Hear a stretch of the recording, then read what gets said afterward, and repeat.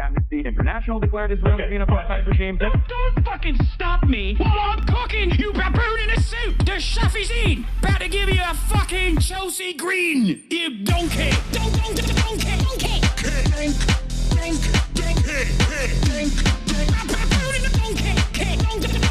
Listen to what I'm saying, and you will understand, perhaps, what I'm trying to imply. Patronizing. Yeah, I am being patronizing. I don't know who the fuck you are, and you're over here chirping all the way from fucking London about you want to fucking free Palestine, but also simultaneously you're talking about how both sides are fucking fine. Shut the fuck up. You don't know anything, okay? Who the fuck is this pink-haired twink?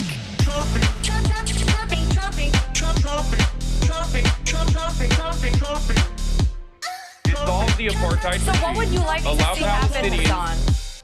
Hasan? Do you not understand the English language?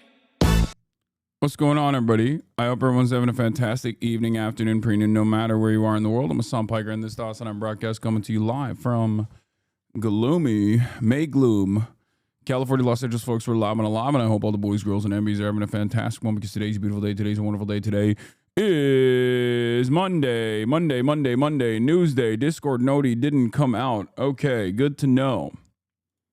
Good to know, ladies and gentlemen. Discord Noti did not come out on the Discord gang. Discord gang. That's not true. It has come out. It's Cinco de Mayo, baby. And honestly, I should have ran on with the Cinco de Mayo, and I'm doing erasure. It's Cinco de freaking Mayo, also known as Cinco de Drinko, for all my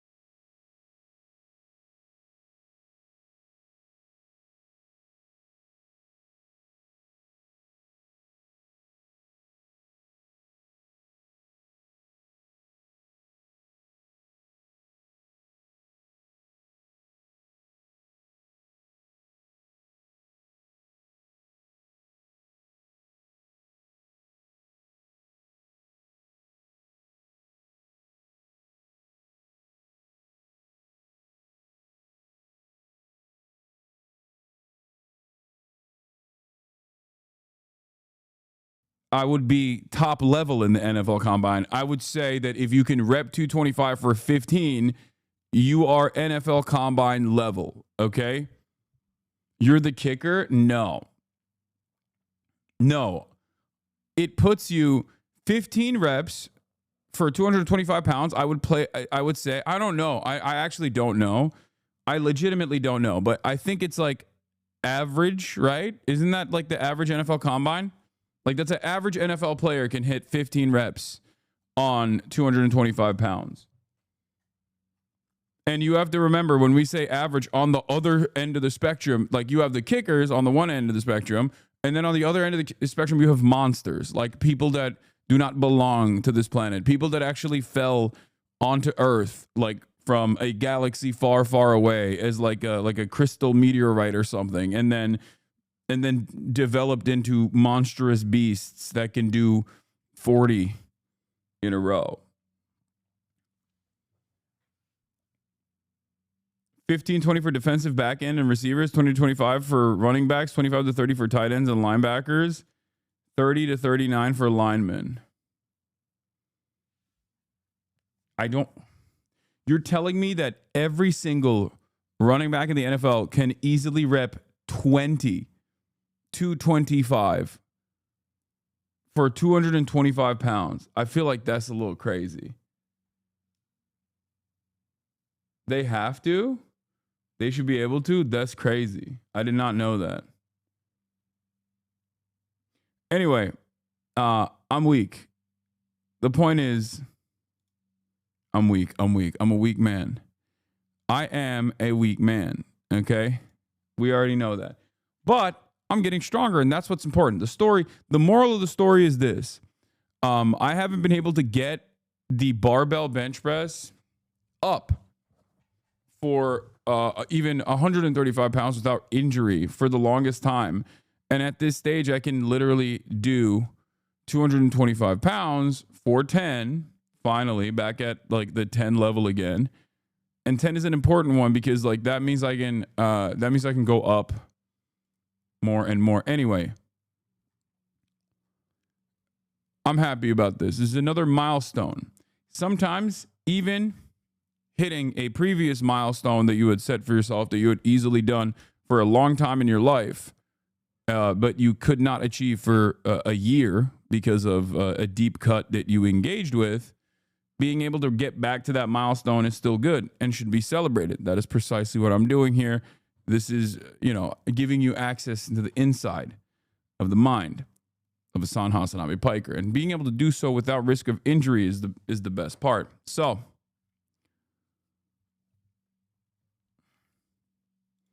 actual results from this year's NFL Combine show that the max this year was 32 reps, and the big boys got 20 to 30 reps at 225 pounds.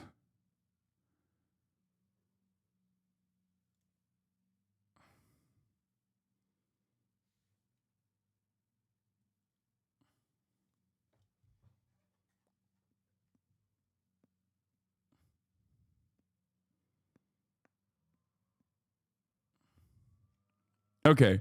I don't think chatters were wrong. 15 puts you in like mid tier, literally, or bottom tier.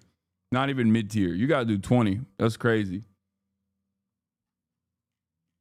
I think 20 is more accurate to say mid tier for the combine. Chatters were right. I was wrong, but I don't know enough about sports, so that makes sense.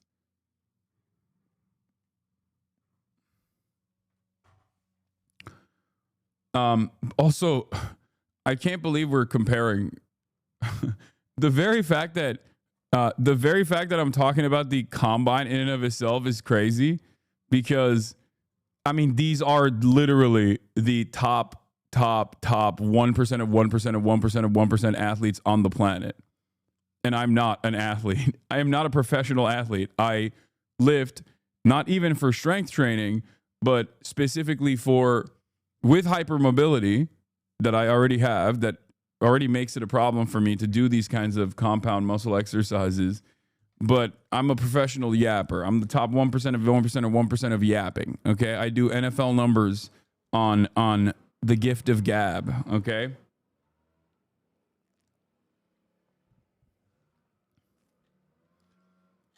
And also I'm like 10 years older than every single person there, which doesn't actually mean anything, because like that means if I had 10 years, if I had 10 full years of like actively weightlifting, I would be able to, I'd be able to outlift these guys, especially if I like did it right. Up until the age of 35, it actually benefits you. Like being young is good for recovery and stuff, but weightlifting time actually does help in terms of strength, in terms of putting on strength. Time is actually a benefit in that regard. No, literally. I don't know why people are saying cope unk. I'm saying time would help me normally, but in this situation, I haven't worked out appropriately. I'm saying that time would not be a time in this situation is not a negative. It's a positive. Guys, there's only a finite amount of muscle mass that you can put on your body in like a year-long period. A lot of the stuff is, I mean, your body is a complicated machine. You need to get comfortable with certain weights that you're putting up. You need to be able to, like, there's a neural connectivity with your muscles, like a movement that you've done so many times that it becomes like easier and easier to do. That's why sometimes when you're weightlifting and you move on from novice level to like a higher level of expertise, people will say, you know, it's good to sometimes get under and spend some time under heavier weights in order to develop confidence under heavier weights. That's why it's much easier for someone like myself after I quit weightlifting during COVID to go back into it and be able to very quickly engage in recomp and see much faster returns than someone who's just starting out. All of this is to say I will be watching the Jeff Nippard video, of course. Obviously. This is a fun way to introduce that. We'll watch that later though, not right now. But yeah, obviously I'll be watching how much muscle did I gain in 365 days. Jeff Nippard unironically did this thing where he basically showed like you have to do steroids after a certain level. Then I know that that's not his takeaway and that's not what he wanted people to take away from that, but I know the end point and I realized like, oh, so it's like it literally you do peak, like for sure. Like it's clearly no, he gained muscle. No, I know he did. But you have to understand what he did to gain that muscle. Like we are, if we're talking about humanity, and the imperfect nature, the imperfect nature of man, and you know, entertaining certain things like he achieved this level of muscle mass at his peak physique without steroids by eating perfectly. Like not a moment is wasted in the process. That is impossible. Okay, that is like 365 days of unimaginable feats of resistance, resilience, strength. The more you train, the harder it is to gain. Sometimes you're lucky to put 5 pounds on a rep max in 1 year. Exactly. Once you get to a certain level, unless you get like a little bit of medical boosting, it's just not going to push you far. But you're not close to your peak, right? No, I'm not. Jeff is one of the only people that I know that is a public persona, like a public person, that has actually achieved a natural physique that almost is like where you basically get to your peak. Like that's it. This is your body has pretty much reached its limit. I am nowhere near my limit. Are you crazy? I'm talking to a man with like probably 16% body fat right now. That's wild. Have you seen the one guy who's trained only one side of his neck? Yeah, I did. People need to stop. I don't even want to look at it. It freaks me out. Anyway, Hasanabi heads were doing water drop LA and took Taylor Lorenz out on water drop. Hell yeah. Shouts out. That's pretty fire. Hasanabi heads rise up. But yeah. Anyway, personal news wise, like I said, weightlifting in the morning was pretty good. was exciting. Gym Bros, Hasanabi Gym Bros or something else. What is this? We did not leave Iraq because we were Zionists. We left because we were no longer safe. I saw this.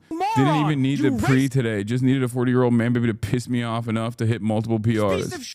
Because Iraq and the pan-Arabic nationalist movement that arise out of Zionist You are out of your mind. Not about Palestinians. Okay, so what did the Jews in Iraq have to do with Israel? You bigot. Terrorize the You Palestinians. bigot. Anyway, Hasanabi Gym Bros, rise up. I usually just picture Bill Maher. Interestingly enough, I'm not an angry lifter. I don't get angry at all. I'm very calm when I'm lifting. It's my moment of zen. Throughout the day, it's like my one moment of solace, my one moment of comfort. Thank you to Macy's for the playlist. And I actually don't, like, I feel at peace when I'm at the gym. Anyway, all right, we got a lot to talk about. Obviously, Israel announces its plans for final solution in Gaza. It's official. They're doing it, or they say that they're doing it. Houthis strike Israel airport.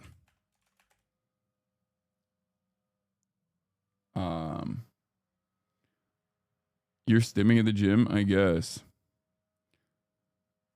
Israel just struck Yemen. That's not surprising.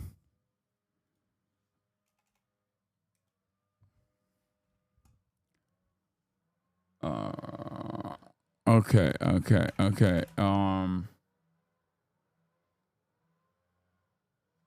Where was I? Houthi strike Israel airport. Trump unsure about due process. Tariff shortages incoming. Trump adds foreign film tariffs on the docket. Get in now. Bro, the thing that's so crazy about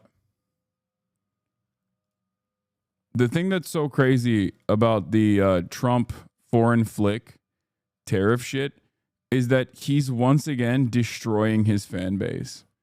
Like, who are the biggest Trump guys? Obviously, anime is universal, but let's be real. A lot of anime guys love Donald Trump. Okay? What does 100% tariffs on all foreign movies do to anime? It bricks it. That's it.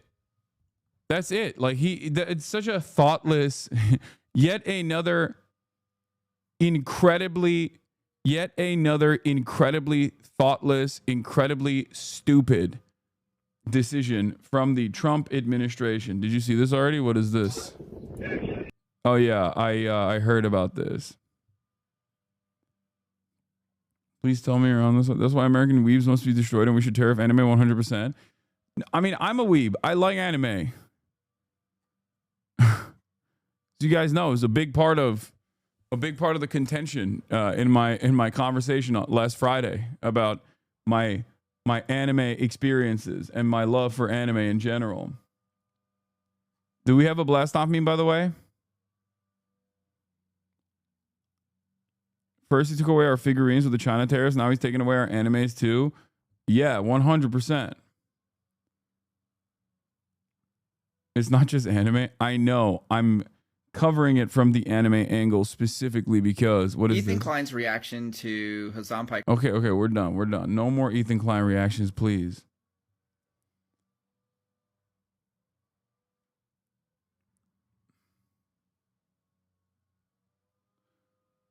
All right, where are we at? Genuine question. How do you enforce tariffs on streaming services like that? The vast majority of VFX and animation are also outsourced to Asian countries. I don't understand.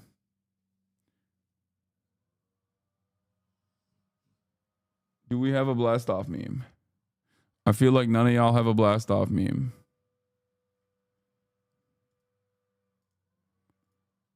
Oh my God. Okay, I'm going to use this funny ass take. Wait, hold on. Okay, this is even better. Okay, we'll do Luffy. Happy birthday, Luffy. Happy birthday, Karl Marx. Where is it? Where the hell is my post? Okay. What? Once you have followers, I'm leaving for the majority report? What did you say? Once you have followers, I'm leaving to the majority report? What does that mean?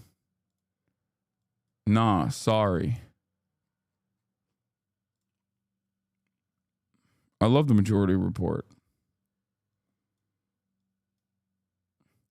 Abracadabra, umbra, ooh la la, na na na na na, abracadabra, talk to me. Na, na, na, na, na. Oh my God. I just got that unstuck from my head. I can't get it unstuck. No, when I was hitting the tens, that was what was playing. That was what was playing. So it's like I put it on my friggin' Insta post when I was lifting. And now it's like, now it's perma stuck in my head. Lady Gaga. Are you going to Anime Expo in July? Maybe. Are you going to react to the Kanye West Piers interview? Piers Morgan interviewed Kanye West? Wow. Piers Morgan interviewed someone that's less anti-Semitic than me.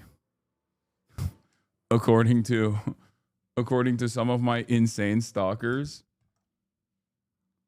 Yeah.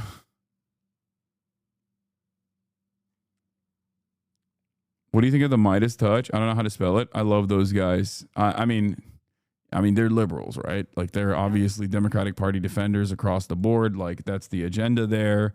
But still. Kanye's just goofing and gaffing. No, he's not goofing and gaffing. It's no longer new boots goofing for Kanye. It's more so he's goosing, goose stepping. That's what he's doing. At least it's not the Ruby Chan song. Why would you say that? Why would you say that? Now, God damn it, dude. Why would you do that?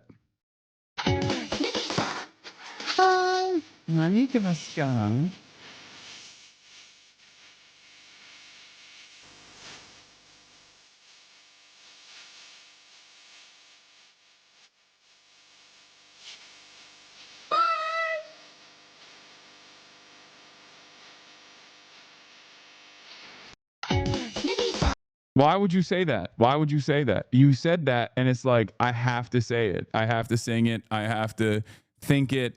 New earworm unlocked. Your white shows when you try to dance. Lamau, I know. Stop. Every fucking K-pop idol ever is doing this trend, and it's all my feed is. Ruby-chan. Hi. Nani gaske. Chocominto yorimo. Nata. I don't know how to fucking say it. I'm not Japanese. I'm so fraudulent. I'm such a fraudulent bitch. Oh yeah, I saw this one.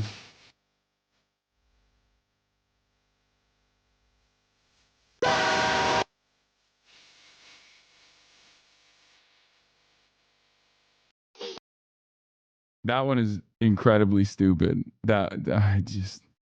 All right. What are we doing here, man? What are we doing? Let's freaking get into it. There's a lot to cover today. Israeli officials detail plans to seize all of Gaza and occupy it indefinitely. My ears just exploded. Would you rewatch Hunter x Hunter, preferably starting with the 1999 version soon? No. Why are you asking me that? Nancy Pelosi is pressuring Jordan to take more children from Gaza. Nancy Pelosi, who has long-standing friendship with Abdullah, took matters into her own hands last week and had a blunt conversation with Jordan's ambassador with the U.S., Dina Kowar, about Amman not accepting a sufficient number of sick Gazan children. I mean, okay, that's fine, great. That should happen, okay? That's like Band-Aid. Ridiculous that we don't even have the Band-Aid at this moment, but hello, there is also a much larger problem here, which is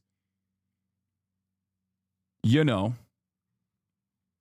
the fact that we have a genocide taking place. Like, why are those children starving? Why are those children suffering? Because of Israel.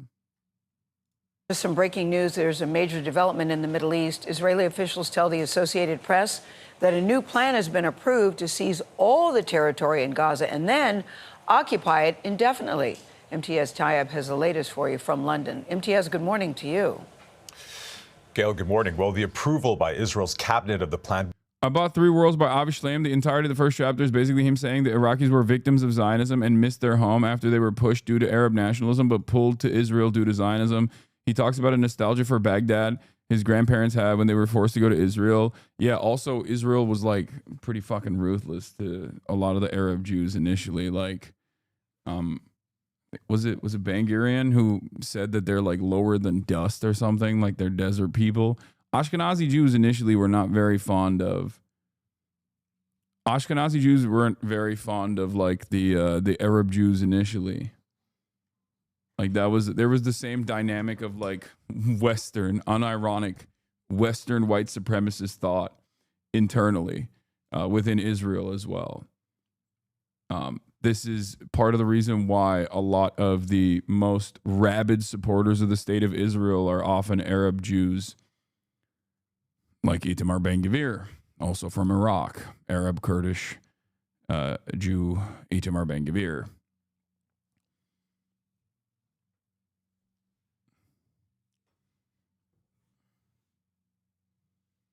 I just had Turkish food on your recommendation for the first time the other day. Goddamn, don't add bulgur ekmek baklava. That shit slaps so hard. Yeah, it's fantastic. All right, let's lock in. Let's lock in. Let's talk about the serious. Let's talk about the serious subject matter.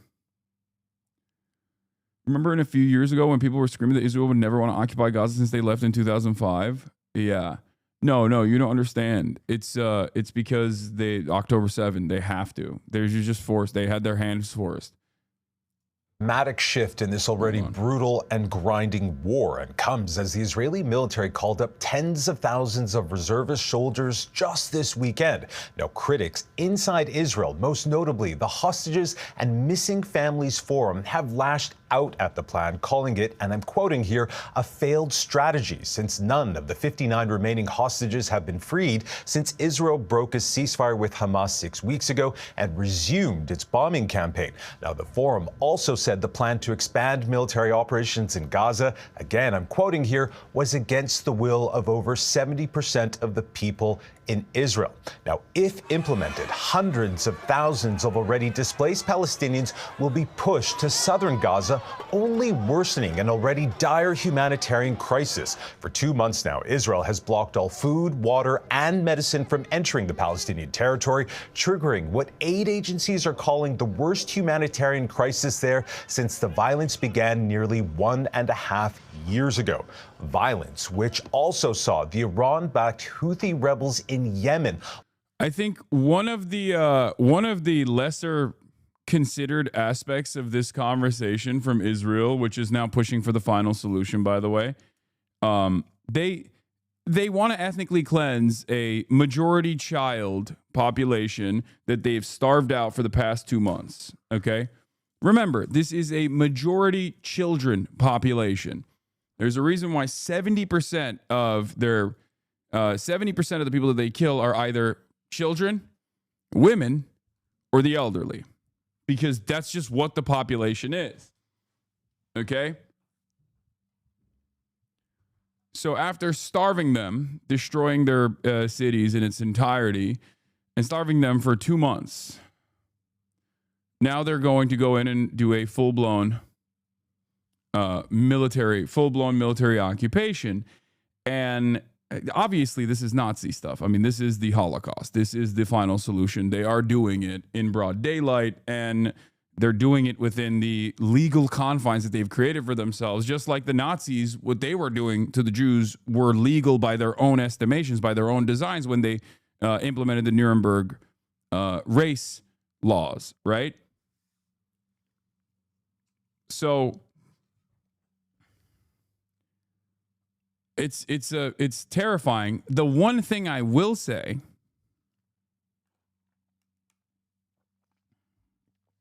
The one thing I will say, where you get these numbers though, what do you think, this is a gotcha? Like, what do you mean?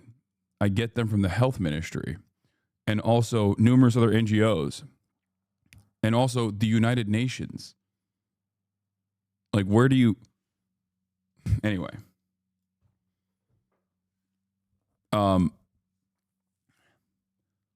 Yeah, they're doing a final solution on Gaza. They're doing a final solution on the Palestinians there.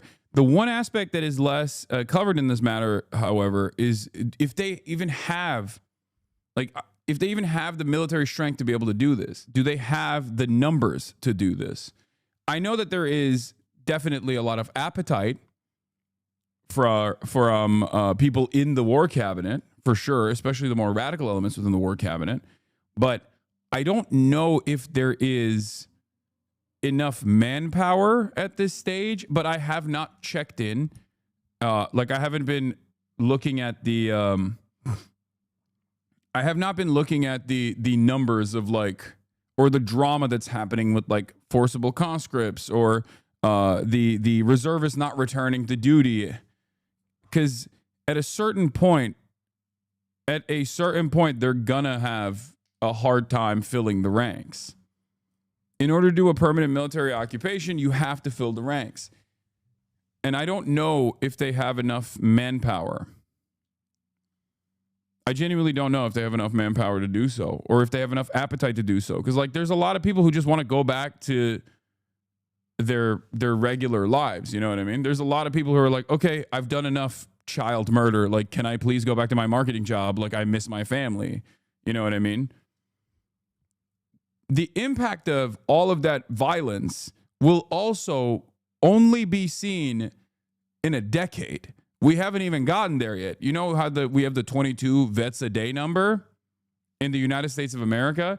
Some of the heinous shit that the Israeli occupying force has done in Gaza is like an Abu Ghraib every day. So that number is going to be far higher. This is going to have inevitably karmic damage or cosmic damage in the form of karmic justice to Israel for sure.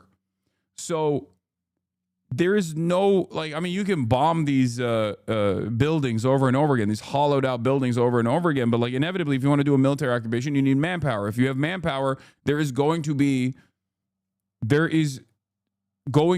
resistance against that manpower. There is going to be tunnel warfare, guerrilla warfare. Once again, Hamas has replenished its ranks, right? And then you got the Al-Qassam brigades. You got all of these other militancy formations that are going to inevitably take out soldiers over and over again. And I don't think that Israel has the capacity to keep that operation up with straightforward manpower, just boots on the ground military manpower, without American intervention. So therein lies the question. Does America intervene? Do we see the United States of America actually invade Gaza? Is that what they're going to do? Because I don't think Israel has the capacity. I don't think Israel has the capacity to continue the war. Obviously, cost of Gaza war escalation could top 15.4 billion, threatening Israeli budget stability. You have port shutdowns, obviously. You're right. I'm a 9/11 era vet that didn't even see combat, but I have friends who died in Afghanistan. People like us are anti-American as fuck. But it's not even just that. A lot of the Breaking the Silence guys are unironically people that have actually participated in sieges in Gaza, and then that made them incredibly grossed out to the whole fucking design. And that was their wake-up call. But having said that, we also have the PTSD side of things. This is signaling societal collapse, especially when you consider that the Israeli population numbers are constantly fulfilling itself, filling up the ranks with the Haredi population. They're having 6 to 8 kids. Okay. Those guys don't have to serve in the military, but those guys are also not getting the proper education that Israel wants to show to the Western world, that they are just like France or, just like any other normal Western country. We have arts. We celebrate we celebrate education, we celebrate the arts, we celebrate scientific accomplishments and whatnot. So like if the only people that don't have PTSD that remain in Israel, that's like becoming the next generation of Israel, are all young Haredi Jews who only get a religious education, then like the societal makeup of Israel is going to dramatically change. Do you see what I mean? And you don't get to benefit from a steady flow of Western intervention and Western aid and Western support and an expenditure of Western political capital in defense of your genocide if your country doesn't look Western. I feel like they will inevitably lose their favored client status if they can't keep up an incredibly sophisticated influence peddling operation simultaneously. Did you just replacement theory Israel? No, because it's not replacement theory. It's more so. I mean, it is a little bit like getting mad at idiocracy for having a eugenicist slant. But it's idiocracy. We're experiencing that here in the United States of America as well. But it is kind of like idiocracy, where the guys that are having a lot of children that allow Israel to no longer have to allow Israel to not have any sort of like birth rate decline. Those guys don't serve. They don't serve. They don't go to the same schools. They don't care about education in the same way. They have very different opinions on like women's position in society. And the more Israel becomes a majority Haredi population, which is, it's not there yet, but the more Israel becomes like a majority Haredi population like that, the less likely it is that it can keep up its sophisticated espionage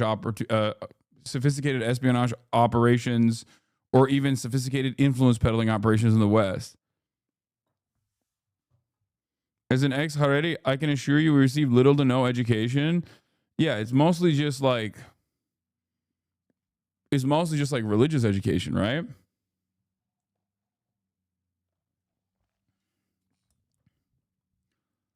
So it's I mean, it's just they're cooked. They're cooked regardless, if that makes sense. I mean, the West supports Saudi Arabia, and there aren't Western looking in any way, to be honest. If you think that, like, Saudi Arabia is a weapon to wield against Yemen, okay, as long as it is a part of the defense initiative that defends Israel's interests in the region, as long as it has a shit ton of oil.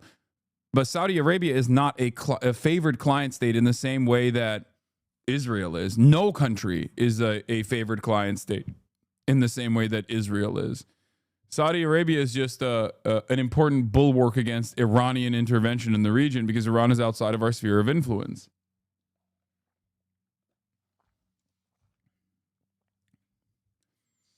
The double irony here, of course, is that we are trying to Israelify the United States of America. A lot of our politicians look to Israel's fascism and say, we like that. We want that here.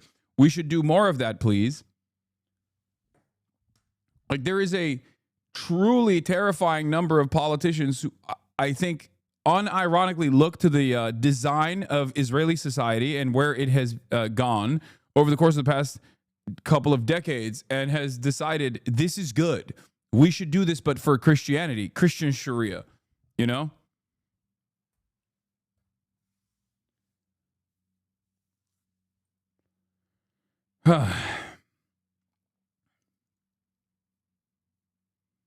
Israel is less a client and more the USA's pet, I feel. Yes. I mean, it's not the favored client nation status is just like a designation. It's an official an unofficial designation. Fuck the Yemen dude that pissed off so many people. It is not in the sphere of Western influence. It's in the sphere of Iranian influence. That's it. That's the major issue. launch a ballistic missile on Sunday, which hit the perimeter of Israel's main airport. Prime Minister Benjamin Netanyahu has promised to respond to the attack, saying Iran would also face consequences from the strike. Yeah, they have to pull Iran into this. And Iran has demonstrated restraint over and over again. Or some analysts will say Iran uses the Houthis as a way to respond to Israel, as a way to retaliate against Israel. But Iran overall has demonstrated major restraint throughout this process. That much is obviously clear, especially in comparison to fucking what Israel is doing. The only time Israel actually shows restraint is when they're trying to retaliate against Iran, ironically enough. But the reality of the matter is Israel needs to bring Iran into the fold because there are two reasons for that. One, I think this is a part of America's grand design in the region. I think this is definitely a part of America's grand design because Iran, if there were two poles on the planet with two hegemonic powers competing against one another, they're going to need energy, and China needs to get it from Iran if they can't get it from the regular OPEC Plus group. And America's number one goal in the next 20 to 10 year timeline is to take this war directly to China. That's part of the reason why they want to pack up the whole Russia-Ukraine stuff.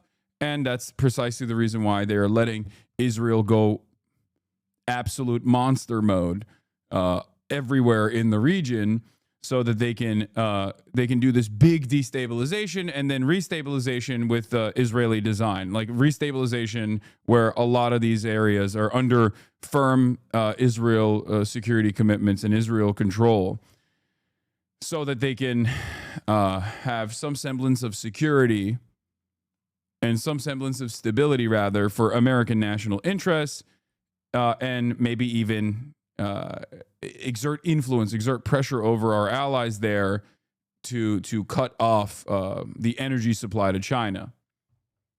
That is the goal. That's why I also say American foreign policy will swing sometimes wildly, but it's often still directionally in the same. It's always directionally in the same agenda, towards the same agenda, but there are obviously differences in opinion along the way. Oftentimes it's the Republicans that push it even further and further right, more to more insane places, and then the Democrats don't do anything to pull it back because they also are in line with the same agenda. So is Pallywood just a modern day Nazi propaganda, or is that a little too far? No, it's not far. I look, it's up to you guys. You need to be very well equipped when you're talking about Israel-Palestine related things in order not to come across like you're anti-Semitic, because a lot of the language, even on accident, can come across like that. And I perfectly understand that, which is why I wouldn't recommend to the average person to make this comparison, because most people still at this stage will be like, whoa, I don't know about that. That's crazy. But I do not shy away from making the comparison of Israel and Nazi Germany, because I think we have definitely reached that level. But you know, the less incisive language you can use is just to say it's fascist, because it is fascist, just like the Nazis. It is exterminationist. It is built on supremacist ideology, just like the Nazis were. But you know, I don't think it's in any way, shape, or form inappropriate to make this comparison. Like,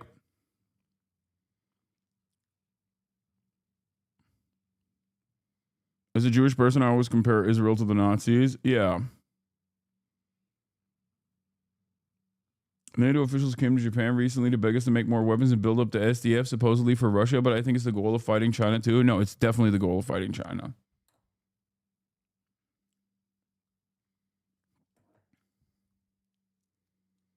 Allahu Akbar. This is what last night's Israeli airstrikes left in Gaza to be buried the morning after. The remains of a child so small they could almost be held in one hand. Now dead before they had lived. We hope that everyone will stand with us to stop this bloodshed and stop this extermination. We are people who love life.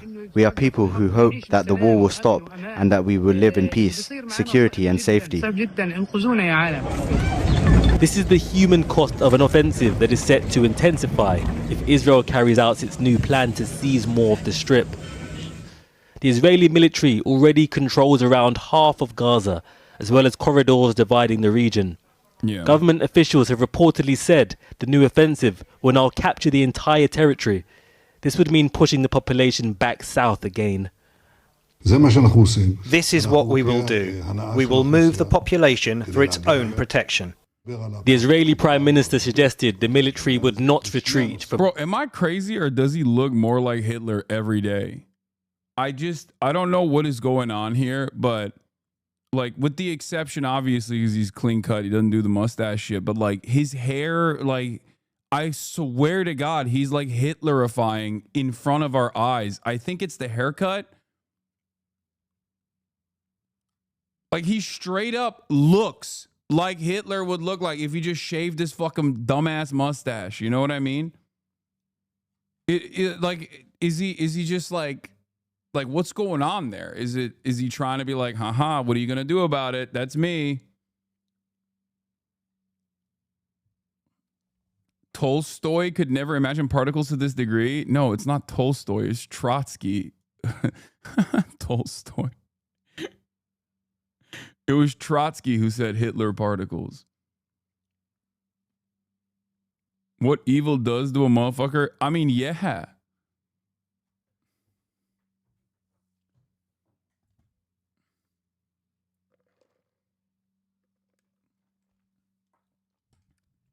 War and Peace by Leon Trotsky. I mean, that dude loved to write too, but anyway.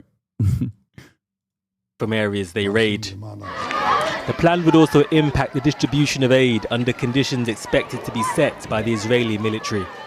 This would violate the humanitarian principles of neutrality, impartiality, and independence, and could also put people at risk by including aid workers, by having them around these militarized zones.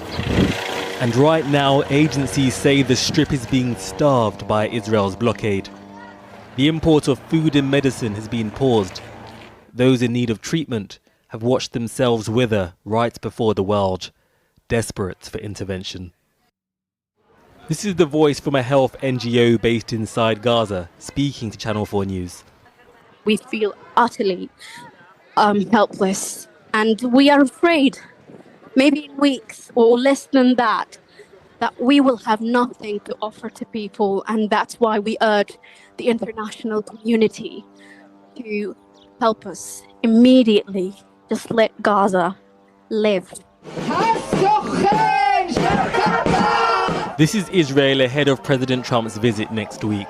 Although some believe Israel's government is attempting to place pressure on Hamas, these families and their allies fear for the impact on their loved ones. 59 taken hostage in Israel by Hamas remain in Gaza, and artillery does not ask for ID. I'm not gonna lie, dude. It blows my mind what is going on, because like if there were no hostages right now in Gaza, I think the dynamic would look very different. Like I think that there wouldn't even be any protests. Like I know that there are people in Israel, like I think over time standing together, like a lot of the liberal Zionists that are even in movements like Standing Together either went full tilt Kahanist or went in the opposite direction and became more firm in their conviction against like Israel's genocide. But their numbers are nothing in comparison to the broader Israeli society. Like this is what I have seen from my own personal experiences, from what I've seen in the Western world, but what I've seen also in Israel as well. And I'm sure some of the Israeli Hasanabi heads could confirm or deny this. I don't know. But like after October 7, a lot of the liberal Zionists that were at the peak of like the Israeli liberal coalition that was like, oh, let's do peace. Let's do a two-state solution. Let's do let's hold hands with the Palestinians and sing Kumbaya, but also like, let's, people that have protested, people that have demonstrated over and over again. Not talking about the anti-Zionists, okay? But people that have protested and demonstrated, which is one of the more popular, one of the larger movements, basically, in Israel. A lot of those guys, I was checking in, were going crazy. They were baying for blood, okay? They were just going wild, right? And then it's like over time, I think, as the depravity of the military operations became clear for some got way more radicalized in the opposite direction, and others and others became, I think, more committed to anti-Zionism than they ever did before. But those numbers are tiny still. They're marginal. So without hostages, because like the mass movements that happen in Israel, the largest category of like anti-government protests that are coming out are coming from hostage families and their friends and people that want a ceasefire specifically to take out the hostages. Those people have been polled in the past as well. And when they actually get polled, they still say like, no, just keep the war going after, but just like get our hostages out. And Benjamin Netanyahu, on the other hand, will not commit to even doing that, which is why a lot of people are very frustrated. There's the reason why in Israel, in Israeli media, especially with the last ceasefire was taking place, there were family members of Israeli hostages that were writing letters to Benjamin Netanyahu being like, you are the reason why this fucking deal is not taking place, which was correct. You are bringing up idiotic additional spoilers into the ceasefire negotiation, like not removing military presence from the Philadelphia corridor, the Rafah border crossing with Egypt, right? Like all of this stuff that they added on to the deal over and over again was specifically done so that Netanyahu could always say, oh, I don't want to do this. I don't want to actually do a ceasefire.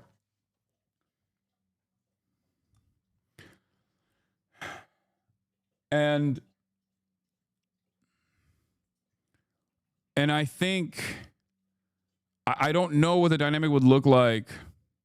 Israel's made peace deals with Palestine 5 times up until October 7th. Yeah, those aren't real peace deals, brother. What are we talking about? This is like pre-October 7 Hasbara is where we're at now. What do you mean?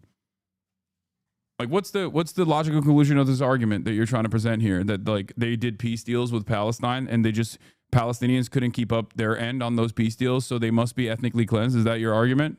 Can you say your conclusion? Yeah, see? Exactly. Because Palestine didn't want peace. Remember, chatters, the dynamic is always the same, okay? Here's what happens. There's a siege that takes place. They wipe out like 100 to 1,000 people. They blow up a bunch of buildings. Then they fuck off. Israel does, okay? And then there is a treaty. There's a ceasefire treaty.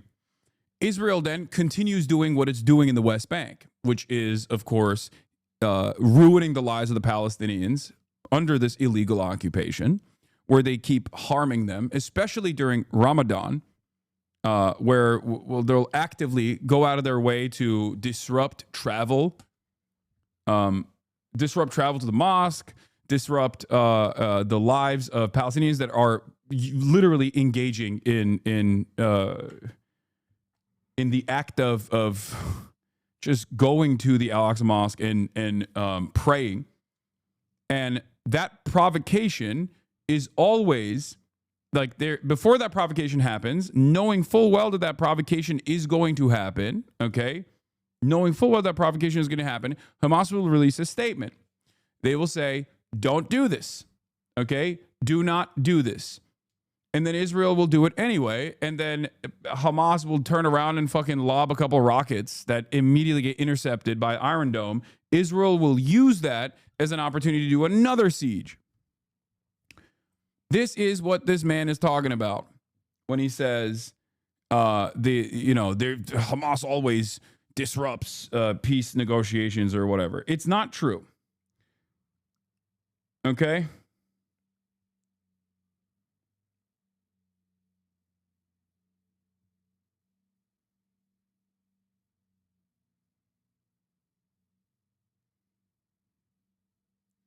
Hold on.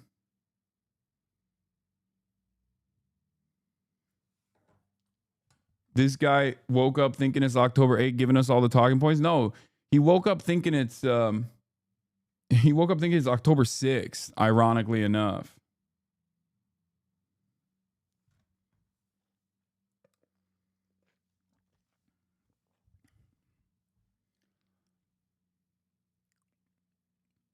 Also, it is pretty funny to say this because if this kind of rhetoric was incredibly effective in the Western world for years, Palestinians were no partner in peace, they said, right? No, I just see one side hating the others, the other, and the other having to defend itself. Yeah, that is what's going on. That is actually what's going on. One side is defending itself, and that side is the Palestinians. And the side that's hating them is Israel. So you're actually not wrong. You've flipped the dynamic and it's on its head because you have sympathies for Israel. I get it. Like, I know where this comes from. You're wrong, but I understand why you're wrong. Anyway, the thing I wanted to mention here is more so about propaganda and how it works. Okay. Pre-October 7, if you tried to describe how disruptive Israel was in these numerous ceasefire negotiations where they never actually gave a fair deal and they never actually wanted to implement any sort of fair deal whatsoever, okay? If you were to describe that to people, they would not understand it. They'd be like, what do you mean? Bill Clinton even said that it was, Palestinians that were just no partner in peace. But now every single person in this community at least has seen the exact ways in which the depraved, morally repugnant American administration lies at the behest of Israel and how Israel behaves throughout the ceasefire negotiation process. So now you know, because you saw it over the course of the past year and a half. You saw exactly how Israel operates in these negotiations, and you saw exactly how the American government runs cover for Israel throughout these ceasefire negotiations. So looking at what has unfolded over the last year and a half will give you a better understanding of the reasons as to why previous ceasefire negotiations or any sort of pathway towards peace was completely cast aside by the responsible party, Israel. Do you understand?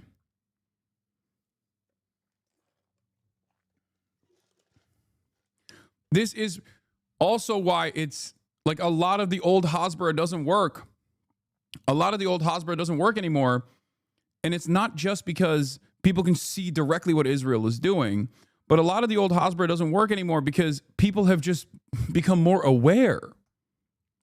Like, people have become more aware of the way that Israel has operated throughout the past year and a half. And that completely eviscerates all of the carefully calculated, ahistorical ways in which this process has been taught to those who even care to learn about it in America.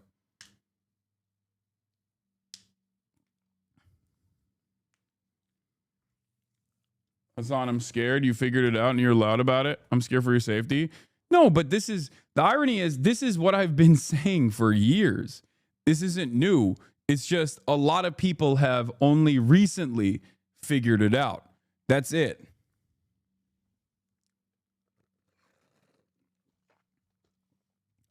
That's it.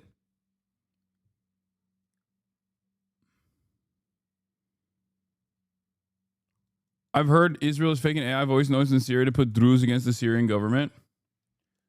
I don't know about that.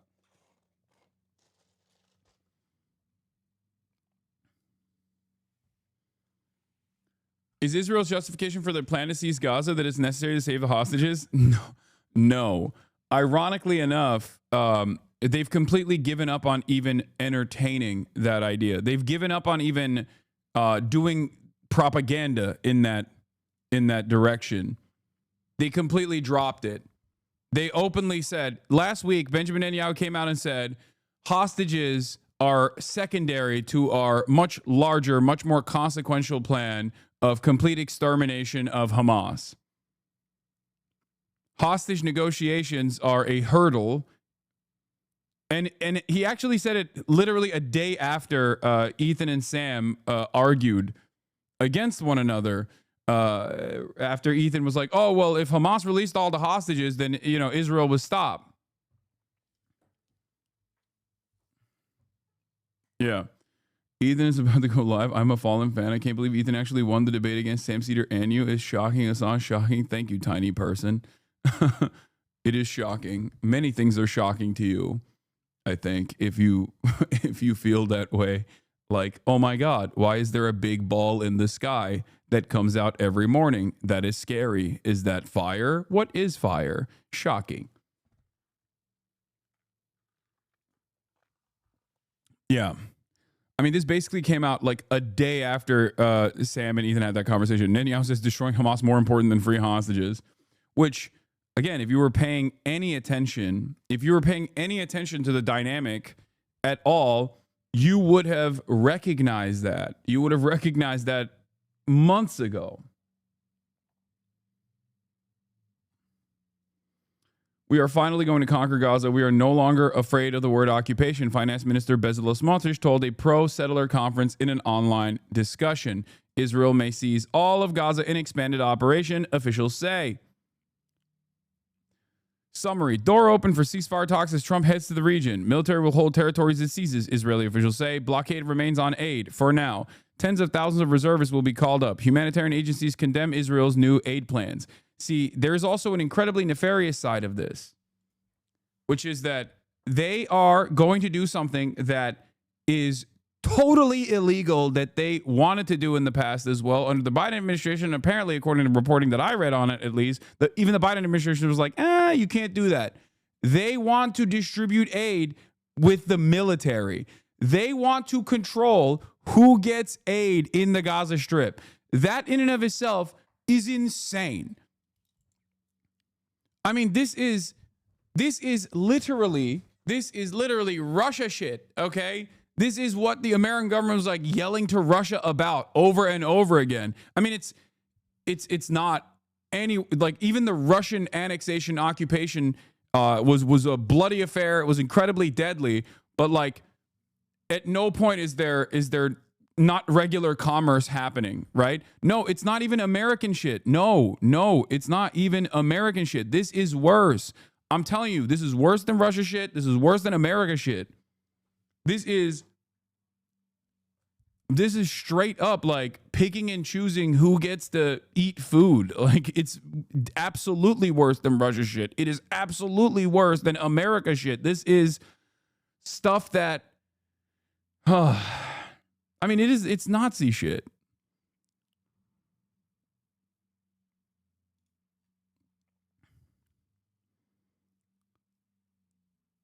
Yeah, Israel's government here. Israel's government has approved a sweeping plan to seize all of Gaza, indefinitely occupy its territory, and displace its population southward, advancing what rights groups warn is a military-engineered campaign of ethnic cleansing.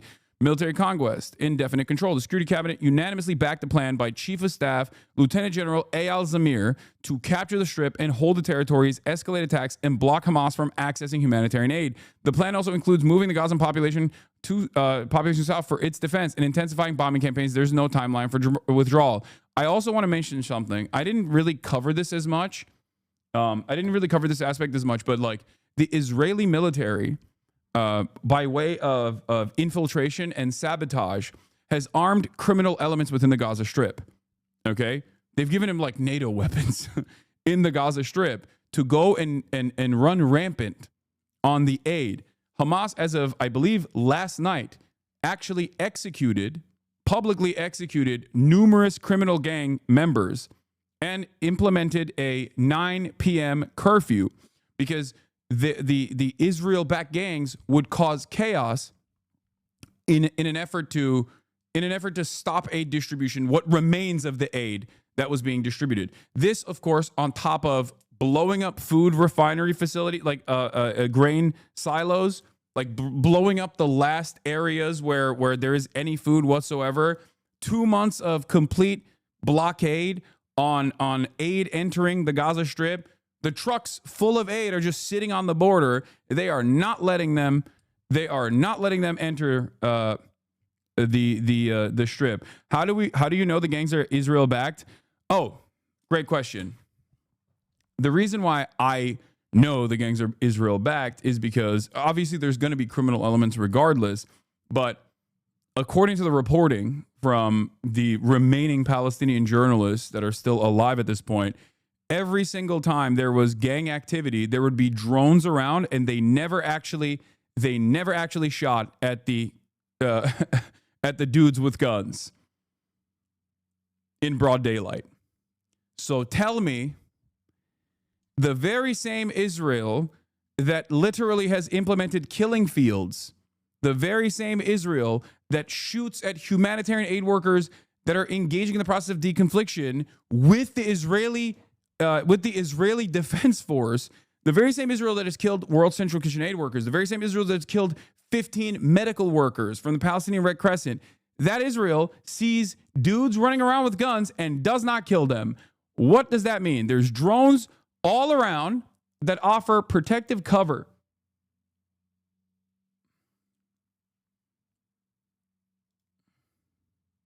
Yeah, Israel wants local clans to run Gaza after the war, but the candidates are refusing. Jerusalem is trying to forge a path to non-Hamas governance, but hope of working with Stripp's powerful families dampen the fears of retribution as terror groups still dominant.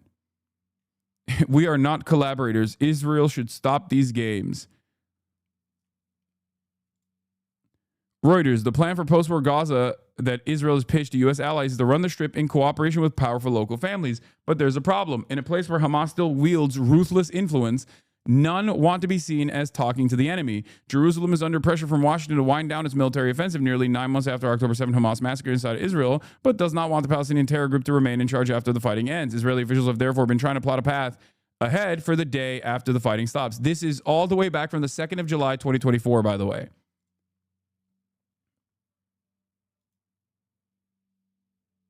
Yeah, this is the other side of the story. Yes, new armed gangs are looting food warehouses across Gaza, and Israeli drones are reportedly targeting the police and volunteers trying to stop them. Multiple sources, including eyewitnesses and journalists, say the gangs are backed by Israel. Here's what's being reported. Tarek Azam, Gaza correspondent for Al Jazeera English, reports local gangs reportedly backed by Israel are looting what remains of Gaza's food warehouses. Israeli forces, he says, have struck police officers who were trying to stop the thefts. One of the first-hand accounts comes from a volunteer at a community kitchen in western Gaza. He says armed gangs attacked their facility. Attacked their facility twice in one day. The second time, they fired live rounds and broke into a food store serving 1,500 plus families. Now, what's really interesting about this, once again, is that Israel says Hamas is doing this, except Hamas has punished the criminal gangs that have done this. They executed a bunch of them, and then implemented a curfew as of last night, 9 p.m. curfew in the Gaza Strip as of last night. If you recall, there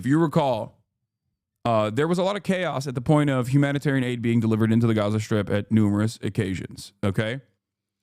And I remember covering the story where there was the time when they shot at the aid delivery, and then the aid delivery trucks had to get out of the way. Like they just, there was a stampede, and they did the flour truck massacre, if you remember. And I believe right after the flour truck massacre, the Gazan police force, the civil, the civil part of the civil governance division, the civilian population, okay, not like Hamas's militant wing, not the Al-Qassam brigades or anything like that. The Gazan police force actually came in and said, we are going to implement a process here. So they literally they designed a way for the humanitarian aid to be distributed in a organized manner. The next day, Israel killed the police chief. The next day, they went in. There was a single file line. Everyone was getting their fucking aid and getting out. The next day, Israel killed the police chief and then said he was Hamas. The next day. Why would they do that? They did that because they want this chaos to exist. They do that because they want there to be a constant sense of pressure and violence and chaos and to never stop that. No order, none of that whatsoever. This is part of the reason why I say October 7 aside, okay, the atrocities that took place on October 7 aside, which were conducted by a collaborative effort on all the Palestinian factions, the entirety of the Palestinian militant resistance. Okay. After October 7, since Israel's genocide started, or at least accelerated, if you want to call it that, everything that Hamas has done in that time frame has been legally permissible, with the exception of maintaining hostages. That's it. Brother, the things you're saying is really sad and disgusting, man. What the fuck? This is disgusting. Are you saying like what Israel is doing is disgusting? Like hearing about it makes you sad? Is that what you mean? Or are you saying that like the statements that I'm making are disgusting because they're untrue or something?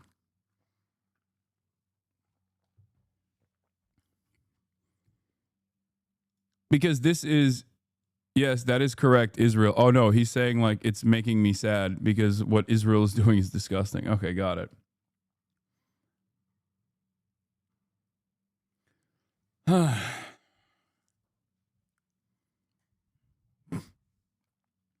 Hasan, can you tell me where I can do research on this stuff independently and get the same info as you? I think you can.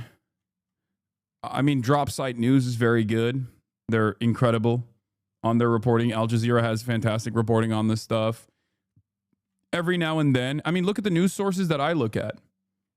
Like I when I'm covering this stuff, when I'm covering every news story, whether domestic or foreign, I look at virtually every single type of news outlet that's out there, all the way from far right news outlets to liberal Zionist newspapers, all the way to anti-Zionist publications, and you know, places like Democracy Now, places like Drop Site that do fantastic investigative reporting that work with journalists on the ground.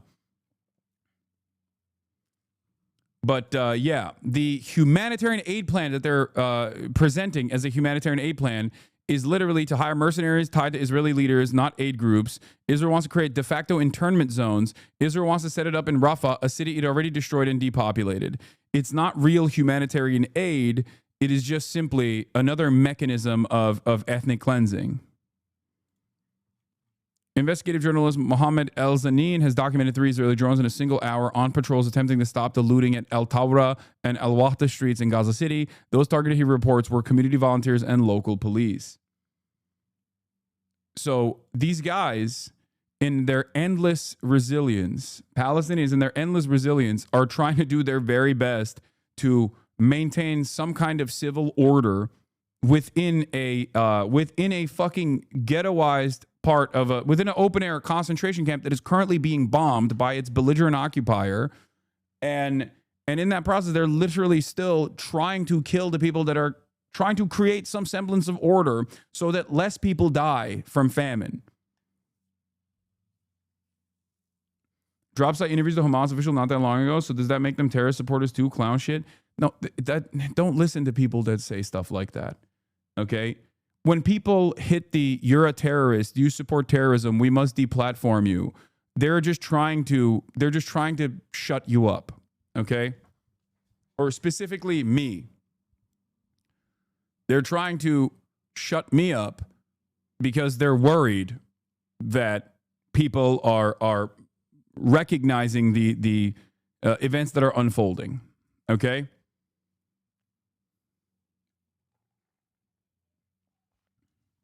That's it. They don't want to actually tackle the conversation. They don't want to actually have a hard to deal with conversation. They just want to say, you are dangerous. You're a dangerous person. You're a terrorist. Stop talking.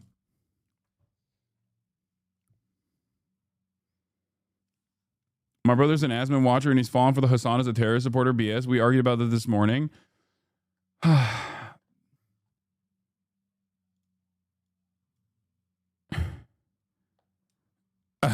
This is funny. Hasan Piker thinks being a man is simple. Tel Aviv Institute, delete this. Yeah, exactly. They do not want to have a nuanced discussion. They do not want to have a conversation. They do not want to talk about like any kind of militant resistance against a nation state that is doing apartheid. Hasan is the king of Darvo. I don't even know what Darvo means. It's like something that narcissistic boyfriends do, right? Isn't that what it is? Yes. Yes. My coverage on this issue, my coverage on this stuff is actually just like your fucking shitty ex-boyfriend. You're right. Thank you.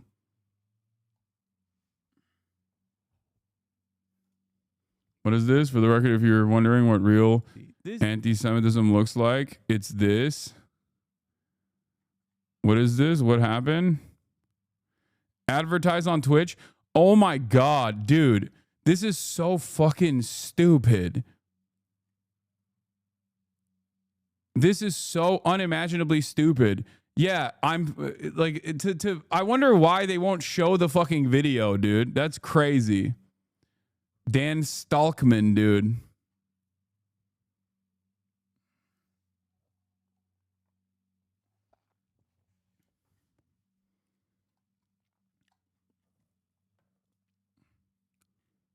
It's simple. If you're wondering, DARVO is an acronym for Deny, Attack, Reverse, Victim, and Offender.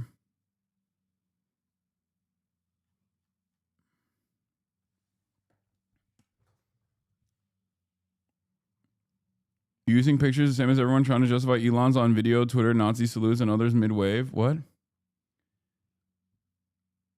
That makes it seem like people are nefarious and not just ignorant. My dad told me I'm a terrorist supporter, but I don't think he has any idea what Islamophobia even looks like, even though he's massively Islamophobic. Oh, no, for sure. I knew someone was going to clip you out of context. Bro, they didn't even clip me out of context. They just literally screen grabbed something to make it seem as though, like, this doesn't say anything. You have to literally think, oh, this guy must like this. There's so much motivated reasoning here. Yeah, I saw that H3 Productions also posted it. This Hasan stream could be a disaster for Twitch and Amazon. One thing I haven't seen many people yet, this controversy around Hasan's stream title and content could create real problems for Twitch and by extension Amazon. Yes, dude. This is going to be really controversial for Amazon, which is literally me covering a fucking anti-Semitic incident. Yeah, thank you. Thank you for bringing accountability. Hasan should really stop covering anti-Semitism.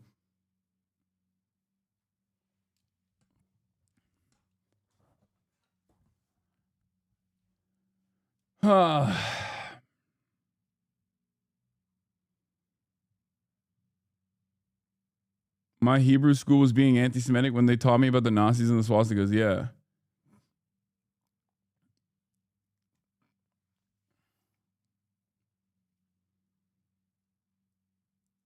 I tried to argue with people on X today who said Ethan smoked you in that debate. No, don't. You don't have to.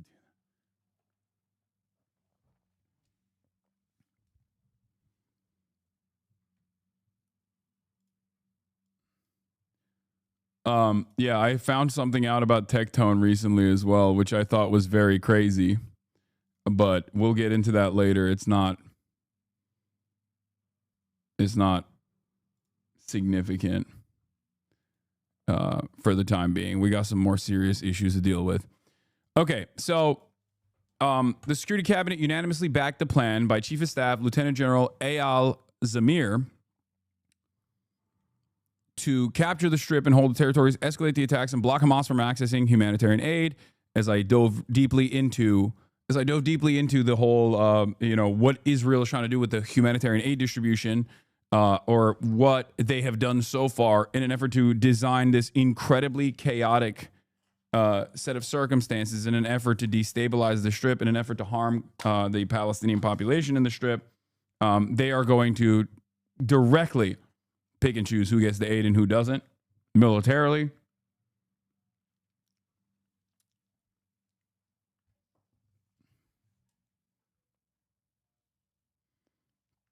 No pretense of retreat. Finance Minister Bezalel Smotrich openly embraced the term occupation, saying, "We are finally going to occupy the Gaza Strip. We will stop being afraid of the word." He vowed that there will be no retreat from the territories we have conquered, not even in exchange for hostages. The plan calls for moving Gaza's 2.1 million people, most of them already displaced, towards the far south, a region bombed repeatedly and barely able to sustain those already there. Humanitarian agencies warned this will have a devastating impact on the weakest and most vulnerable. The cabinet also approved in principle a parallel plan to bypass the UN-led aid system and hand control of aid distribution to private contractors under Israeli military oversight.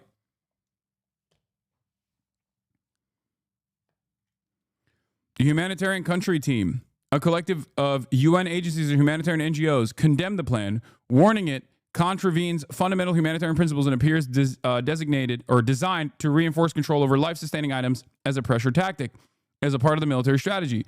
They further warned that the plan would mean large parts of Gaza, including the less mobile and most vulnerable people, will continue to go without supplies. The HCT added, it is dangerous driving civilians in the militarized zones to collect rations, threatening lives, including those of humanitarian workers, while further entrenching forced displacement. Captives deprioritized. No captives have been free since Israel resumed its offensive. The Hostages and Missing Families Forum accused the government of sacrificing their loved ones, calling it the Smotrich Netanyahu plan for sacrificing hostages and abandoning national resilience and security. Gaza pushed towards famine. Israel's blocked nearly all aid since the 2nd of March. The UN says famine is approaching. Bakeries are shut. Warehouses are empty and hospitals are collapsing. Yet Israeli officials claim still that there is no shortage.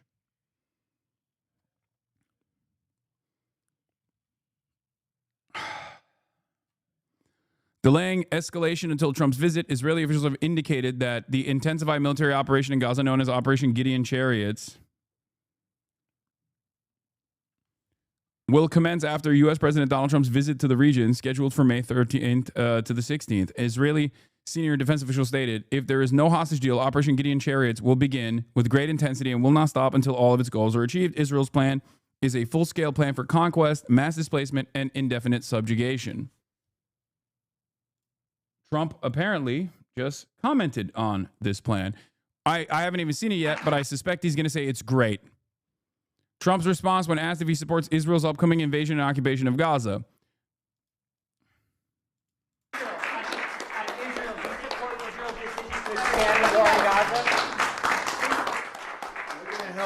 We're going to help the people of Gaza get some food. People are starving, and we're going to help them get some food. A lot of people are making it very, very bad. If you look, Hamas is making it impossible because they're taking everything that's... Yeah, that's bullshit. That is 100%. I will say it. That's bullshit. Okay? Brought in, but we're going to help the people of Gaza because they're being treated very badly by... by Hamas. Not Israel. Israel's treating them very good and will treat them even better. They will treat them even better by giving them the food to whoever they see. Yeah, they're framing it. He's framing it as a rescue mission. Oh, this is low key. This is very Brandonian. Okay, this is the Brandonification of Trump. Not to say that he's like losing his marbles. He already has, and he is Brandonizing in that way at an alarming rate. But this is Brandonizing in a different way, where he looks at something that Israel is doing that is utterly unconscionable and then tries to reframe it in a more positive way. This is literally the same as like Brandon being like, no, we're putting a Gaza port there. Like, what do you mean? We love giving humanitarian aid to the Palestinians. Like, we're building a port. Gaza Aid Pier Part 2. Like, that's what this is. This is a more liberal framework to operate off of. For the past couple of months, he was very reactionary. He would just be like, yeah, we're just going to ethnically cleanse all Palestinians. What the fuck do you mean? Well, I'm going to put a Trump Tower in the Gaza Riviera, right? Like, he kept saying that. And now he's basically figured out, or at least his aides have told him, like, dude, you can't keep saying that. You have to soften your approach. You have to at least make it seem like we're trying to help the Palestinians. So at least on the optics side, he's trying to massage the argument a little bit to make it seem as though this is a positive thing. By Hamas. Thank you very much. Yeah, he's hitting that Brandon line perfectly. All right, let's keep going. When it lands. Do not report for reserve duty for moral and ethical reasons. This operation will result in the killing of hostages in captivity, will result in the deaths of those who have been kidnapped. This week will renew focus on a peace process that has broken down and in need of an urgent solution. Food is scarce, supplies have stalled, and the death toll is over 52,000. Well, I've been speaking to Jan Egeland, who's Secretary General of the Norwegian Refugee Council, and I began by asking him about his organisation's opposition to Israel's plan to take over distribution of aid to Gaza. It's a fundamental for us as humanitarians that aid should be delivered in an impartial, independent and neutral manner to those who need it the most, where they need it the most. And this new Israeli scheme is really an ultimatum saying the little aid we will allow in, we will dictate who will get it, where and if they get it, and they will only provide it, it seems, to a few concentration points in southern Gaza. So people who cannot move to those places will be eliminated from aid. We cannot be part of a dictatum coming from a party to an armed conflict on whom should receive humanitarian aid. I mean, will that not leave Israel saying, well, we're happy to take aid in, but it's the aid agencies who are refusing to hand it over? No, it would leave the Israel to actually be responsible morally and legally for all aid that is given and for all of those who are excluded, because we cannot be part of that. We are not asked to do that anywhere else in the world. We've never agreed to that anywhere else in the world the last 100 years.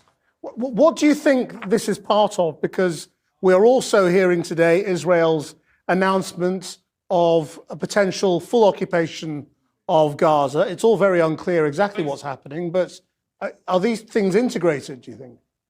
Yeah, they may be. It seems they are now only following a cruel military logic that will not bring the long-suffering hostages home to their families in Israel, and will prevent the women and children, the innocent in Gaza, from getting aid. I don't understand why they would do this. This will come to...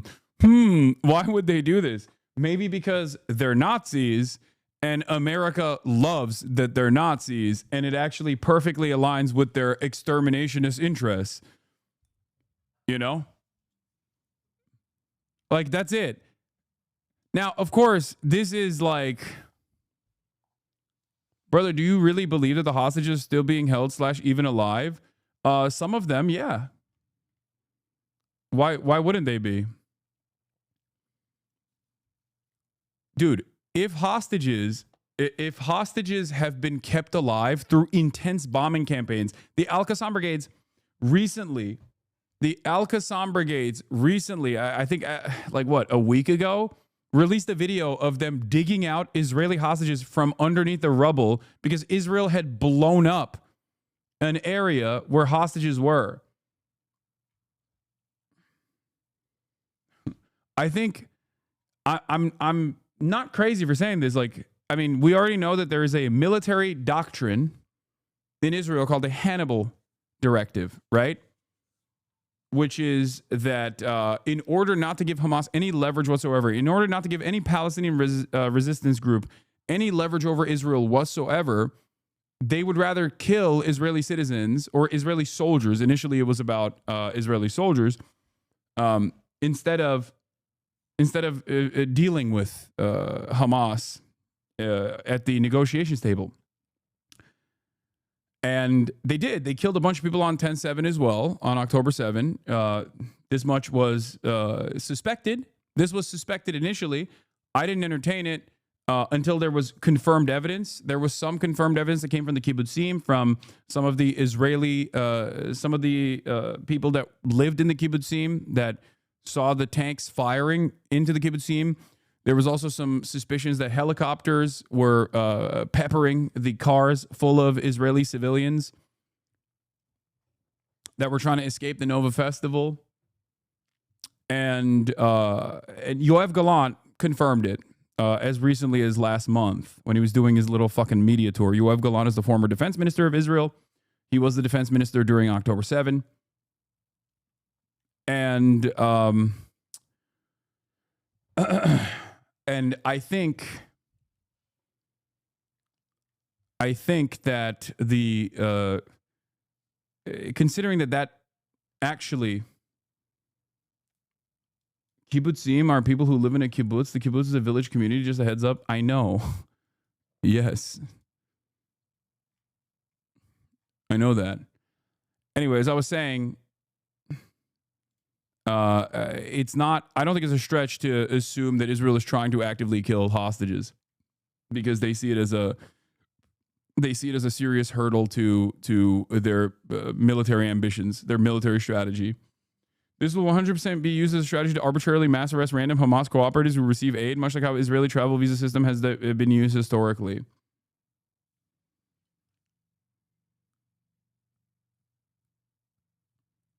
Smotrich on the Gaza plan. Yeah, they don't care about the hostages.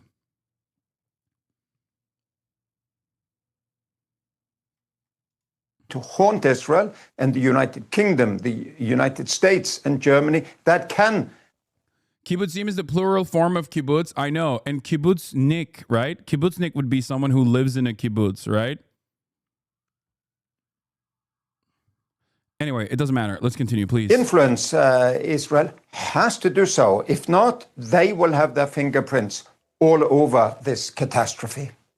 I mean, if they are looking to get the Gazan population into the south, I suppose it gives them the option of pursuing the Trump plan to get people out, to get them over the border into Egypt. Do you think that's what's going on?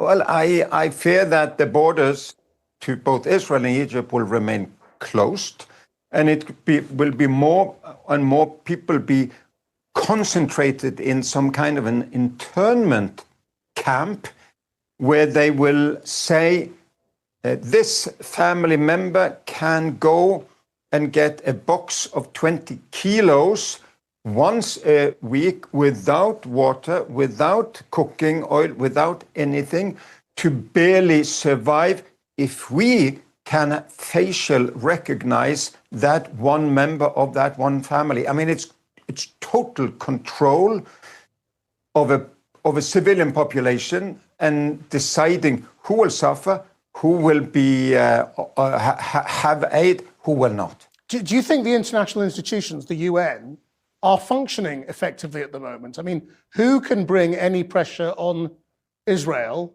over the aid issue, first of all? The reality of the matter is the only country that can actually apply pressure at this point is the United States of America. And Donald Trump is not going to do that. And Biden was not going to do that either and didn't do that. And we have no reason to believe, the reality of the matter is we have no reason to believe that Kamala would do anything different, considering that she routinely said that she was lockstep in tow with the Biden administration. Okay? She said there's no daylight between her and Biden. And Biden did the exact same shit. On the optics side, maybe Biden would try and massage the narrative a little bit, say, oh, I'm so mad at Benjamin Netanyahu. But on the reality side, they didn't care. So the only options in this circumstance are to apply pressure militarily from other regional actors that make it as costly as possible for Israel to continue this initiative. Internal struggle from anti-Zionists all the way to hostage families that keep protesting against the Israeli government and try to get people to refuse to go back on reserve duty as they are doing a call to arms, and also potentially China. European sanctions could help, but I don't think European sanctions would. I don't think European sanctions would help without American like Europeans will not sanction Israel without America. I would be shocked if they did that. Like legitimately shocked if Europe would actually take action against Israel without America's go ahead. The reason why I say that is because Germany is the responsible party for the International Criminal Court, okay? Germany is not only the manufacturing engine and the industrial engine of the entirety of the European Union. Germany is the country that has basically designed the entirety of the European Union. They are the de facto controllers of the EU. And the reason why I'm bringing up Germany is because it's in their constitution that they must abide by the International Criminal Court because of, the whole Nazi stuff, right? And even then, Germany has been inconsistent in its messaging about whether or not they would arrest Benjamin Netanyahu and Yoav Gallant. Once Germany came out and said that, it was over. That means that they're getting their notes from the United States of America on this issue, and they will not stray away from the United States. I'll give you one additional example. They don't really give a shit about what Israel does, right? European countries don't care about, like, the European politicians don't care about what Israel is doing to the Palestinians. They don't care at all because, they're killing Muslims, and Europe doesn't really care about that at all. However, they do care about Russia. They are legitimately fearful of Russian, further Russian occupation into Ukrainian territory, and maybe even Russia spreading its invasion, right? They're afraid of that. That is a legitimate fear that European politicians have. And yet, despite all of their claims of how they are going to help Ukraine separately from the United States of America, if the U.S. won't help Ukraine, we will. Like, all of these talks, all of this posturing took place. They haven't actually stepped out of line with the interests of America at all in this process, if you noticed. The reason as to why they haven't is because they are still, in my opinion, very firmly within the sphere of Western influence, the sphere of American influence.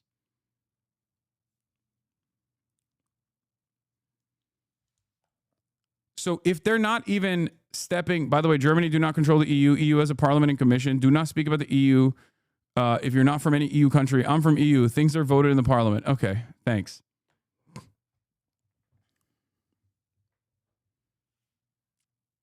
Yeah, Germany has been very consistent. They've said repeatedly that it would be unconscionable for an Israeli state official to be arrested on German soil in direct, that is a direct violation of the German constitution as far as abiding by the International Criminal Court standards, abiding by the International Criminal Court's arrest warrants. That is insane.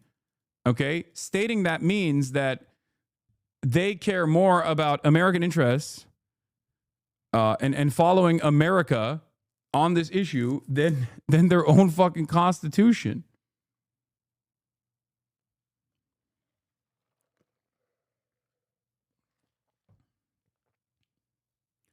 So that's something to consider.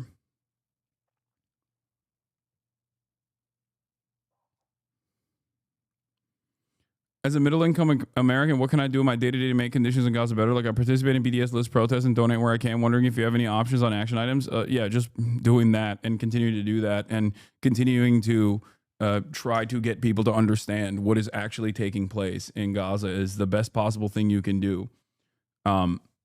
Change does not happen overnight. It's marginal. But as someone who has been an advocate for Palestinians for the past decade and a half, okay, I will tell you that a lot of change has taken place in terms of the public sentiment, in terms of the public attitude that has dramatically shifted.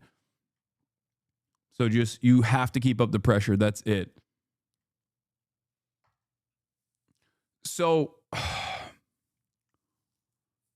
as I was stating, the discourse in Germany is dead. Berlin announced a city partnership with Tel Aviv today. Our new government is completely hopeless. Yeah. Look.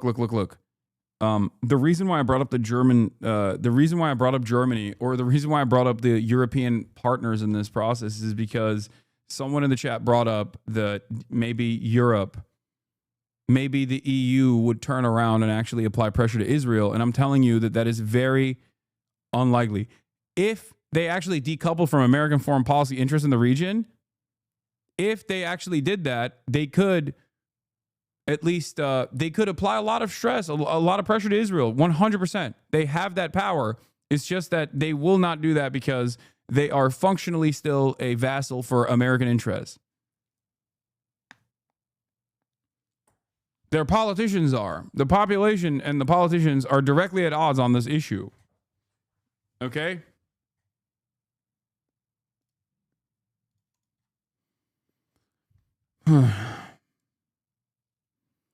How Hamas sees the current moment. An exclusive interview with Osama Hamdan from Jeremy Scale. In a wide-ranging interview job site, the senior Hamas leader discusses negotiation strategy, why disarmament is a red line, his direct talks with U.S. officials, and more.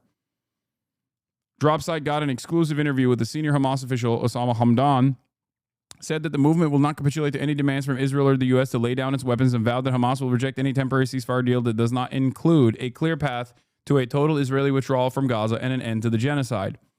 No need for a short-term ceasefire, said Osama Hamdan, one of the longest-serving senior officials within Hamas. What the Israelis are offering is, we will give you a ceasefire for a short while, and then we'll come back and kill you again. So what's the idea of giving you food 12, 40 days, 2 weeks, or 3 weeks, and then coming back to kill you?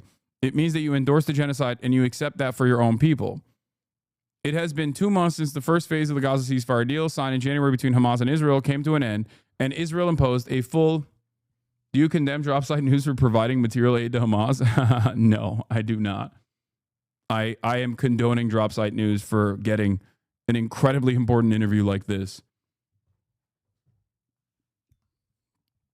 We already know the details, but since March 2, Israel has prevented all food, water, medicine, fuel, and other supplies from reaching the besieged enclave, plunging Gaza into the worst humanitarian crisis in the 19-month war, according to the UN.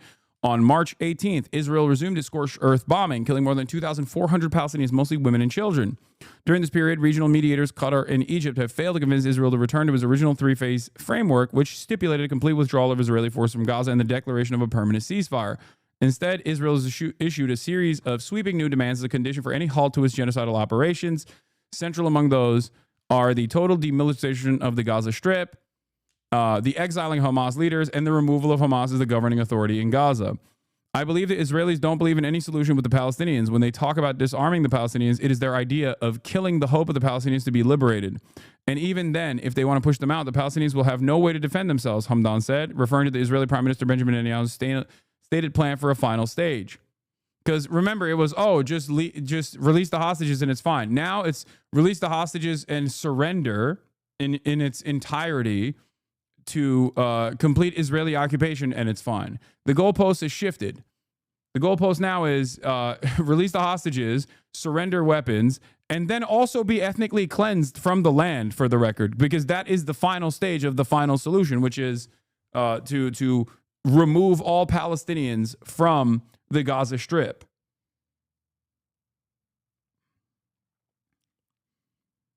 Hamas has said that they would release all the hostages on numerous occasions since October 17, 2023. Okay?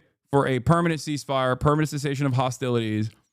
And Hamas has also said that they would dissolve their political power and their military as well, as long as there is a standing military to defend the Gaza Strip and abide by international law. This is a perfectly understandable demand to make for a country, for a population that is under belligerent occupation and is experiencing a fucking genocide. Just like it is perfectly valid for Ukraine to deny Russian requests to dissolve its military. And Russia is not doing a genocide. Russia is still doing an incredibly bloody annexation campaign, but Russia is not doing a genocide, right?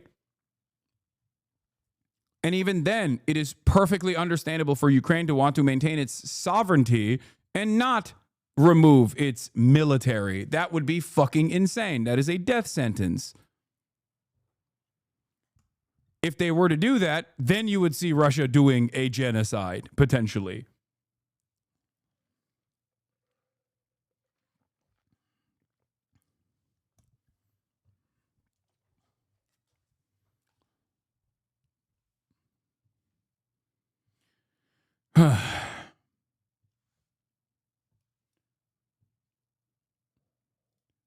To the genocide,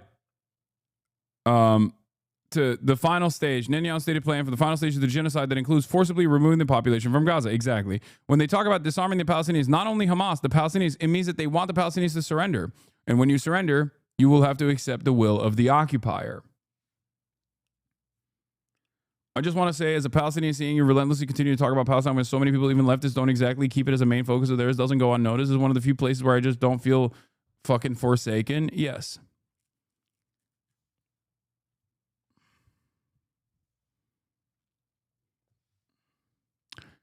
Hamdan said that Hamas was surprised to witness Egyptian mediators present an Israeli plan that included terms about total demilitarization of Gaza. Why were we astonished to see them talking about this issue? Because it's an Israeli issue, and as a mediator, you're not supposed just to admit any suggestion from the Israeli side. You have to deal with that. You have to talk directly to the Israelis and say this will not work. Hamdan said, if Hamas said we want Netanyahu to hand power to give up Tel Aviv for the Palestinians, for example, they will directly answer, this will not happen. Why are they not talking to the Israelis in the same way? Hamdan said that the Palestinians have both a moral obligation and a legal mandate under international law to employ armed resistance to fight an Israeli occupation that is repeatedly ruled illegal in international courts and is condemned as a system of apartheid by the world's leading human rights organizations. This, by the way, is 100% correct. This is correct. Okay? Saying this correct thing, regardless of whether it's coming from the mouth of a Hamas official, it does not change the reality at all. It's just, this is correct. They are right. He is right for saying this. And I say this as well. And in the same way, when I say the Houthi militant resistance to implement a blockade in the Red Sea or to make the genocide of Palestinians costly to Israel is the morally correct position, and not only the morally correct position, but the correct position under international law. Like, this is something that people should be doing. It is the appropriate and correct thing to do. If you call that a defense of terrorism or whatever the fuck, like, I'm sorry, you're delusional. You can try to package it in any way, shape, or form that you want to, and try to silence this truth. But this is the reality. There has never been a moment where resistance against any sort of imperial power, settler colonial violence or whatnot has not been considered terrorism, has not been considered to be illegal. Of course it's going to be considered illegal by Western powers that are aligned with Israel. Of course. Of course. You say, so terrorism is justified. I say it's not. It's not terrorism. Okay? This is not like what Hamas and other formations of Palestinian resistance did, just like the Nat Turner rebellion during chattel slavery would be considered terrorism, okay? An act of terror. That is correct. Having said that, every single thing that they've done in terms of resisting against Israeli occupation, which Israel is, again, a belligerent occupier of the Gaza Strip and bombed the Gaza Strip into oblivion, conducting a genocidal operation in the Gaza Strip, that is the actual terrorism. That is the real terrorism. And that is a far more consequential and far worse act of terrorism than October 7. They've done multiple October 7s every fucking week at this point. Okay? You can't talk about de-weaponizing the nation who is currently under occupation while they're occupied by the most powerful army in the region, he said. Hamas did not invent the resistance for Palestine. In fact, the Palestinians resisted the British occupation and since then, the Israeli occupation for decades. Talking about de-weaponizing the Palestinians, it will not solve the problem. The new generation will fight because you are oppressing the nation all the time. So there's no option for Palestinians to get rid of this occupation without resistance. No option. Hamas has repeatedly proposed arrangements to end the occupation since the early 1990s, and Israel rejected them all. Last week, it dismissed Hamas's most recent offer, which would have seen all Israeli captives in Gaza returned to Israel as a part of a multi-year deal. They have rejected it, and they may reject it another time. But this is also an answer for the international community when they keep asking the Palestinians, okay, how can we solve this problem? Hamdan explained, you can't solve the problem by talking about the security of Israel. You have to solve the problem by talking about the rights of Palestinians who are giving you the option which can fit exactly within international law, with the international resolutions, which can solve the problem and give Palestinians, give the Palestinian people their rights. Hamdan also outlined Hamas's rationale for offering a 5 to 7 year truce with Israel, known as Hudna in Arabic. The main goal for this long-term Hudna is that each side has to believe that he will not be attacked by the other side, which can at least generate a kind of security. And it's a chance to build trust that there may be a chance for a kind of stability and security, he said. That was the experience, for example, in South Africa. It was the experience in Vietnam. It was the experience with every situation of occupation, not only the Palestinian situation. So we are still committed to a very serious political idea, which is the long-term ceasefire. Benjamin Netanyahu does not want this because in this peace process, in this cessation of hostility, Palestinians will return back to increased demand for their own sovereignty, especially now when Americans and the Western world is completely aware of their plight. I haven't seen any new polling on this beyond the unfavorability of Israel, but I suspect that if you were to ask the Americans now and Western nations now, their populations, if you were to poll them on, is Israel committing a genocide in Gaza, the numbers would be insane. Like unheard of in comparison to, is Israel an apartheid state? If they asked that question maybe 5 years ago when Israel still was very much an apartheid state. This is the real fear, because once the military pressure is done, once there's no more military pressure, all of a sudden people are going to look at what Israel has done in Gaza. Western media is going to be able to enter the Gaza Strip. Do you understand how damaging that would be to Netanyahu's goals of ethnically cleansing the Gaza Strip? This is the reason why they cannot stop the military conquest here. They cannot stop it. Israel does not want the U.S. talking to Hamas. We know that already. Served as representative in Iran and Lebanon as his chief international relations. He was one of the top advisors to Hamas leader Ismail Haniyeh, who was assassinated by Israel last summer in Tehran. In a wide-ranging interview, Western media will not enter Gaza. I'm saying that if there was a 7-year ceasefire implemented in the aftermath of such a negotiation, then yes, there would be media allowed in the Gaza Strip. What are you talking about? Media used to be able to go into the Gaza Strip in the past. That's why friends of the show like Hind Hasan have been able to secure interviews with Yahya Sinwar. The last ever Western media interview with Yahya Sinwar was conducted by Hind Hasan. That was in the Gaza Strip. That's where it happened. That's where it took place.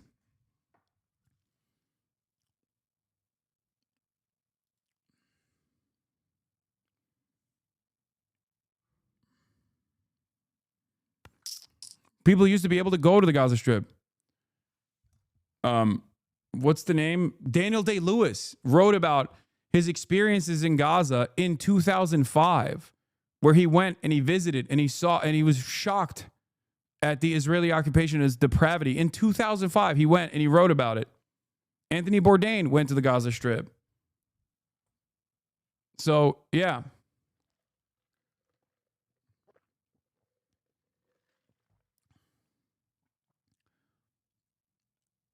What is this? Did you already talk about the link I just sent? It just got on? So everything.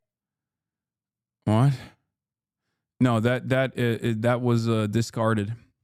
We'll talk about that as well. The anti-BDS federal level legislation has been discarded at this point, I think. Yeah. All right. Let's continue. In the wide-ranging interview, Hamdan said that Hamas believes the January ceasefire agreement would have been unlikely had Donald Trump not won the U.S. election. I think it helped. If Kamala Harris won the elections, I think it would be the same policy of the Biden administration, which supported the Israelis totally. They made themselves a part of the war and fight against the Palestinians, he said. We know that Trump people, they have done a good job in order to make the January ceasefire happen, but it's not enough. We have to be honest and serious. It's not enough.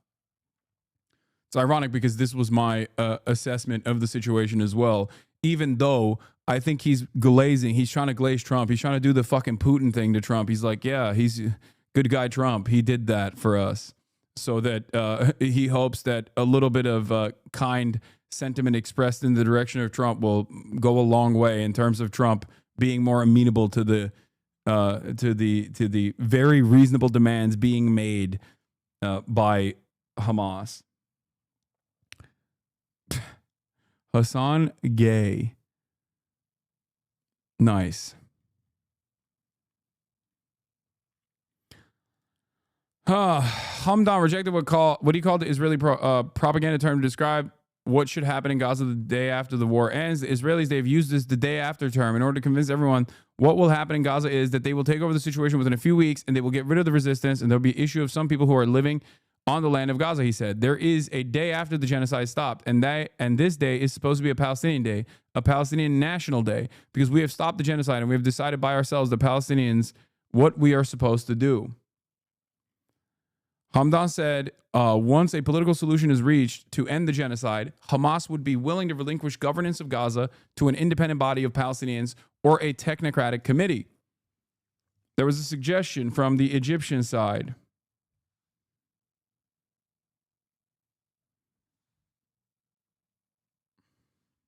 Hold on.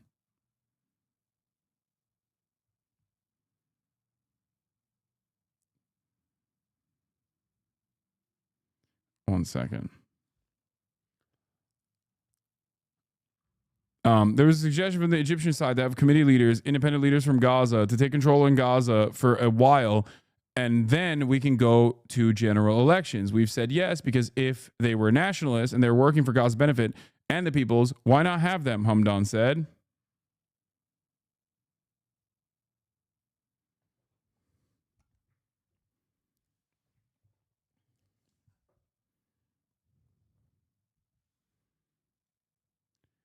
He added that Hamas and other Palestinian political parties had put forward 40 to 45 names to the Palestinian Authority as nominees for a 15-member body to assume control of Gaza once Hamas formally steps down. They have not received any answers.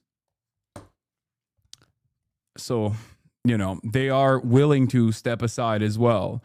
So remember this. Whenever people say like, oh, Hamas, if they lay down their arms or whatever the fuck, like, oh, Israel will stop doing genocide. That's not the case at all. Okay? If Hamas stepped aside from governance in Gaza is not the real point of contention here. What Israel wants to do is full-blown extermination. They do not want Palestinians to be on the Gaza Strip. This is the Israeli government's position. Now let's look at what the Israeli population's position is on this. Channel 13 poll today, 46% of Israelis oppose the IDF operation. This is good because, as I've stated, Israel plans to occupy and flatten all of Gaza, right? This is the new thing that they're, well, not the new thing. They've been doing this, but like this is the official confirmation, right? They voted on it. They said, yes, we're doing it. We're going forward with it. Now it's in full display in 4K in a way where like even Jake Tapper or Dana Fash cannot avoid talking about this. Okay. Because remember, I can say this every fucking day of the week, but it doesn't matter. Right? Dropsite News can do coverage on this. It doesn't matter. Democracy Now! Can do coverage on this. It doesn't matter. But this is the type of shit that the New York Times has to report on. And when the New York Times reports on this, all of a sudden, your mom and dad are going to hear about it. And there is no way to fundamentally massage the narrative here that they want to do permanent occupation. Okay? And an ethnic cleansing campaign. Maybe they won't say it's a full-blown ethnic cleansing campaign, but, you know, it makes it a lot harder to avoid that reality, to avoid that ultimate goal that they want. Israel plans to occupy and flatten Gaza, all of Gaza, if no hostage ceasefire deal is reached by the end of President Trump's trip to the Middle East 2 weeks from now. And Channel 13 poll says, I take it you haven't seen the New York Times headline up today about this? Oh, no. How did they fucking cover it? Oh, no. 46% of Israelis oppose the IDF operation. 39% support it. 53% think Netanyahu pushes the operation for political survival. 57% think the operation endangers the hostages. So not exactly great. A little too close to the 50-50 for my comfort. Okay? The first article that pops up, Netanyahu warns of Oh my God, dude. They use every fucking brain cell that they have to massage the narrative as aggressively as they can. Netanyahu warns of intensive escalation in Gaza campaign. Holy shit, dude. This is utterly ridiculous. Oh my Lord. Prime Minister Benjamin Netanyahu said that a new plan calls for a forceful entry into the territory and would involve Palestinians relocating to the south. Forceful entry.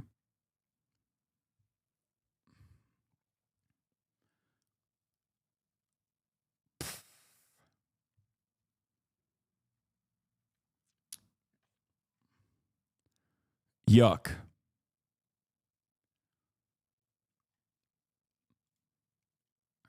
Anyway, let's get back to this. Of all, if America is this justified by saying their only goal is to go after Hamas? No, that's the justification that Israel tries to place. But but the New York Times knows better.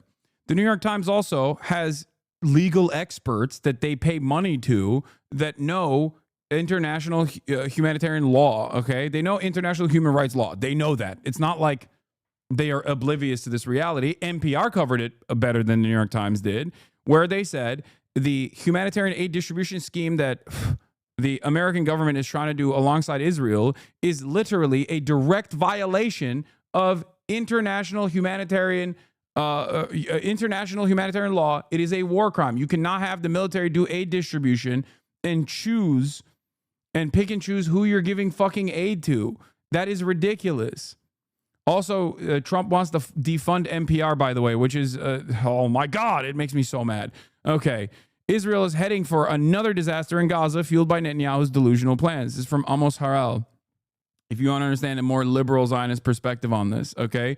The expanded Gaza offensive approved by the cabinet is likely to fail, leading to prolonged entanglement and heavy deaths of soldiers, hostages, and Palestinians without defeating Hamas. Netanyahu follows the far right, while IDF leadership hopes for Trump's intervention. Let me be blunt. We are marching into another disaster in the Gaza Strip. If U.S. President Donald Trump opts to stay out of the matter during his visit to the Gulf next week, Israel will begin escalating its military operations in Gaza once he flies back to Washington. Even The Onion couldn't come up with this stuff. What is this? It's gone.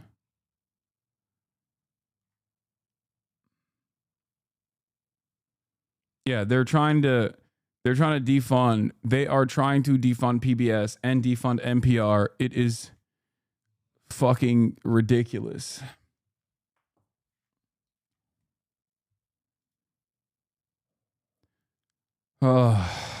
Let's finish is not this first. part of that international pressure.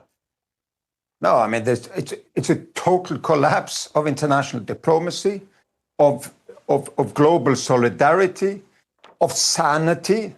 It's 2 months since Israel stopped allowing aid into Gaza, and that obviously affects the hostages as well as the people of Gaza. What are your people on the ground telling you the situation is now? I have nearly 100 colleagues on the ground inside Gaza, and they say starvation is spreading, disease is spreading, there is no clean.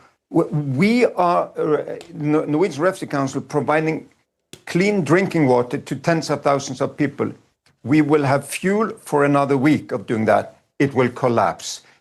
All of the bakeries have closed. The distribution points have stopped functioning. There is no aid in Gaza now because there's been a 2 months blockade.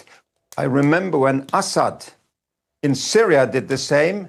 I mean, it was incredible, the outcry in London, in Washington, in Berlin, in Paris. And there was massive sanctions against Assad for doing that.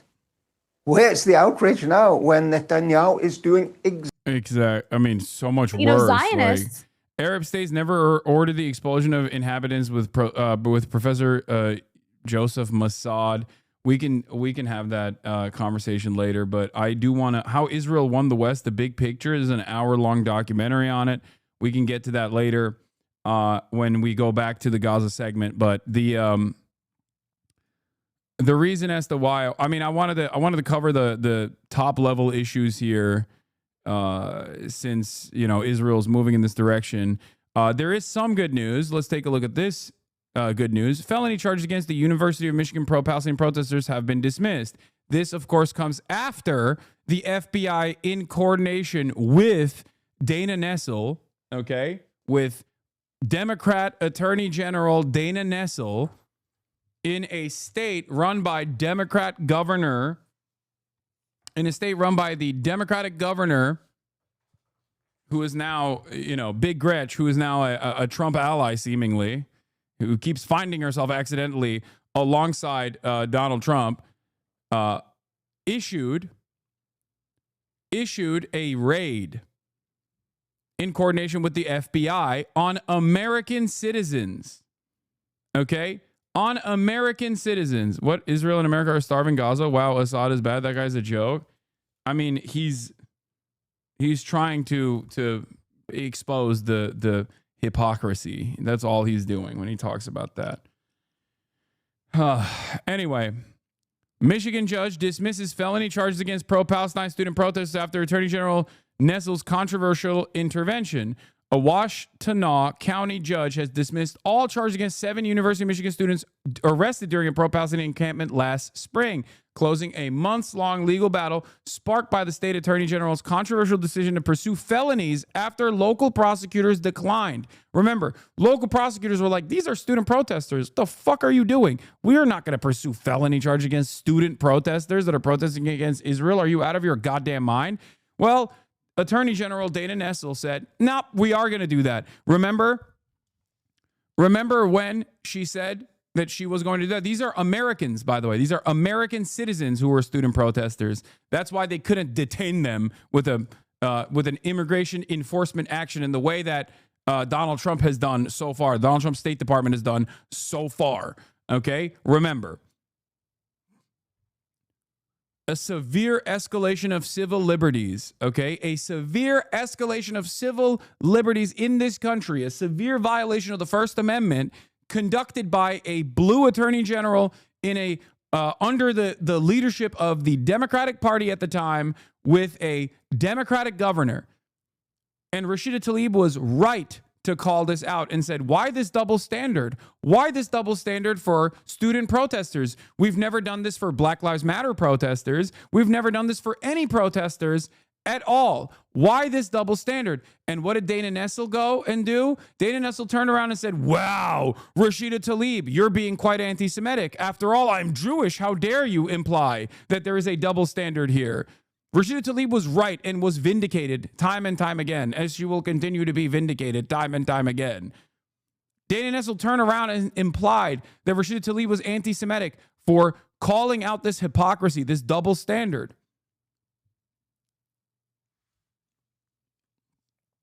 Dana Bash, also known as Dana Fash, on CNN, alongside Jake Tapper, also known as Jake Yapper, turned around and also attacked Rashida Tlaib. They had to retract some of those statements for the record.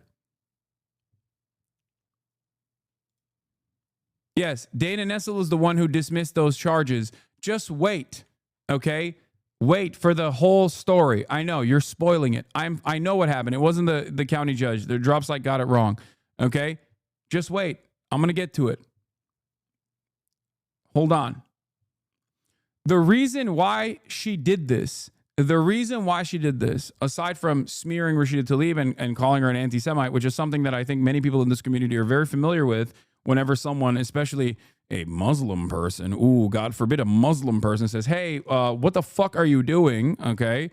All of a sudden it's like, oh, it's because I'm Jewish? Is that what it is? Oh, what? Oh, dual loyalty tropes? Is that what you're doing? It's like, no, you're the one who's behaving in a fucking insane manner. This doesn't make any sense.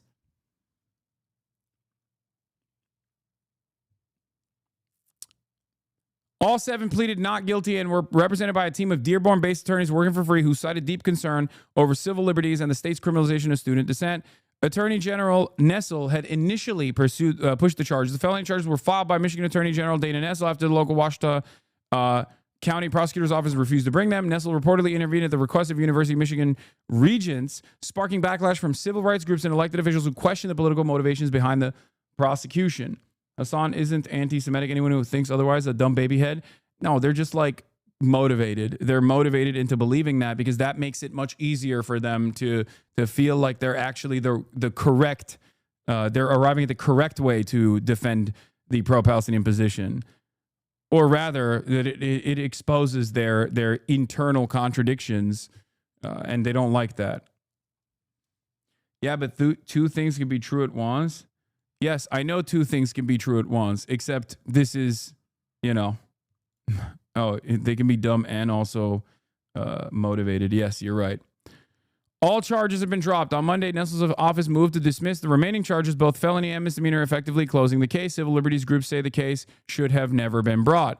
Felony charges against the 7 University of Michigan pro-Palestinian protests were dismissed by Michigan Attorney General Dana Nessel, not by a judge. Nessel's office moved to dismiss the charges and the court accepted the motion. Nessel said she stands by her original decision to prosecute, claiming a reasonable jury could have found the students guilty, but she concluded that continuing the case was no longer a prudent use of my department's resources. The reason why they did this, by the way, the reason why they did this against American citizens who were student protesters at the University of Michigan, okay? The reason why they did this was to engage in a chilling effect on speech. That is precisely the reason why they did this. It was never prudent. It was fucking bullshit. And it was a great misuse of funds. But not only was it a great misuse of funds, it was a severe escalation. It was a severe escalation that erroneously and perhaps in the most, I mean, it was the most severe violation of the First Amendment in the United States of America being conducted by a Democrat attorney general in a state that's run by a Democrat governor. And it started under the Biden administration. Look, here's my coverage from September. Is sloppy in the way that he tries to propagandize these positions. He has notoriously been a major enemy to the likes of Ilhan Omar and Rashida Tlaib far before October 7. He is one of the most biased and one of the biggest Islamophobic assholes. Here's the investigative reporter from Detroit Metro Times. Here's the full remarks from the Detroit Metro Times, by the way, the article. This is a move that's going to set a precedent, and it's unfortunate that a Democrat made that move, Tlaib said. You would expect that from a Republican, but not from a Democrat, and that's really unfortunate. It was very inclusive. It was diverse, very loving, Tlaib, Detroit Democrat says. When I visited, I remember they were talking about the Armenian genocide and what we learned from that. It was very powerful. I wish University of Michigan President Santa Ono could see his students as people that just want to save lives, no matter their faith or ethnicity. We've had the right to dissent, the right to protest, Tlaib says. We've done it for climate, the immigrant rights movement, for black lives, and even around the issues of injustice among water shutoffs. But it seems that the Attorney General has decided if the issue was Palestine, she was going to treat it differently. And that alone speaks volumes about possible biases within the agency she runs. Rashida Tlaib made no mention of Attorney General Nessel's Jewish heritage. She suggested that there were possible biases against pro-Palestinian voices in her office based on her decision to charge the protesters. Michigan Attorney General Dana Nessel leveled the same false claims against Rashida Tlaib, accused her of being anti-Semitic. This was 3 days ago. Rashida's religion should not be used in a cartoon to imply that she's a terrorist, is Islamophobic, and wrong, just as Rashida should not use my religion to imply I cannot perform my job fairly as Attorney General. It is anti-Semitic and wrong. Jake Tapper has done this so many fucking times when it comes to black and brown congresspersons, but specifically Muslim congresspersons. He always gets away with it, because Islamophobia is normalized in American society, in especially the post 9/11 universe. That is precisely the reason why he can say whatever the fuck he wants about. Yep. Straight up. Straight up. Anyway, we're moving away from this to talk about Trump's calls for 100% tariffs. And also the disastrous interview that he conducted. I have to go sign a piece of paper real quick. Yeah, and this is an interesting one. The president saying that he will now put 100% tariff on movies that, as he puts it, are coming into our country that are produced in foreign lands. He says we want movies made in America again. It's not precisely clear whether this includes all foreign language movies that are shown, for instance, in art house cinemas, whether it includes foreign productions on streaming services, or whether it includes all movies that include some aspect of production that are outside of the United States. Because movies, a lot like cars, include various components that are produced in different countries. In a lot of cases, you know, if a movie is scripted in the U.S., cast in the U.S., it might be shot outside of the U.S., in part because a number of other countries include some tax incentives for production of motion pictures. And so the president here is identifying a real issue. You know, talk to anyone in Los Angeles, they do say that a lot of the jobs associated with the motion picture industry have dried up, in part because it's cost prohibitive to shoot movies in California.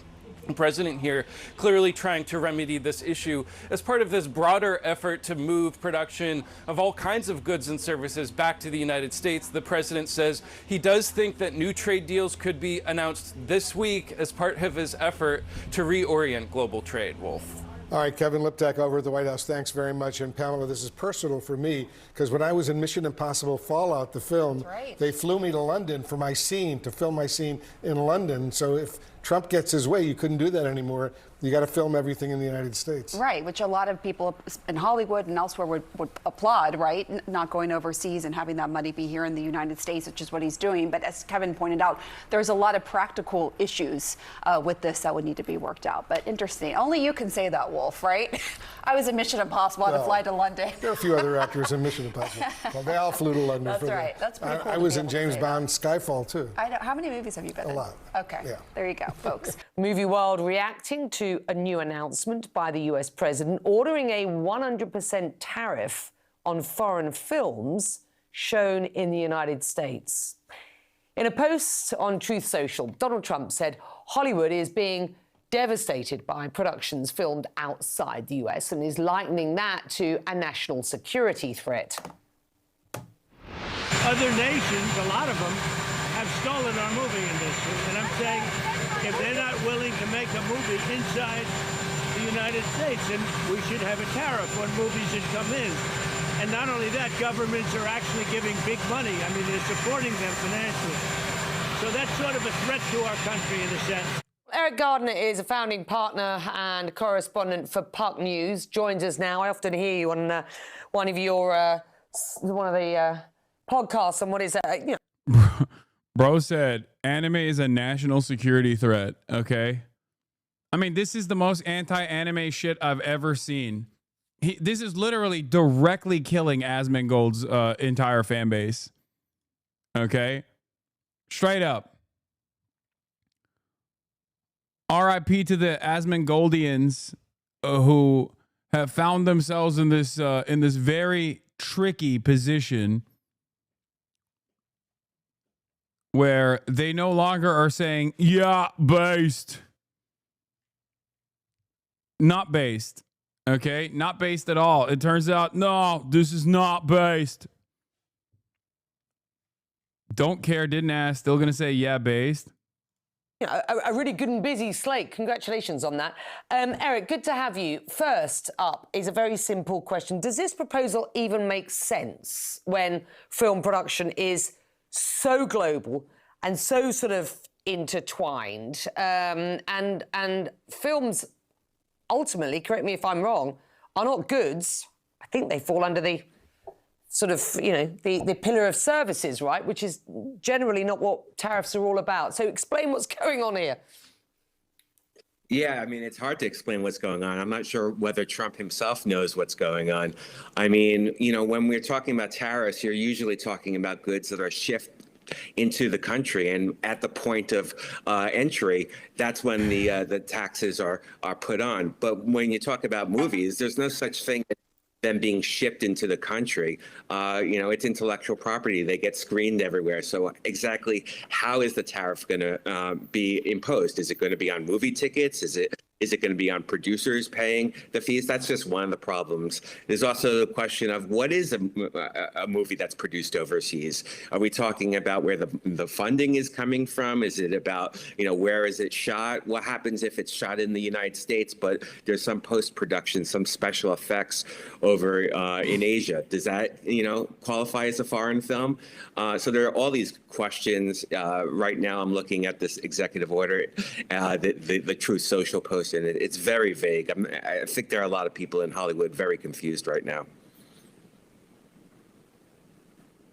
It's interesting. I mean, even here in the UAE, in Abu Dhabi, where there have been a lot of, pretty significant films made of late, or at least parts of them shot here. They offer a rebate here, and that's as they do in many parts of the world. And that's one of the things that Trump seems to be going after here, rather than what the California governor has been suggesting is helping out Hollywood by actually offering the sort of tax.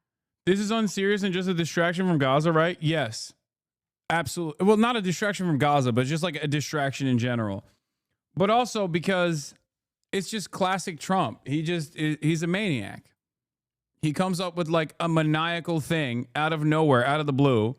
I feel like it also paired nicely with his I'm going to reopen Alcatraz statement I feel like he just saw a movie. He saw like Escape from Alcatraz or whatever, and he was like, we gotta make movies again in America like we used to. And then he chose to, you know, that was what was playing at fucking movie night at Mar-a-Lago. And he was like, and I have a brilliant idea. We're gonna do tariffs in order to do movies in America. Movie magic time. You know? It just like doesn't make any fucking sense. The reason why CNN is defending it is because we do have a robust industry here in the United States of America. It's one of the fucking more competent industries that we have in terms of movies.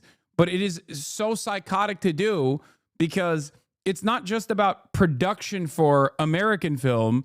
You're all of a sudden trying to shut out any sort of international movies from entering the American marketplace. It's so dumb. Once again, a totally ridiculous statement. A totally ridiculous statement because, like, it's not directional. It's not saying, like, we need to move the VFX industry back to the United States, for example. That's like that is a sectoral tariff. It's like applied specifically to one part of the production process. That's fine. That's valid. I like that.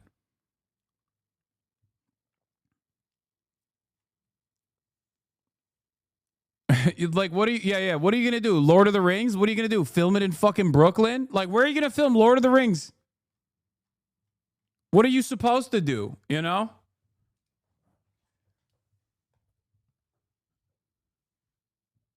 Sorry, we had to film it in fucking Utah, you know? We're filming Dune, this time in Detroit.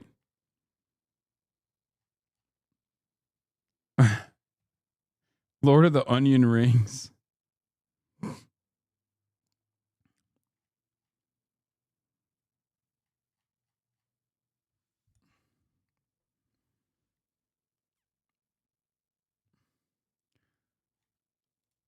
Breaks that you see in places like Abu Dhabi. So there is a way of supporting the business. It just doesn't make sense necessarily as far as you're concerned, and I can't get my head around it by using tariffs. Look, take Netflix as a key example. That stock is taking a hit from what's been an all-time high after this news. Let's bring up the live market number for you. Netflix last year spent more than half of its budget on international production. 70% of its 300 million subscribers are outside the United States.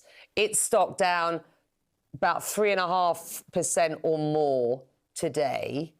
You have to assume that's mostly on this. Look, the markets are off slightly today, a bit of profit sharing going on. But, I mean, that's a significant drop for Netflix today. What impact would this tariff have on consumers? How would it change things for the everyday viewer and for an organization like Netflix? Yeah, I mean, that is pretty unclear right now. I mean, if we're talking just about movies, well, Netflix does most of its, work in television shows. So it's not clear whether or not Netflix is impacted. And if you're, imposing tariffs on movie tickets, maybe that means that Netflix is in a better position. Maybe it means that people, stay home. Oh, God. It's so much, bro. So much of commentary in the media nowadays is basically just trying to make sense of the Brandonized insanity of Donald Trump. Just everyone for like a week after Donald Trump says something absolutely nutty will just go around and be like, what did he mean by this? I don't know. Maybe he wants to implement tariffs on ticket sales for movies. Maybe it's maybe he wants to do tariffs on Netflix, like Netflix productions. Like, what happens when one aspect of the production is overseas, but the production itself is an American production? Does that get hit by tariffs? Like, how do we do this? How can we make this happen? And it's like, sometimes you just gotta be like, he's crazy. Sometimes, I mean, I get why they have to do this, but I don't think Trump put this much thought into it. That's all I'm saying. I can't in good conscience sit here and assume that Trump put any thought into this beyond movies used to be beautiful when they made it in America. We must make American movies great again. No more DEI. No more DEI in movies and American-made movies. That's right. Trump watched a K-drama last night and panicked. This is too good. This is too good. The emotions, the raw power, they're so beautiful. We cannot compete. We must make these Koreans American Koreans. We will make K-dramas, but in America, we'll call it a drama. A drama.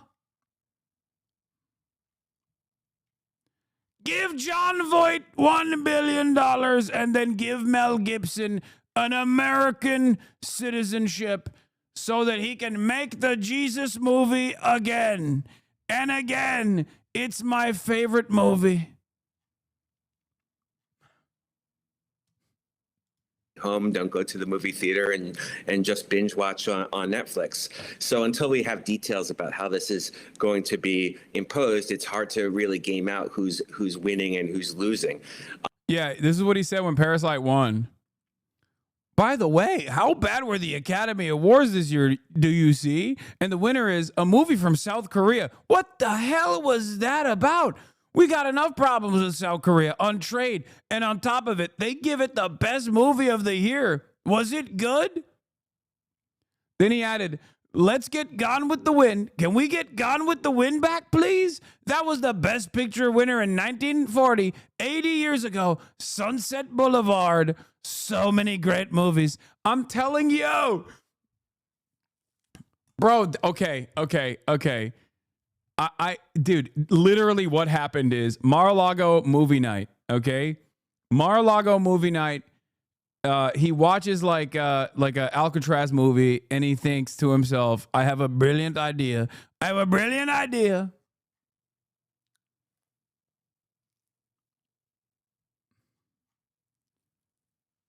I was looking away and I thought you were improvising this. No, this is something that he actually said, which is pretty funny because the thing that I improvised is not off base from what he actually said. Yeah. He literally watched Escape from Alcatraz and said, we need to do all of this. And that's the reason why he said, reopen Alcatraz and make movies great again. Make movies American again. Put Scarlett Johansson to play convincingly an Asian woman. The Asians don't actually need to be Asian. Scarlett Johansson has range. She's beautiful. She's pretty. She's blonde. Why can't we make ScarJo play the role? And maybe Gal Gadot. What a bombshell. Oh, that's a foxy woman.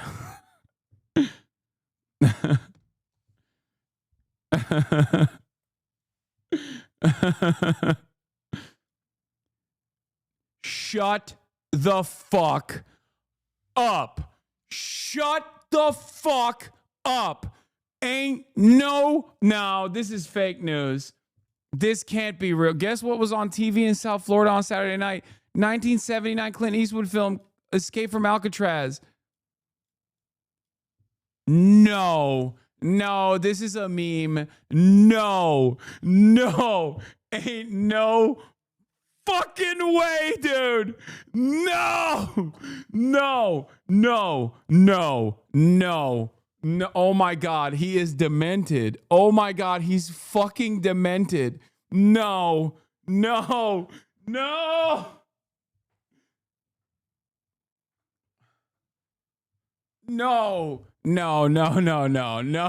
This is fake, right? Like, there's no way this is real. This is just someone trying to make a joke. I don't think that's the case. No shot. Oh my God. The Independent. Trump announced Alcatraz reopening just hours after Escape from Alcatraz aired on a South Florida PBS station.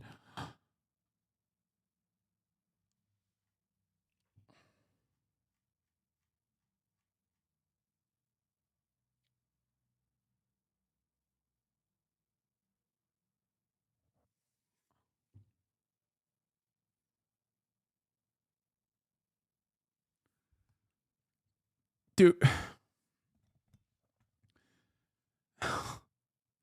Dude. He's like a baby. He's got the mind of a child. He's got the mind of an infant. Reporter, how did you decide to reopen Alcatraz? I was supposed to be a movie maker. Nobody ever escaped. One person almost got there, but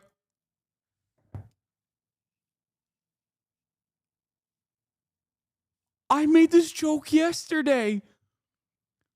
I made this joke verbatim yesterday. Oh my God. I made this joke bar for bar yesterday, dude.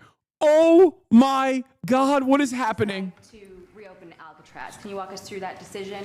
Did I say what? To reopen Alcatraz. How will you use it? How did you come up with the idea? Well, I guess I was supposed to be a movie maker. We started with the movie making and we'll end. I mean, it represents something very strong, very powerful in terms of law and order. Our country needs law and order. Alcatraz is, I would say, the ultimate, right? Alcatraz, Sing Sing and Alcatraz, the movies. But it's right now a museum, believe it or not. A lot of people go there.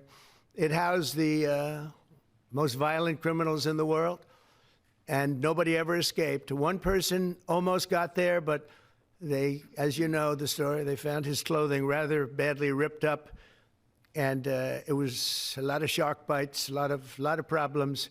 Nobody's ever escaped from Alcatraz, and just represented something strong having to do with law and order. We need law and order in this country, and so we're going to look at it. Some of the people up here are going to be working very hard on that, and we had a little conversation. I think it's going to be very interesting. We'll see. Someone clipped me literally doing bar for bar this bit about sharks eating people that are escaping Alcatraz yesterday. I literally made this joke. Oh my God. If we can bring it back in large form, add a lot. But I think it represents something. Right now it's a big hulk that's sitting there rusting and rotting. You look at it, it's sort of, you saw that picture that was put out, it's sort of amazing.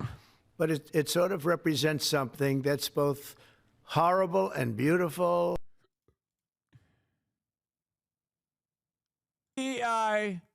No, this is from today. I'm saying I made this joke.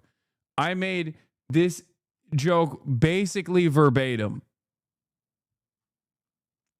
yesterday when I was like, Escape from Alcatraz, beautiful movie. Nobody could escape from Alcatraz, as you know. That's why I'm bringing it back. We're putting more sharks in the water, as you know. As you know. Sharks in the water. Oh, this is... As many people say, no one has ever escaped Alcatraz. I would have been able to escape it. If I was in Alcatraz, I would have ran away. I would have swam away from the sharks. And then I would have gotten on a boat. But not if the boat has an electric... Okay, I added some extra jokes onto it. Because I did the Trump bit about sharks versus the electric boat motor. Because everybody knows between the boat, God forbid it sinks, between the boat and getting electrocuted or the sharks, I'm not so certain I would take the boat. I would probably take the shark, which is my biggest enemy. I would take the shark. I go back and forth on whether this is actually funny or scary. Okay? Because... Like, I don't know if this is funny or if it's just like incredibly scary that the president's brain is so demented that like a joke that I made yesterday becomes an official presidential decree only 24 hours later. This is not like, it's funny, haha, but also what the fuck? This guy is the president. Not so funny when you think about it, you know? And strong and miserable, weak. It's got a lot of qualities that are interesting, and I think they make a point. Okay. He's watching the VODs. Yeah, Trump is a VOD watcher.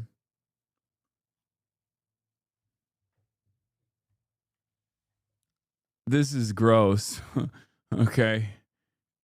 This is, yeah, I saw this before. Not saying anyone should, but I bet you could convince Trump to reopen Alcatraz in under 20 minutes. Nobody ever escaped. I talked to Clint Eastwood and he said, maybe, but we're going to bring it back. Those Californian liberals are going to pay for it too. I mean, this guy's the true prophet, okay? Lisan al-Gaib. Oh, so now it's bad when the president listens to his constituents. There's no pleasing you people.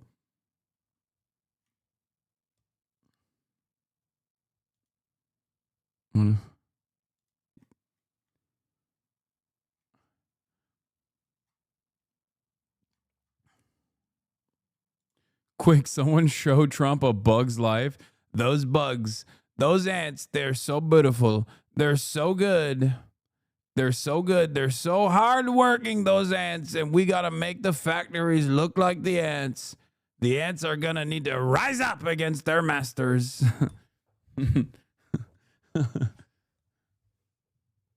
It's like the liberals. The liberals are basically the big bugs trying to kill the ants.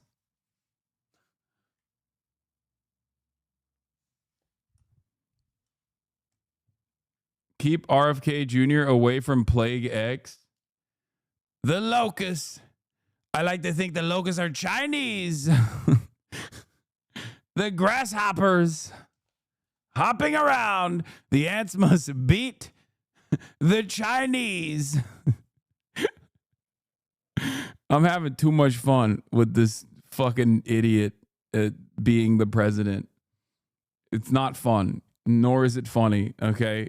I think this is devastating. I want to make that clear. But we got to take it seriously. Obviously, Trump is all about tariffs. You're right. There are incentive ways to drive production in the United States. It's definitely a real issue.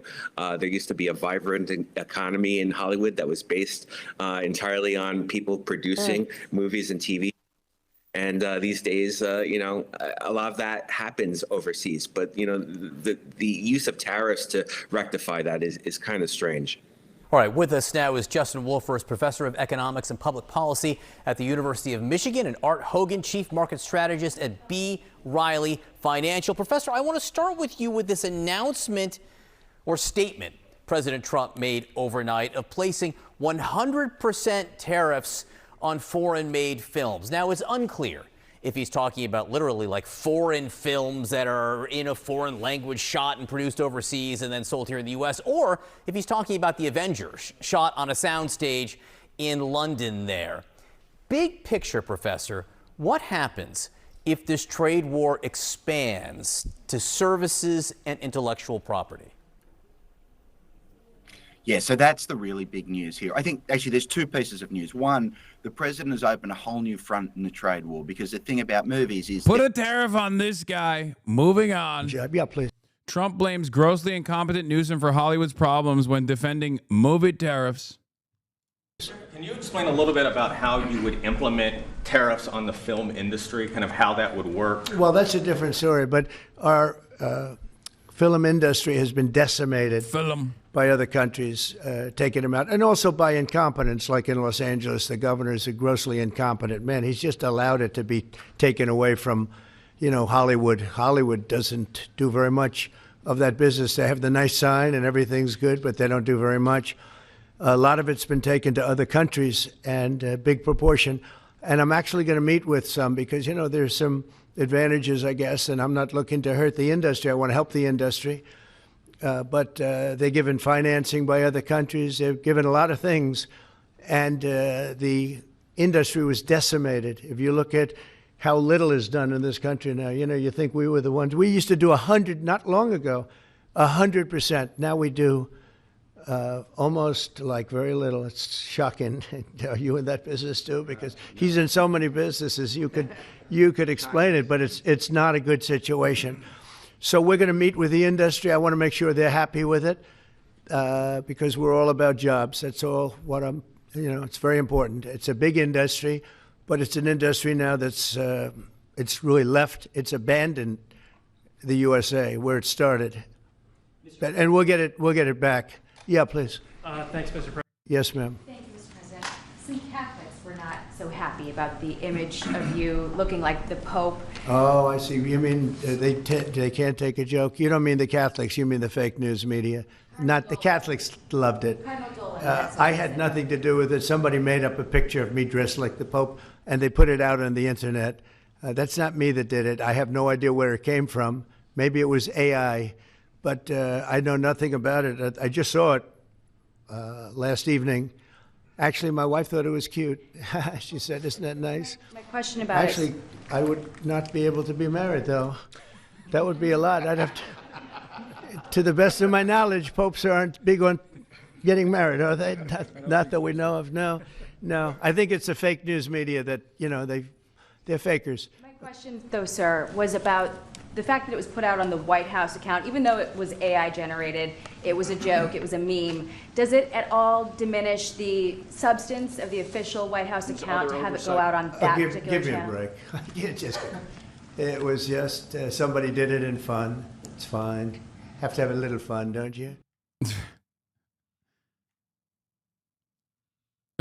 Here is the insane interview that he did with Meet the Press exclusive, where he had a bunch of horrifying moments, horrifying for those who have any semblance of conscience, where in some of the key moments he basically said things like, "I don't know about due process. It's kind of difficult to follow due process," things of that nature.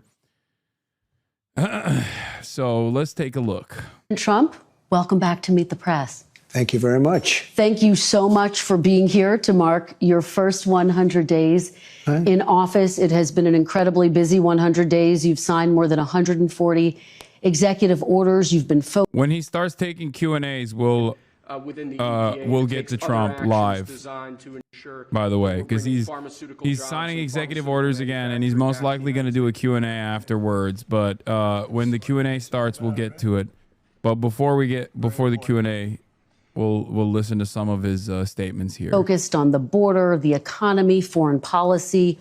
What is your biggest goal in the next 100 days? Well, I think we're going to see a lot of results. We've already seen them on the border. We have the best border in the history of our country. It was 99.999, and nobody ever thought that was possible. In fact, Biden, if you remember, said he has to get legislation. And I said, no, you just need a new president. And I guess I was right. We have the best border we've ever had.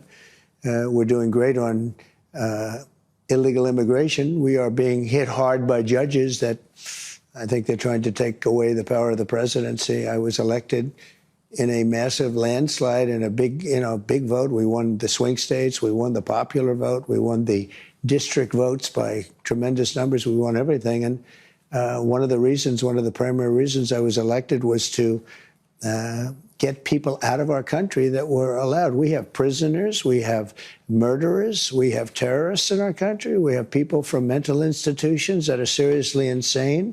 They all came in through Biden's open border policy, and I was elected to get them out and to seal the border, but to get them out.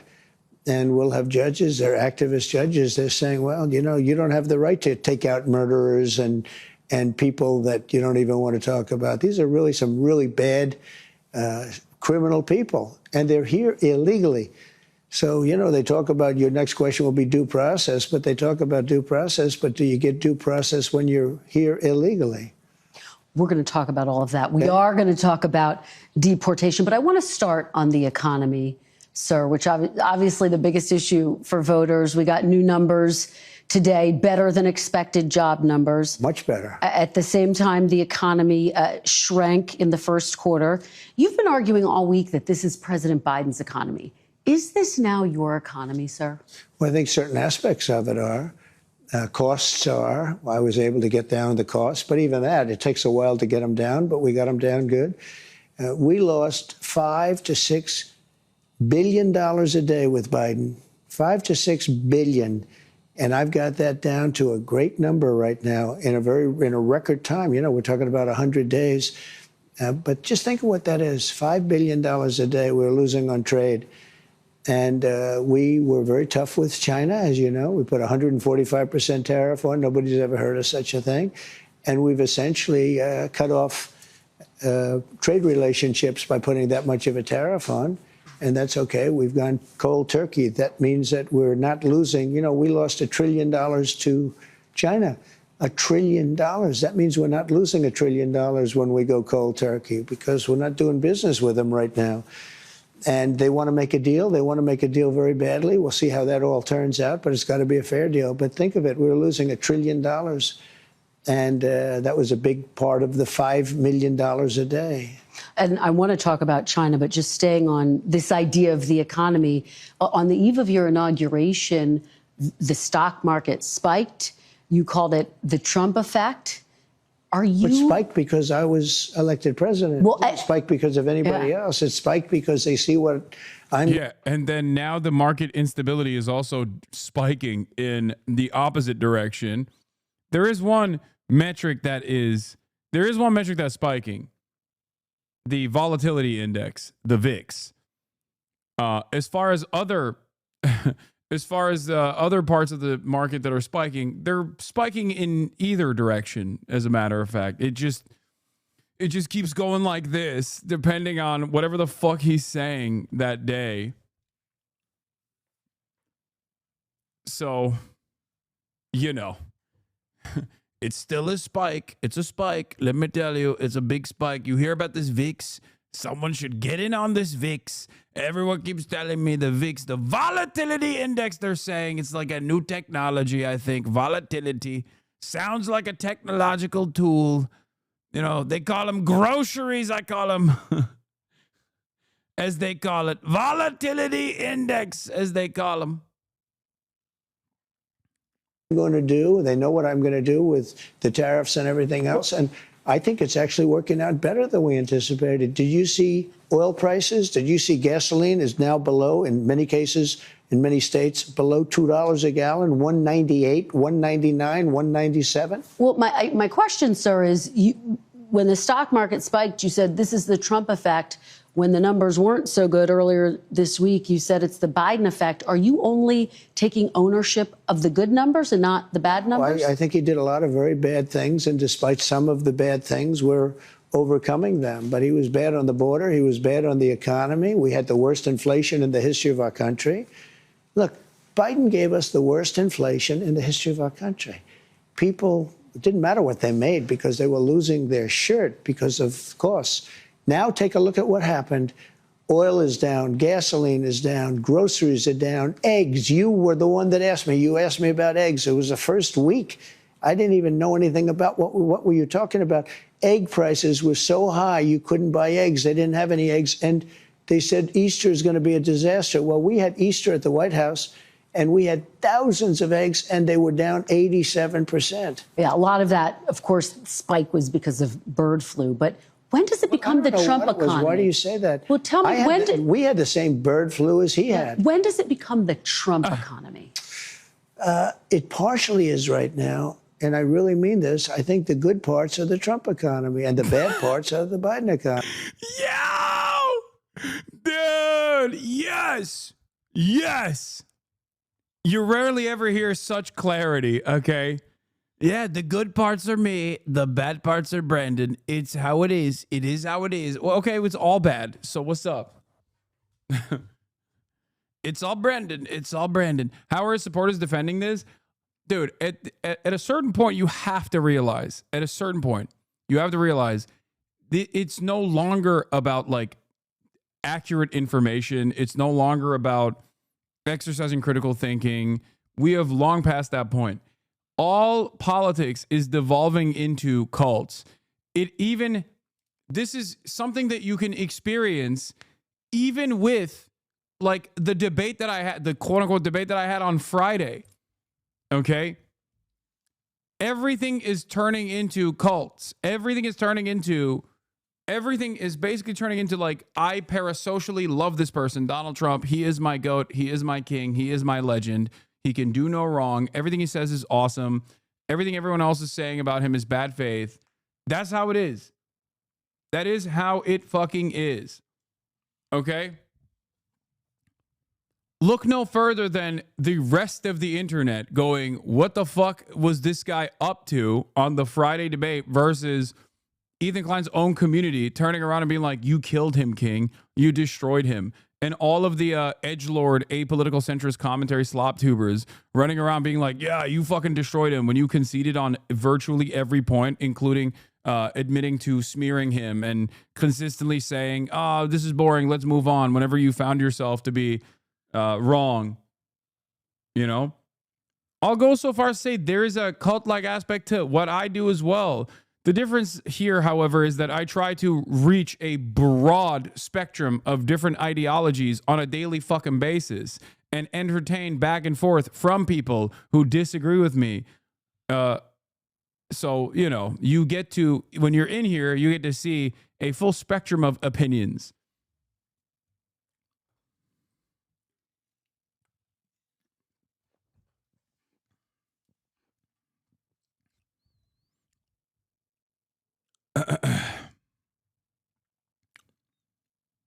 Economy, because he's done a terrible job. He did a terrible job on everything, from his auto pen, which I'm sure he knew nothing about some of the things he was supposedly signing, to immigration. You look at what happened with immigration, how bad it was. Think of it. We have murderers, 11,888 murderers, many of them murdered more than one person. Think of that. And they're in our country. Now, we've gotten a lot of them out, and we know who many of them are, and we're on the hunt.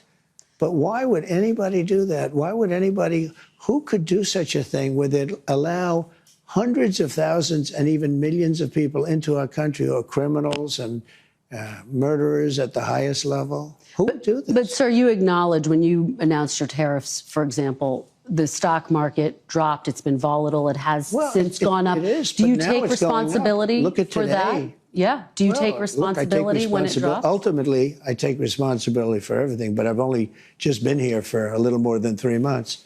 But the stock market, look at what's happened in the last short period of time. Didn't it have 9 or 10 days in a row or 11 days where it's gone up? And the tariffs have just started kicking in. And we're doing really well. Psychologically, I mean, the fake news was giving me such press on the tariffs.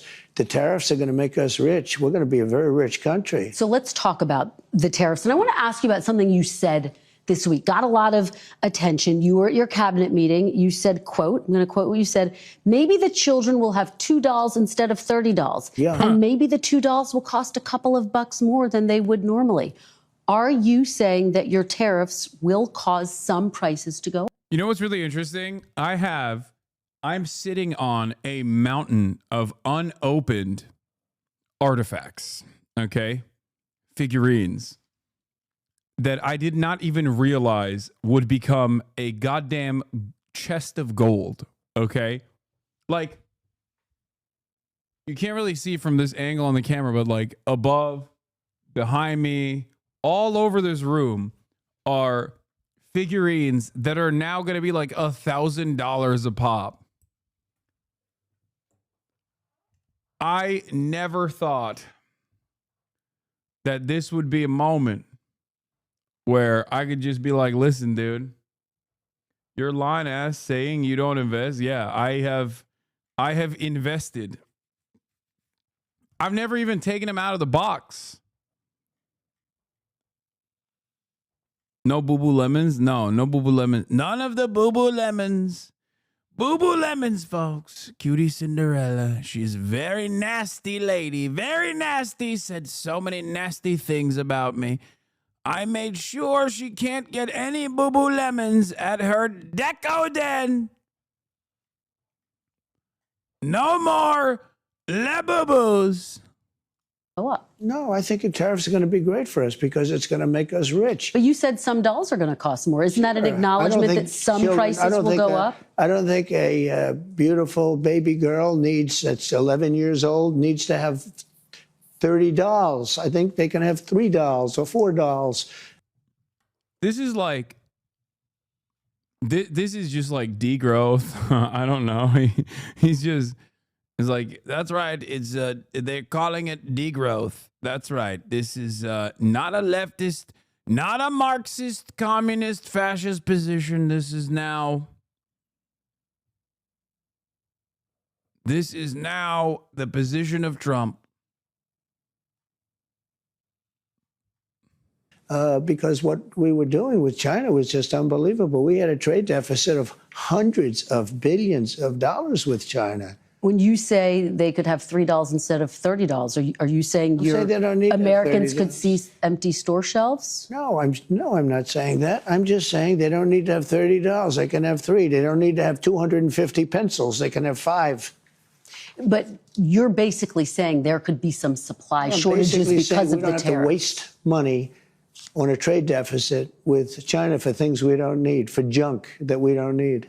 Well, prices are already going up on some popular items, tires, strollers. This is such a dishonest interview already. Prices are down on groceries. Prices are down for oil. Prices are down for all energy. Prices are down at tremendous numbers for gasoline. And let me tell you, when you have the big thing, what he did, he spent like a stupid person, which he was, but he spent like a very stupid person. And that was bad for inflation. But what really killed us with inflation was the price of energy. It went up to $3.90, even $4, and in California, $5 and $6, right? Okay. I have it down to $1.98 in many states right now. When you go that much lower on energy, which is ahead of my prediction because I really thought I could get it down into the 250s. We have it down at $1.98 in numerous places. But when you say costs are going up, even mortgage rates are going down. Well, but let me give you some examples. These are actual examples. So you're saying the prices that are going down, some prices are going up. Tires, strollers, some clothing in the wake of your tariffs. Excuse me, that's peanuts compared to energy. Energy is 60% of the cost. But sir, you energy is the big. You campaigned on a promise to bring prices down on day Well, I don't know. When one. you say strollers are going up, what kind of a thing? I'm saying that gasoline is going down. Gasoline is thousands of times more important than a stroller someplace. But what do you say to Americans who say they voted for you because they want and they need relief right now? And they're getting it. Right now? What about those even mortgage rates? different items I just mortgage mentioned? rates are going down, despite the fact that we have a stubborn Fed. But you said even dolls could cost a couple bucks more. Maybe they might, but you don't need to have, as I said, $35. You can have 2, 3, 4, and save a lot of money. We don't need to feed the beast. I guess you're talking about this transition cost. I never thought that in my entire life, I never thought I would hear a Republican American president say these fucking words, like advocating for degrowth openly.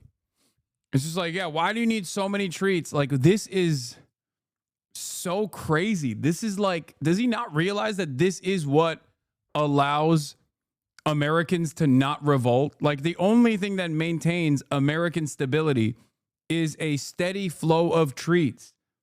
You take away our health care. You take away all of the social safety nets. The infrastructure is underwater.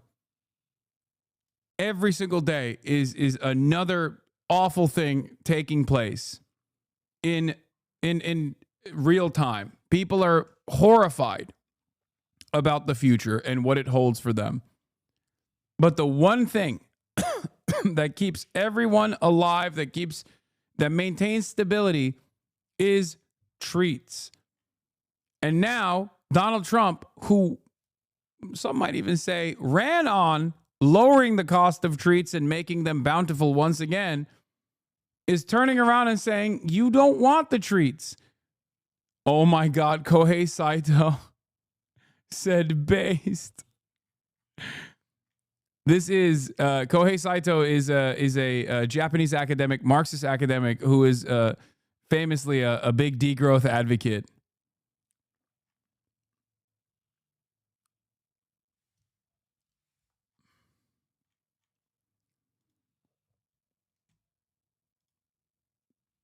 What a wild time to be alive, man. How long should people expect that transition to last? Comrade Trump is focusing on heavy industry instead of caving to bourgeois commodity fetishism. Welcome back, Comrade Stalin. Yeah. Mr. President. I can't tell you that. I can tell you that we're making a lot of money. We're doing great. Again, we're losing more than 5. Once again, every time Trump gets to say these things, it pisses me off and it makes me incredibly and uncontrollably jealous. I am red with envy because I'm imagining a world where Bernie Sanders is also doing similar things after developing a robust manufacturing base and saying, we're going to have some fiscal belt tightening. And I feel like if he were to come out and say that, like, there would be a Goldman Sachs assassin in the room. You know what I mean? They would send the CIA after him. I'm green with envy, not red with envy. Sorry. ESL, ESL, ESL.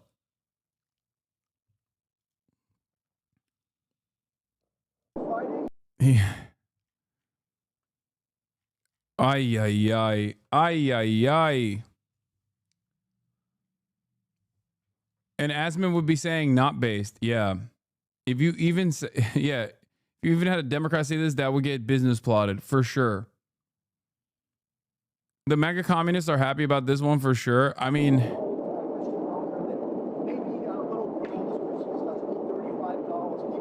oh God, we can't hear anything. What is happening here?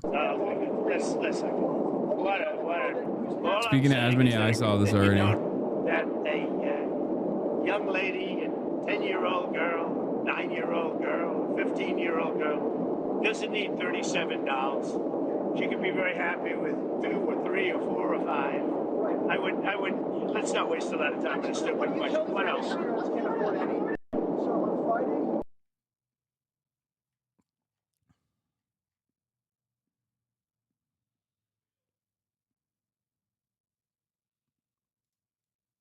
Fuck you, piece of shit. I hope your entire family goes down the same way you will.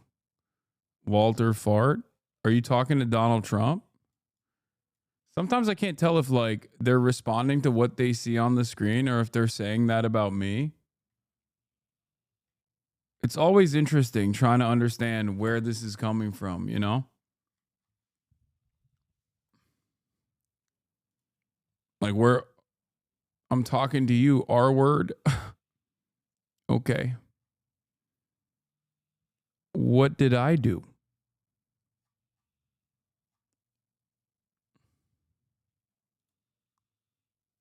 Following says May 2nd, so not good faith. I mean, yeah, of course. He's like, fuck you, dude. How dare you talk about our base, glorious MAGA communist king, Donald Trump? He is advocating for degrowth. You fake ass monster. $1 billion a day. The children deserve less toys, dude. Shut the fuck up. $5 billion a day. You don't talk about that. And right now, we're going to be at a point very soon where we're making money every day.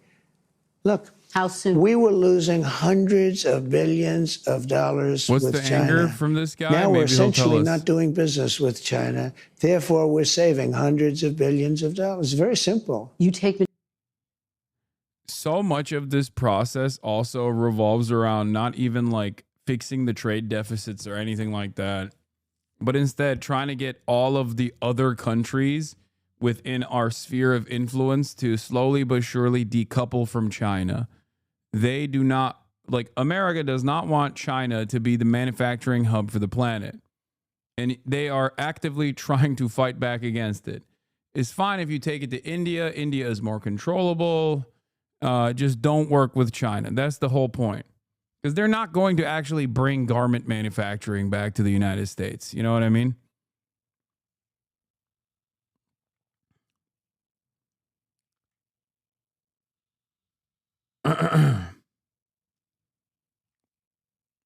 So I don't know. I don't think this is going to be able to. I don't think he's going to see much success in this regard. To my next question, which is about China. They've been making a number of public statements. Very positive statements the last 24 hours. Well, and most recently, they said Before talks could happen, the U.S. would need to remove unilateral tariffs. Would you consider dropping the tariffs to get China to the negotiating table? No. First of all, you're giving me a statement that was said a week ago. You're not giving the statement that was said today. I have May 2nd Chinese Commerce Ministry. Do you know what they said today?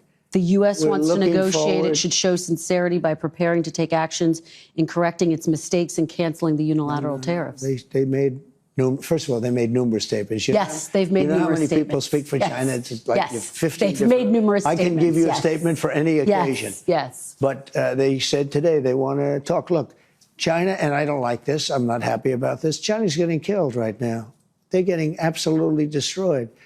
Their factories are closing. Their unemployment is going through the roof. I'm not looking to do that to China. So here's what I'll say.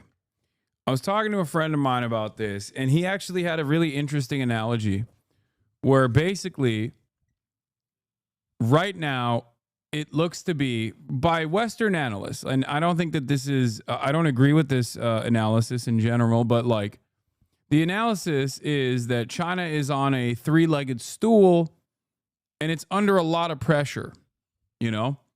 There's issues with its real estate market, and they have issues with their birth rate decline, and there's not a lot of great future prospect for China. This is the analysis from the Western world, right? From Western analysts. And what America is seeking to do is basically try and apply extra pressure, because this will most likely be the last moment that America will ever be able to apply pressure to China. Okay? They say this is the last moment that they will ever be able to apply pressure to China. It's the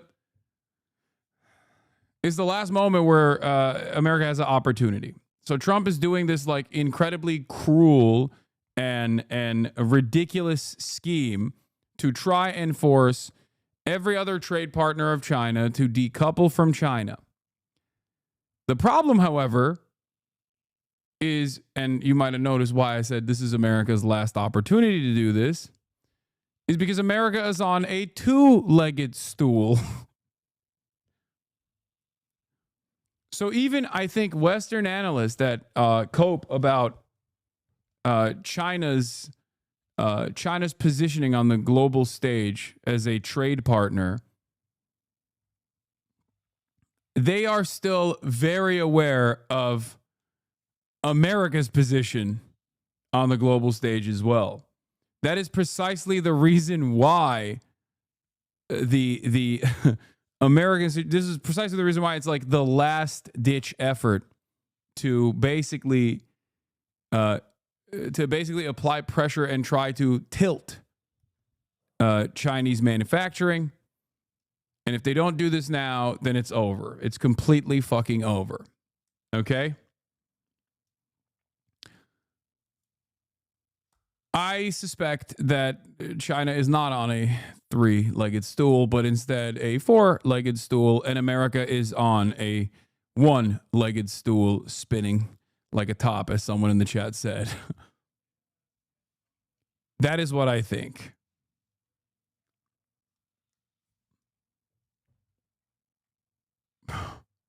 America's on a one-legged stool spinning like a top, and the leg of the stool is also made in China.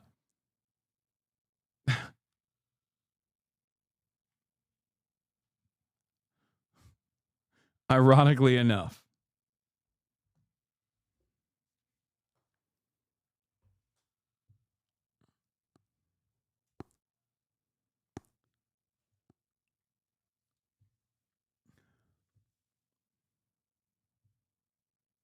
The analogy with a three-legged stool is that it means it doesn't wobble at all. A four-legged can wobble. Okay, whatever. Fucking two-legged stool for China and one-legged stool for America then. That is the analysis. And yet, it seems to me like maybe it's not going the way that America thought it would.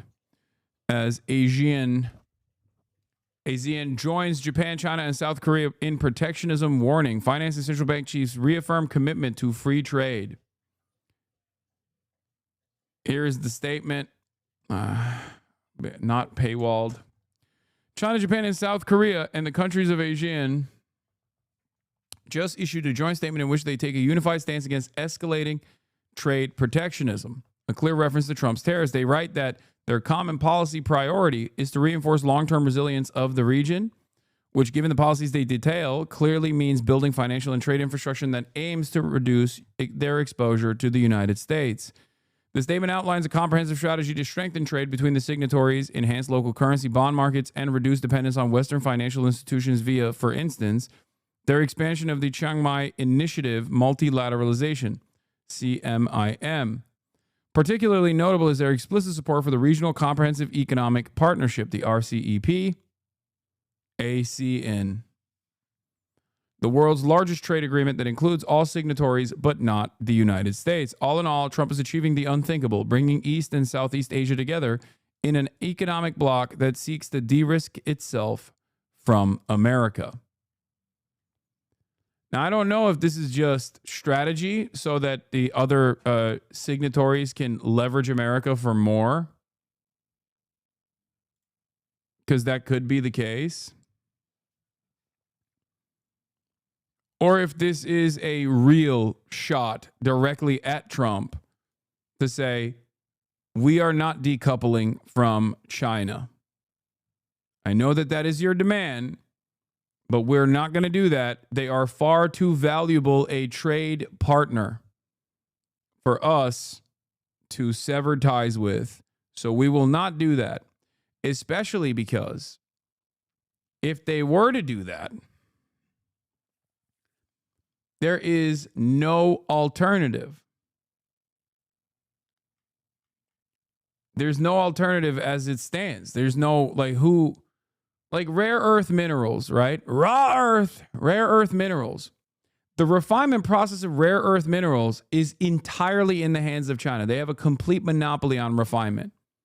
They almost have a monopoly on procurement too, with all of the deals that they've negotiated with nations in Africa, okay? But they literally have a complete monopoly on the refinement process. You can't do anything without that. What are you supposed to do? You can't do anything. So where is the alternative? Is it in India? Is that going to happen? What is the runway for such a thing? 10 years? 5 years? Ah, yes, Twitter reporting at its finest. Twitter reporting. Brother, I'm looking at the joint statement from ASEAN +3 finance ministers and central bank governors meeting. There is no more a primary source than what we are currently looking at. The fuck do you mean Twitter reporting at its finest? Hello? Where should I get my news from? Fox News only? Where they tell you that it's actually great. Donald Trump is our Lord and Savior. He's cooking big time. Is that what it is? Please tell me where I should be going to get this information.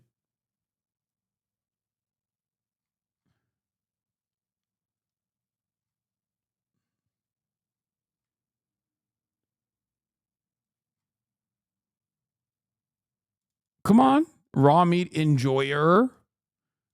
Maybe the raw meat has caused you to develop some brain worms. I don't know. You gonna tell me you have an alternative or what? Come on, man. Give me an alternative news resource that I don't look at.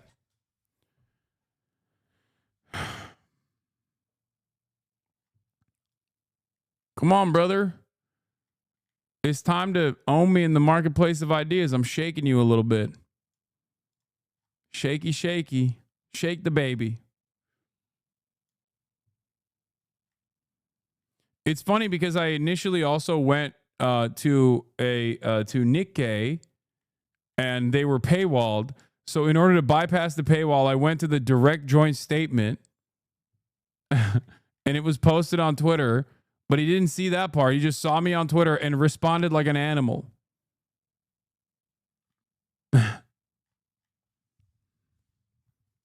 Yeah, I should be getting it from a fucking pedophile VTuber. That's where I should be getting my primary information. My primary resource is a lolicon enjoying pedophile VTuber with questionable morals.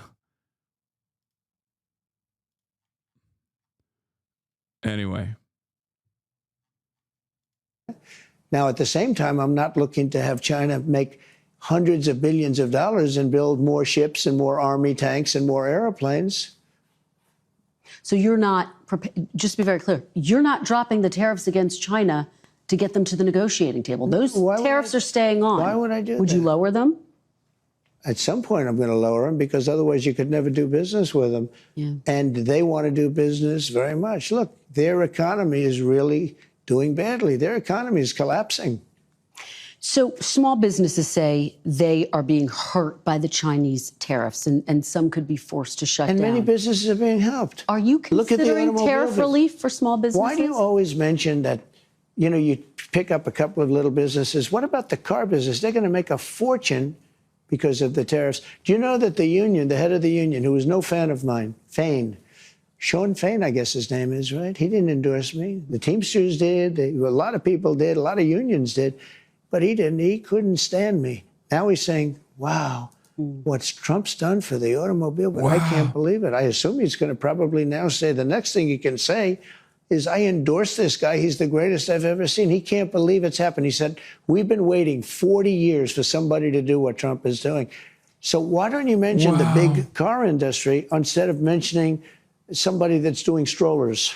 Well, I'm just asking you about small businesses. Are there any discussions about giving any relief to small businesses? They're not going to need it. Okay. They're going to make so much money. Are these tariffs? If you build your product here. Remember, there are no tariffs if you build your product here. It's very easy. It's very simple. Are these tariffs permanent? Wait, what? I was working on a project that was a novel method of purifying rare earth minerals using lasers, but our grant is now pending thanks to Trump. Oh my God, that's amazing. That's fucking so funny. That's just like, we're burning the candle on both ends, dude. It is, oh my Lord. It is, yeah. Half of the research team is like foreign students that, half of the research team is like foreign students on visas that have now gotten their visas revoked too, or are in detention because they were in the periphery of a pro-Palestine protest and had parking tickets. So now they're getting deported.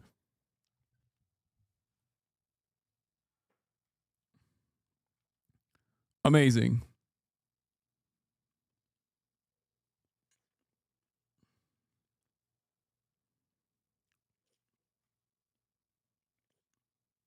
Mr. President? Depends on what you're talking about. One of the things that is going to bring and has brought, so I think we probably have close to $9 trillion of investments coming into this country. If you look at other presidents, there's never been anything like that. This is over a period of 2 months. You got to give me a little break on the 1 month because we're 3 months. But, let's say we had to get started. We had a lot of. You gotta give me a little break. Dude, the funniest part about this is that if he didn't do the tariff scheme, none of this would be happening. So it's not even like, oh, you got to give me 1 month. Give me a little break. Cut me a little break here. No, you are the one who fucked it up. This is your own design. Of course this was going to happen.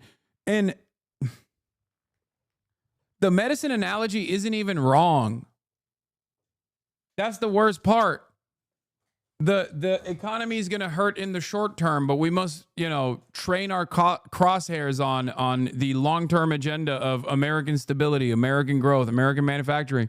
That isolated as a statement is absolutely a correct statement. That's why the likes of Sean Fain and some others have been like, listen, we think that this is irresponsible tariff trade war, but if done correctly, tariffs are not bad. Trade protectionism is something that we are on board with. We don't like free trade. I get it. I don't like free trade. So what is Fain didn't call it irresponsible? Yes, Sean Fain did call it irresponsible. Come on, man. I'm the #1 fucking Sean Fain dick rider. Are you kidding me? He said, if done correctly, we are on board with Trump's tariffs agenda in the automotive sector.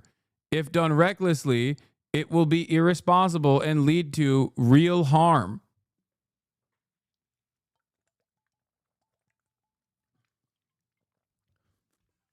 Why do you think that the leader of one of the largest labor unions in the country would ever come out with a statement saying we love free trade? You know? Of course not. Fake news at the beginning, so we had to beat that down. But so let's say in 2 months. So in just a short period of time, a matter of a couple of months, we have the largest number. He isn't going to do it correctly, right? We know that much. I mean, he hasn't. That's the whole point.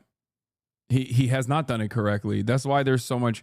I mean, there would be instability. There would be volatility regardless. Okay. When you're rewriting trade agreements that contradict the past 40 years of American currency dominance, American currency sovereignty, the past 40 years of trade in general that we designed.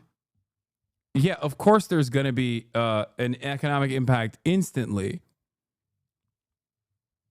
The correct way, what is the correct way? I will repeat myself once again. The correct way to do this is unironically going above and beyond what the CHIPS Act was trying to do with the Brandon administration, which is to build a infrastructure and a robust manufacturing, domestic manufacturing base in the country so that there is some manufacturing that could compete with China and other global trade partners to begin with. This would require heavy subsidies, and not even subsidies, actually. This would require for America to basically turn into a command economy.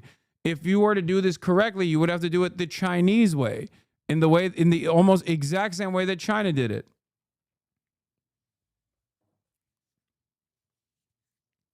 And then once you have a trained labor force ready to take on ready to take on manufacturing at its most complex form, okay, precision manufacturing, then you would be able to do some trade protectionism. And in the interim, if you were to do trade protectionism, it would require you to do trade protectionism against things that we already have trade protectionist policies against already, like car manufacturing, things like that. The problem, of course, is that we don't do that in this country. We've never done that. We just basically give subsidies out and have no expectation in return. You know, price stability, sure, right? We subsidize and then we say, all right, just keep the prices relatively low. But many of those subsidies basically go back to the profit margins so that the stock market is supercharged rather than keeping costs low and keeping wages high, which would eat away at the profit margins. And there are no consequences for not following through on this bargain anyway. There's no regulatory mechanism that turns around and tells companies to just stop doing stock buybacks, for example. There's no penalties for doing whatever the fuck you want to do. Everything is incredibly decentralized. There's also no long-term plan longer than 4 years. 4 years? Try 4 months. Try 3 months.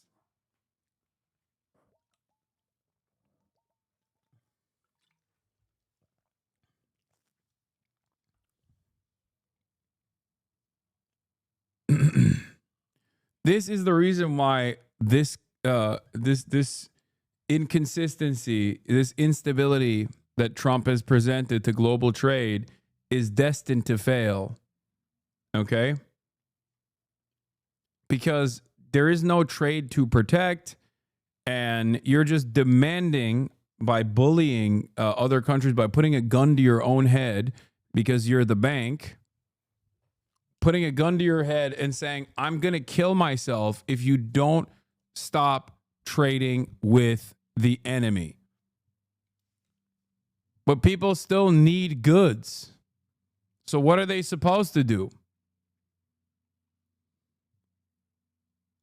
Ever in history invested in the United States and committed. We have between guaranteed, spoken for, and people that are going to make a decision and announce it pretty soon, close to $9 trillion.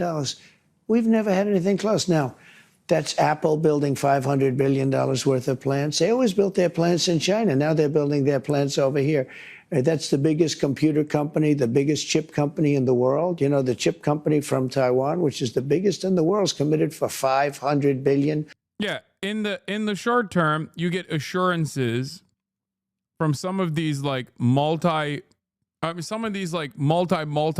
dollar mega corporations that are multinational to turn around and say like, sure, we'll do some investment in America. Why not?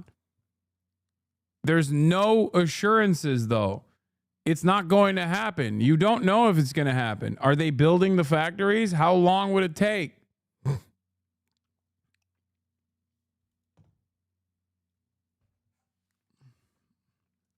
Yeah, it's like this chatter.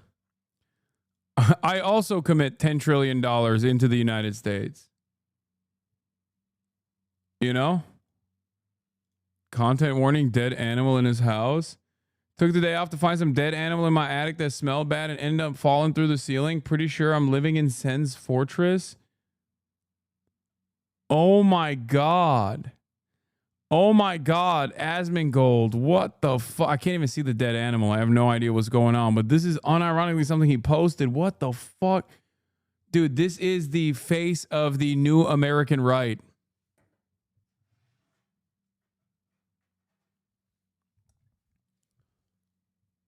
I don't even know what Zen's fortress is.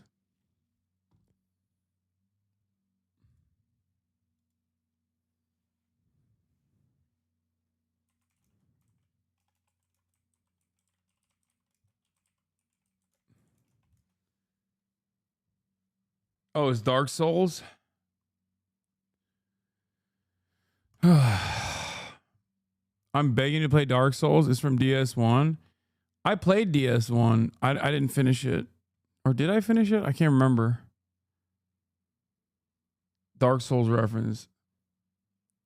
I can smell this photo, man.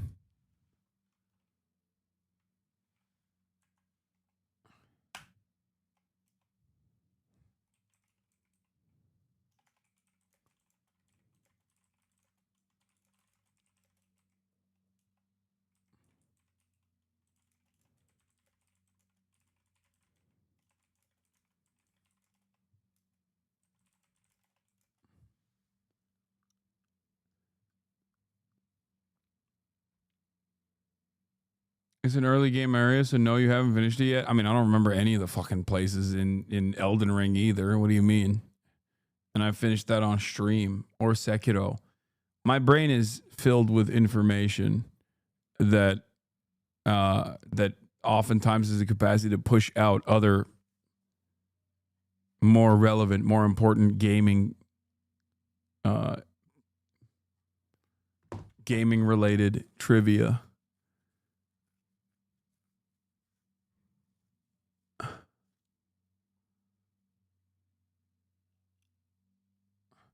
It's so gross, but 100% also on brand for him. His chat loves it. I know. Another one's committed for $300 billion. We have companies, nobody's ever seen anything like it. And let me tell you the other thing, very importantly, automobile companies, plant after plant after plant, Toyota, Honda, Ford, General Motors, Stellantis. I mean, nobody's ever seen anything like it. And I don't like this, but it happens to be.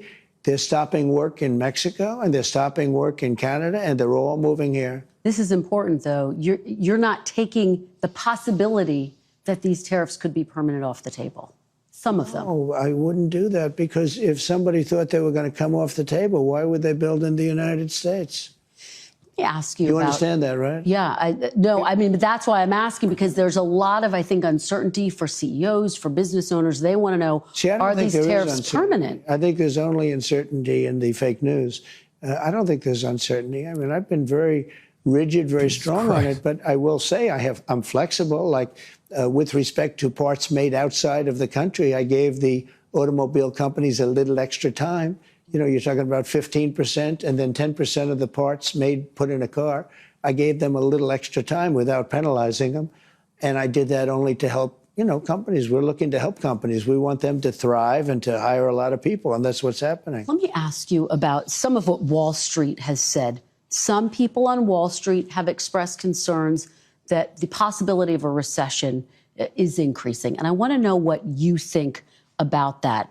Are you comfortable with the country potentially dipping into a recession for a period of time if you are able to achieve your long-term goals? Well, you know, you say some people on Wall Street say, well, I tell you something else. Some people on Wall Street say that we're going to have the greatest economy in history.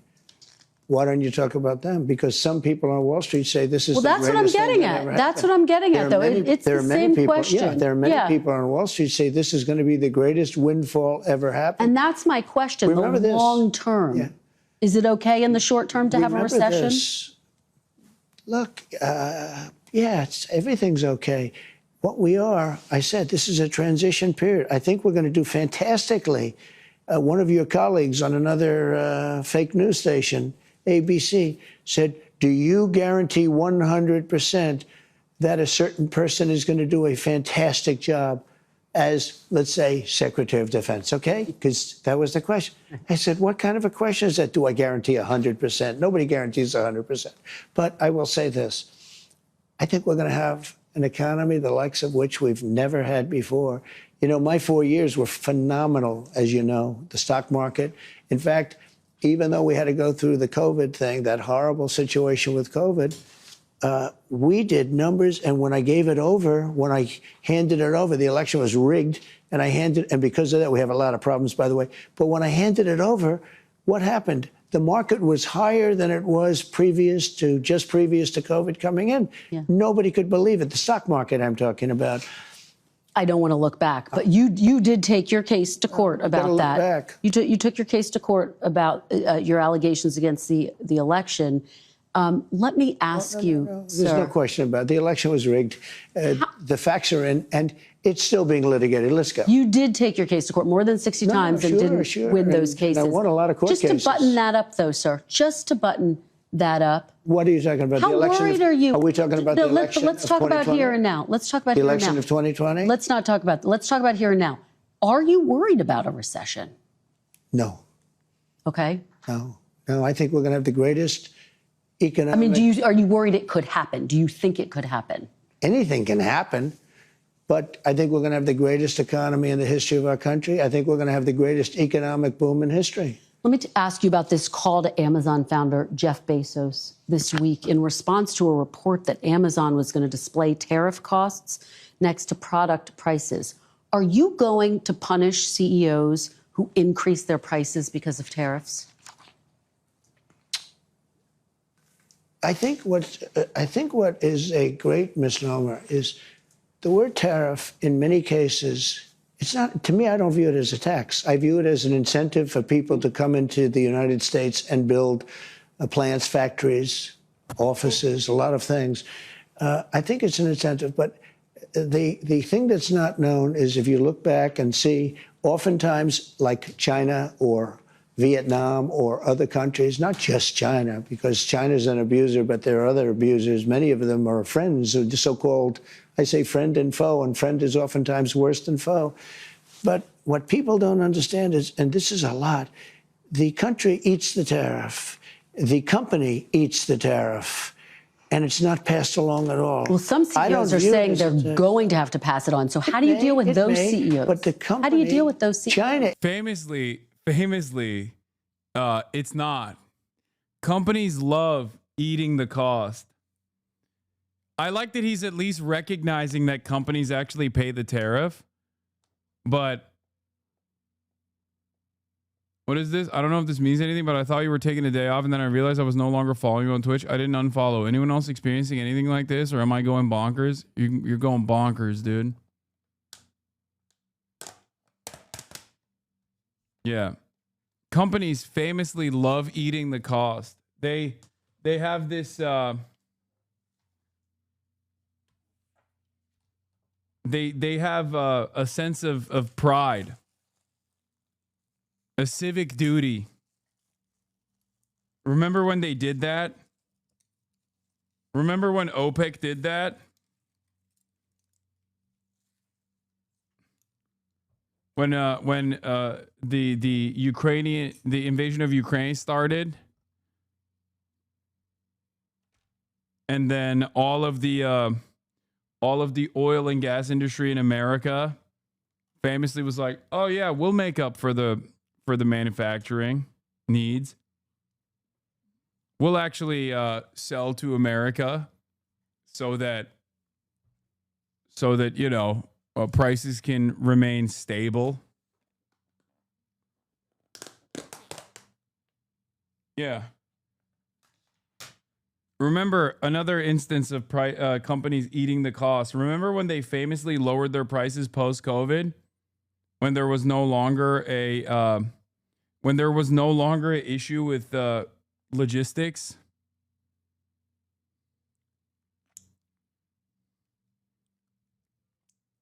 I'm always thinking about companies eating the cost all the time.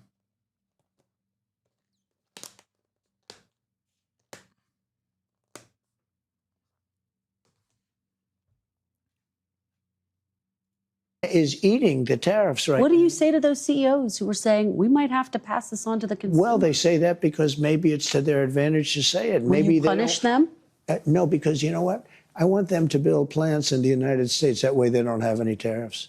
See, tariffs will, and not only will, look at what's happened. In 2 months, we're close to $9 trillion of investment. We've never been anywhere near that. What did you say to Jeff Bezos?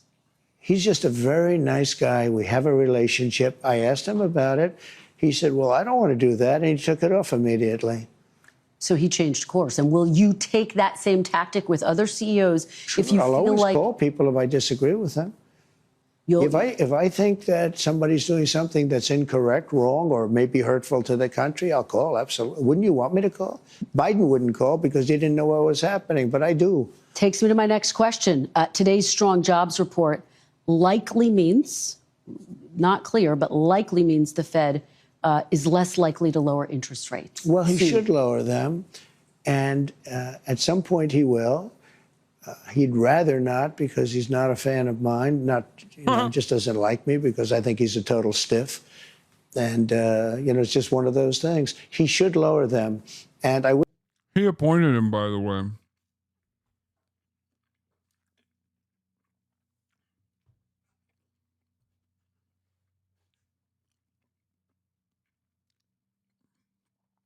His appointment wants to get another Trump appointee that Trump is just shitting on. He's a total stiff.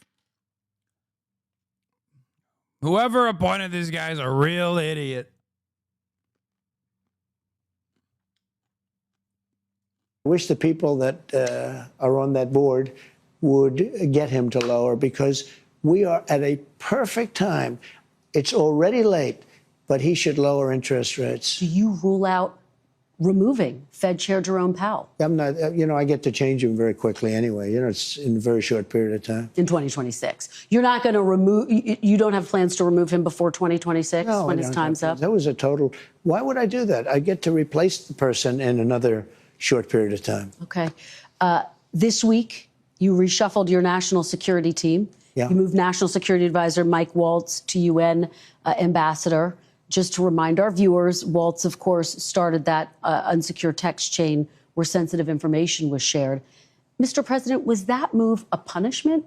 No, I just think he'll do a nice job in the new position. Marco's doing an outstanding job. No, Marco's very busy doing other things, so he's not going to keep it long term. We're going to put somebody else in. But I think Mike, as you know, he's a fine guy, and I think he'll do a very good job. Knows the countries, knows leadership.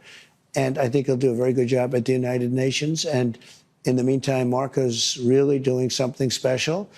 And it's going to work out very well. We're hearing some potential names. Stephen Miller's name, one of your longtime, most loyal aides. His name has been talked about as a potential national security advisor. Is he someone you're looking at? Well, I'd love to have Stephen there, but that would be a downgrade. Stephen's very Stephen is much higher in the totem pole than that, in my opinion. Can you tell us who the front runner is right now? I have a lot of people that want it. I will tell you, I have everybody calling. Everybody wants to be a part of this administration.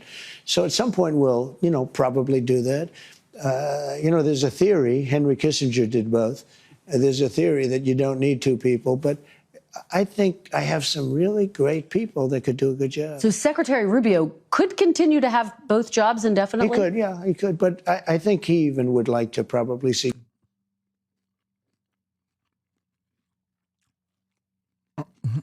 When I'm talking about good foreign policy decisions, I love bringing up Henry Kissinger. Great. Because it is a little bit different. But in the meantime, he'll handle it. And I think Mike, if that goes forward, he still has to get approved. But I think Mike will do a very good job at the United Nations. Defense Secretary Pete Hegseth, obviously also on that unsecure text chain. He was sharing sensitive information. Are you looking for a new Secretary of Defense? No, not even a little bit. No. Pete's going to be great. His job is safe right now? We're doing a fantastic job against the Houthis. Little who March. like blowing ships up and watching them sink in the ocean. We're hitting them very hard. No, he's doing a very good job. His job is safe right now? Totally safe. Okay. Let's talk about the border. Okay. Let's talk about deportations. Border crossings are at their lowest level ever recorded. Is the border... Is that good? Is the border now secure? Yeah, it's really secure. It's absolutely Isn't that good? secure. When you say that, doesn't that just sound good? After being abused for years by an incompetent president that allowed people to pour through an open border, criminals from all over the world, murderers and insane people from mental institutions and insane asylums. Isn't it a beautiful thing when you say it's the most secure it's ever been in the history of our country? Isn't that a nice statement? Well, I'm curious to know what it means. You declared a national emergency on the southern border. The order is still in place. By the way, even it though means you're saying exactly the border's what you secure. said. It means we have the most secure border we've ever had. Well, and I guess the question becomes, when will you know that the emergency is over? Are you planning to lift it at some point? Is it necessary? Because obviously the military is involved. Will you lift that emergency? Well, the biggest emergency is the courts aren't allowing us to take really We're going bad to talk people about out. that, but talk to me first about That's to me this. the emergency. Talk to because me first about this. The border emergency. now is not the emergency. The border is it's all part of the same thing, though. The big emergency right now is that we have thousands of people that we want to take. This is a surprisingly good interview, by the way. Out, and we have some judges that want everybody to go to Some court. of them you appointed, sir, including That's all right. 3 on the I mean, Supreme Court. They change. I mean, it's unbelievable. It's unbelievable how that happens, but they do she's change. actually Just to button doing a this up, pretty- though, are you pretty good planning to job. lift that emergency order anytime soon? now that the border's No, secure? we have an You say the emergency. We border's have a secure. massive emergency. Overall, it's an overall emergency on immigration. And if the courts don't allow us to take people out, if we had to have a court case, every single person, we have millions of people.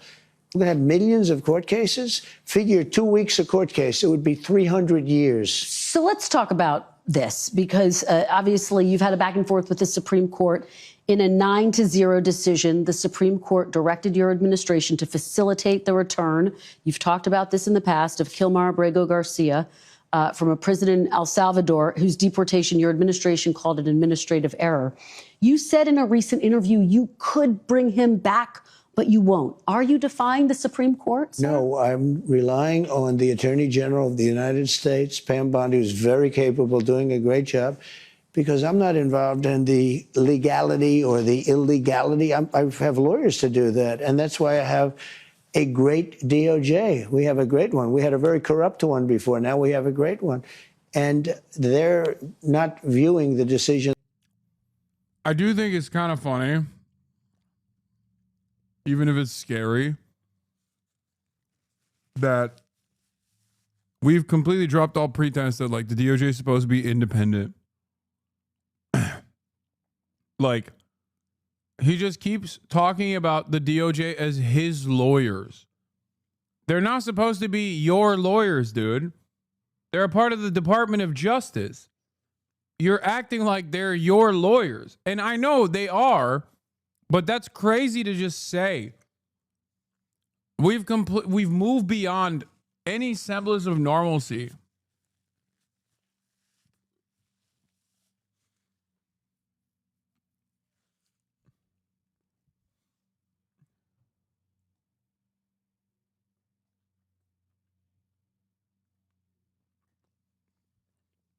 In the way you said it, they don't view it that way at all. They think it's a totally different decision. Well, you say you have the power to bring him back, though. Your attorney general says, quote, that's up to El Salvador. Just to put a fine point on this, do you have the power to bring Abrego Garcia back as the Supreme Court? Well, I have order? the power to ask for him to come back if I'm instructed by the attorney general that it's legal to do so.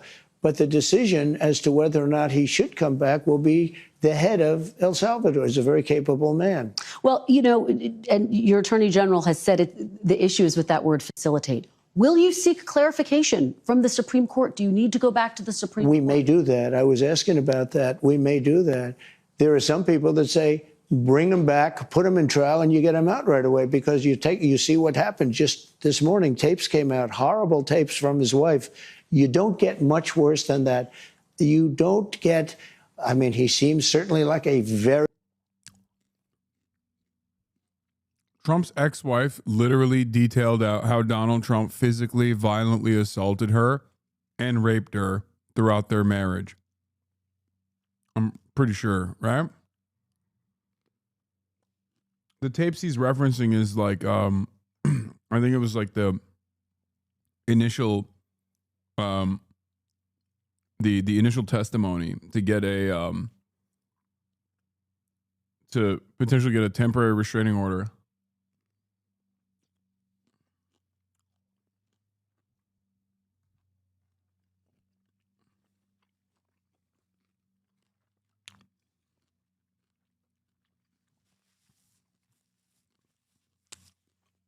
Kilmar Abrego Garcia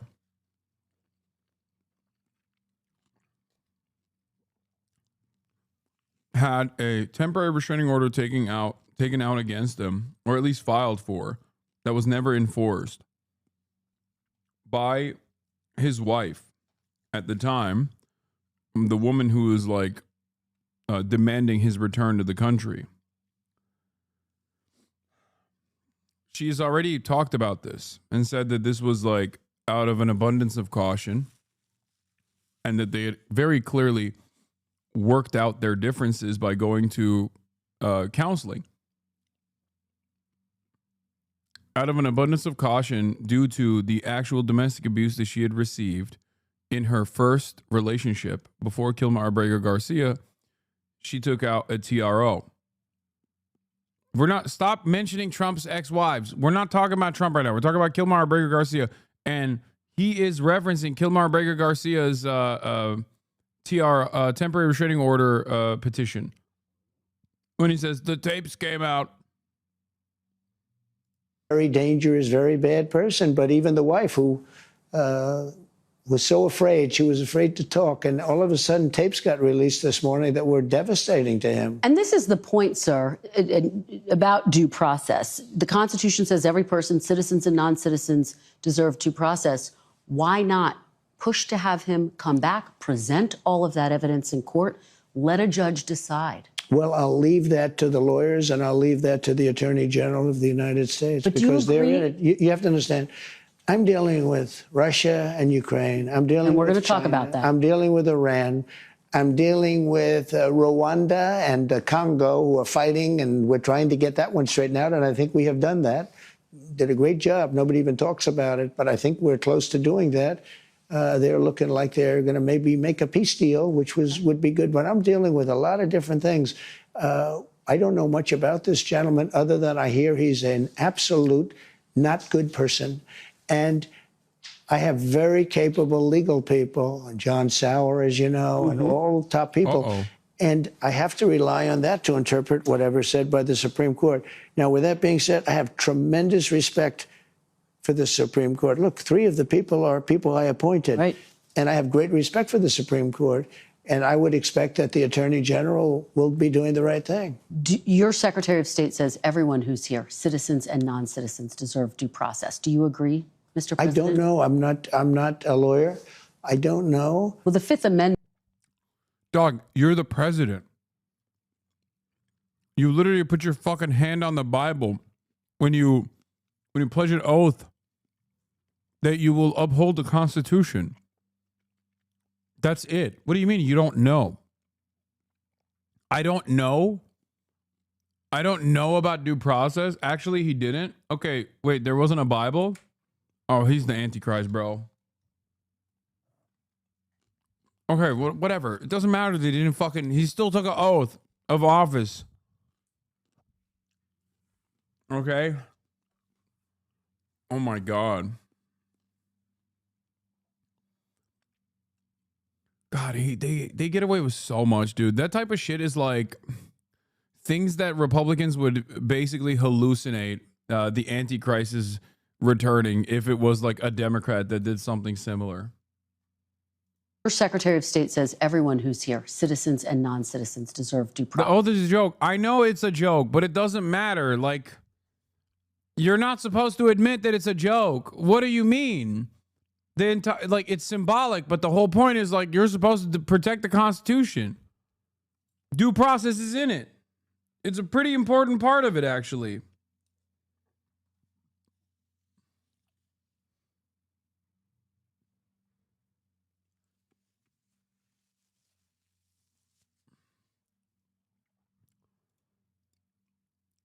Yeah, Joe Biden took the oath of office. Donald Trump swore on 2 Bibles for his first inauguration, one given to his mother when he was a child, and the Lincoln Bible.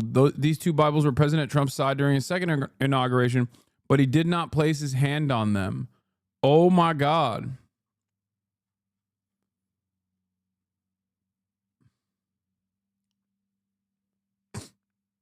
Why are you applying such a high standard to him? Why can't you account for his age? Yeah, you're right, dude. He's just a little guy. He's just old, man. He don't know what he's saying. It's fine. Who cares about due process? Fuck it. YOLO.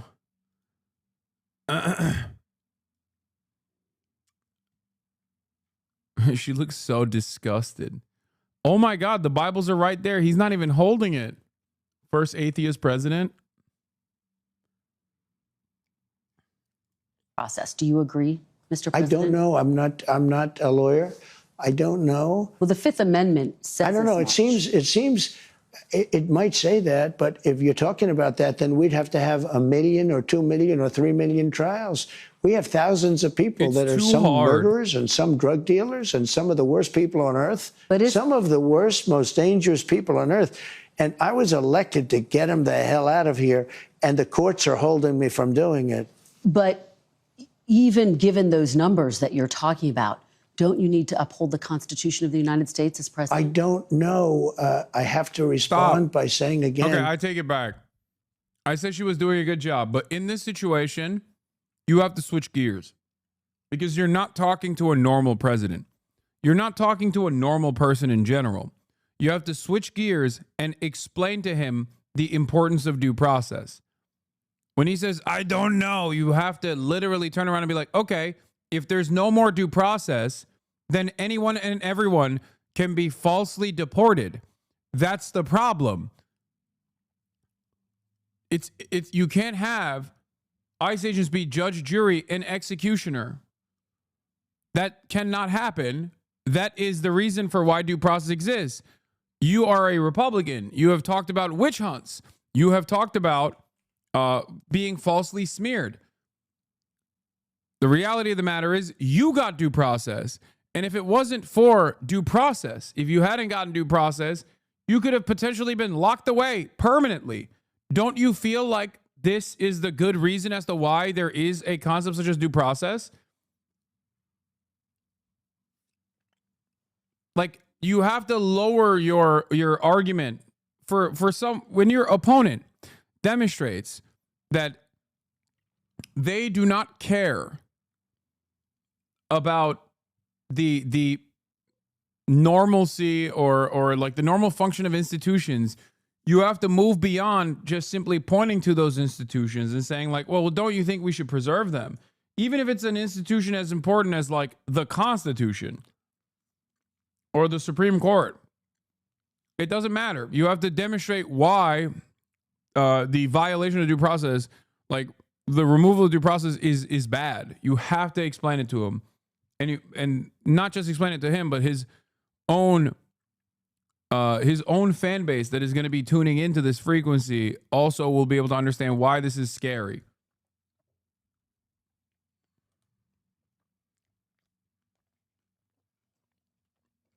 Of course, Trump could then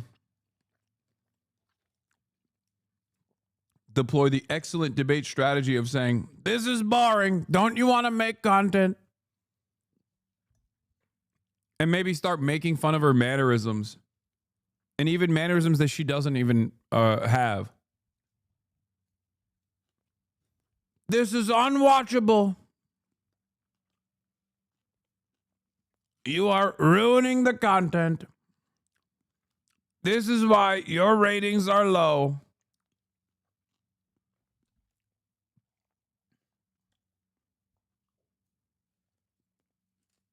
Boring.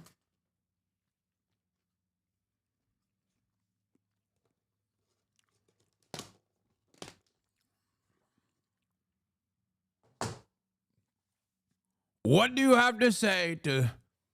I know you're at CNBC, but what do you have to say about ABC calling me a coward? What do you have to say to that?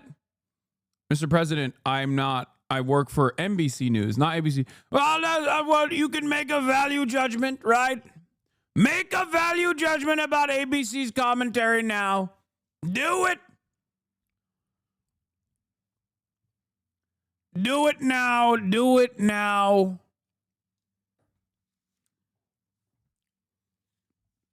You're making it boring. I have brilliant lawyers that work for me, and they are going to obviously follow what the Supreme Court said. What you said is not what I heard the Supreme Court said. They have a different interpretation. Is anyone in your administration right? You sleep in a race car bed. I sleep with my wife in my big bed. With my wife, Melania.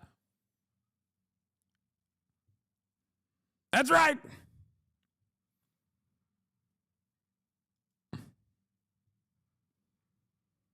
It's true. Now, in contact with El Salvador about returning Abrego Garcia to the United States. I don't know you. I don't think he understands this is the major point of contention. We can't have a trial for every single person. That would be millions of trials. I don't think the Supreme Court will stand for that. I can't believe it, because you know what? If they do, we're not going to have a country. No, like, this is the dumbest argument against something that is supremely important to the Constitution, which is it's too hard. Like thousands and basically 1,000 years, almost 1,000 years of like liberal concepts. Okay. 1,000 years of like liberal philosophy versus one guy saying it's too difficult. Like, bro, they had courts and some semblance of due process when there were fucking kings. Like, what are we talking about? Like, there was literally, like, they had courts during fucking kings.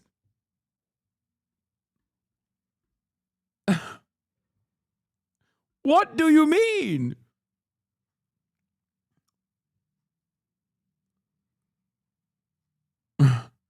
It's too difficult. It's too difficult. We can't do it. We can't do it. The UK and Sweden still have a king? Okay, you know what I mean. I'm talking like straight monarchy era, okay?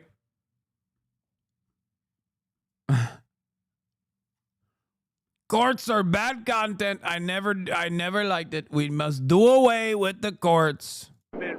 Unless they like me, in which case I will allow it. I will allow it. Trying to get very good ones. I mean, we need judges that are not going to be demanding trials for every single illegal immigrant. We have millions of people that have come in here illegally, and we can't have a trial for every single person. That would be millions of trials.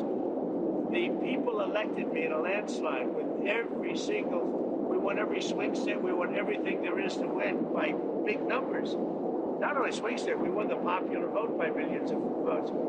They elected me, this was the #1 issue, and now we have judges radicalized and they're crazy because they want us to have, if you believe this, they want us to have a trial for every person that came in illegally into our country.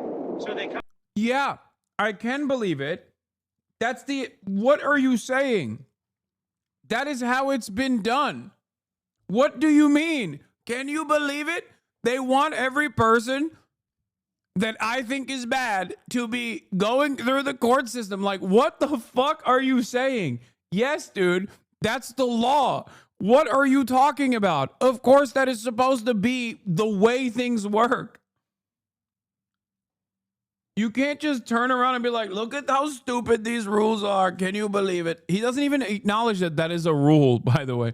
He just says it's so crazy.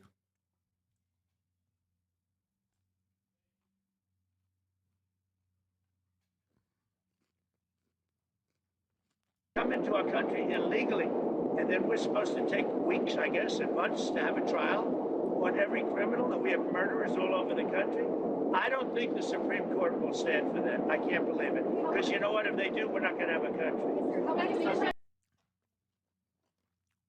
Like, that determination of whether or not someone is in here illegally and must be deportable is profoundly important so that citizens aren't getting fucking deported, even by his own standards. But no one has seemingly brought this up to him.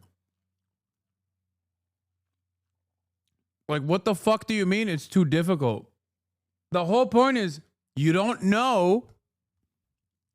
You don't know if someone is actually even an undocumented citizen. Like, what are we talking about?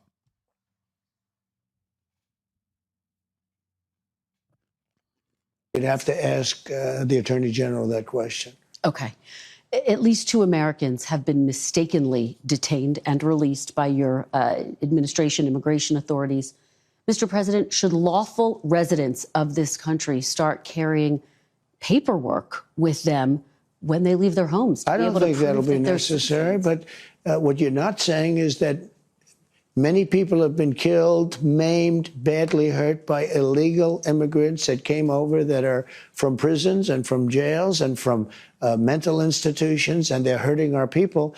And if we don't get them out, we're not going to have a country for long. We need honest. Yeah. We need honest media, and we need walls. We need to have borders. And by the way, I built a lot of walls, and if we didn't do that, we wouldn't be able to have those. You know, we would not be able to have the kind of numbers if I wasn't successful in building hundreds of miles of wall. Very quickly, sir, the last time you and I spoke in December, you said that you would consider working on getting Dreamers legal status. Dreamers, of course, those who were brought here illegally as children. Where do those efforts stand? Is that a priority for you? Well, it's not a priority for the Democrats because every time we talk about it, they don't want to talk about it because I guess they like it as a political issue, but they're not good at political issues because they still want to have men playing women's sports. Well, Republicans do control Congress right now, Mr. President. But the Are you Democrats going don't. to make Dreamers a priority? Well, you'd need for that, you would need to have support from Democrats, and we have no support from the Democrats. Have you had any discussions about Dreamers? Yeah, we've had discussions. We would do something. I'd love to put in beautiful immigration for everybody, but the Democrats don't want to approve anything. All they want to do is knock out a tax bill. We're trying to get approved right now, the biggest tax cut in the history of our country. And if it doesn't get approved, it's a 68% tax increase, and that's what the Democrats want. They want a 68% tax increase. I want to mention something here, but just like with Jerome Powell, he's like, who could be the idiot that did this?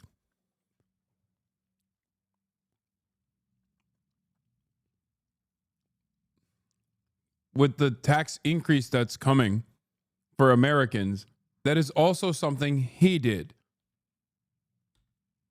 Because he did not think that he would lose the election, so he set it up to make it whoever was supposed to be the president after his 2 terms and their problem. Because the way he cut the tax proposal I mean, it ended up working for him, but the way he cut the previous tax cuts, the legislation that they started implementing in 2017, I believe, was that the way he cut it was that all of the tax brackets under the top marginal tax rate, the top marginal tax bracket, would actually inevitably have tax increases back to the previous level before 2017. Now he wants to make those tax cuts for the working class permanent. The only tax cuts that were made permanent in the 2017 legislation was, and this might come as a surprise to many of you, the top marginal tax bracket and corporate taxes.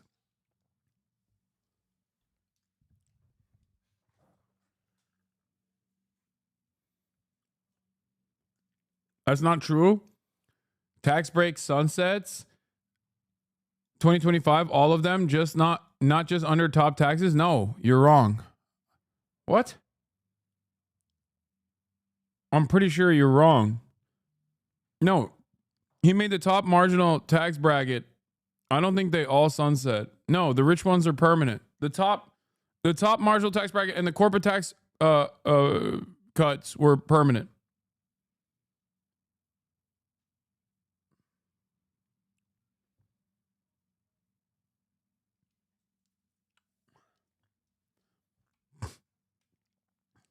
Make America Great Again. I want to go back to the 50s. They all sunset Hasan. That's why they're panicking. No, they aren't permanent. That's why they're doing accounting tricks to keep them. Hold on. I think you guys are getting lost in the weeds. I thought the top marginal tax rate and the corporate tax rate was made permanent. The corporate tax cut that was implemented is a permanent tax cut. And from what I recall, how the 2026 tax brackets would change if the TCJA expires.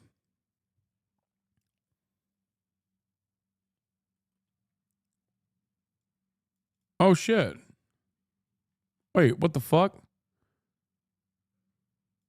I am wrong. Damn. Holy fuck.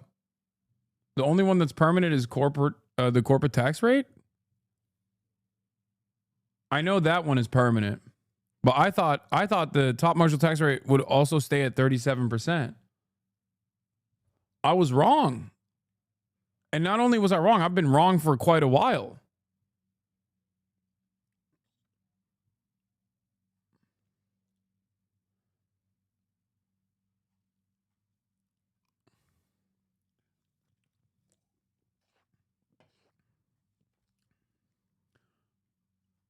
That's crazy that the chatter who corrected me is also one of the most insane chatters that I have.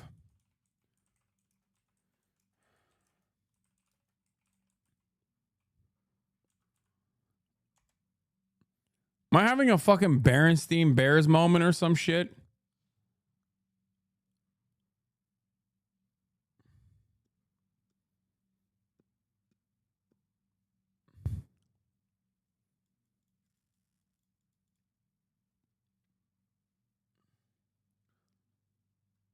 Why did I think this for the longest goddamn time?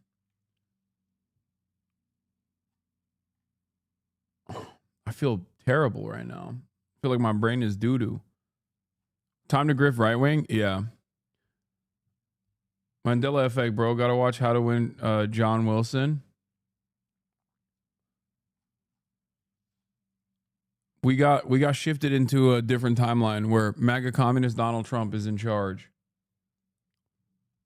I don't think you've been wrong for a long time. I remember you explaining these at the time, and my understanding was that they're just the corporate taxes stay low. No, I definitely thought the top marginal tax rate. This I thought was permanent, and then these were slated to sunset. But I think it's because of this that I thought that it wasn't the top tax bracket, but it was the one under that stays the same, I guess.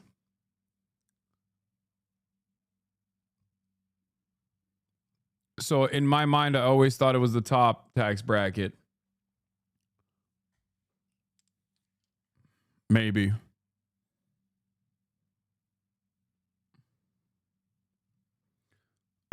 But the corporate tax bracket is the same.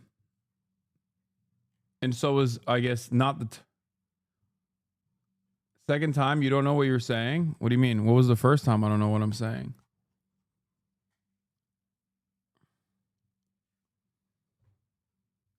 Now you have to double down on shift right. Okay, we're good. I'm doubling down.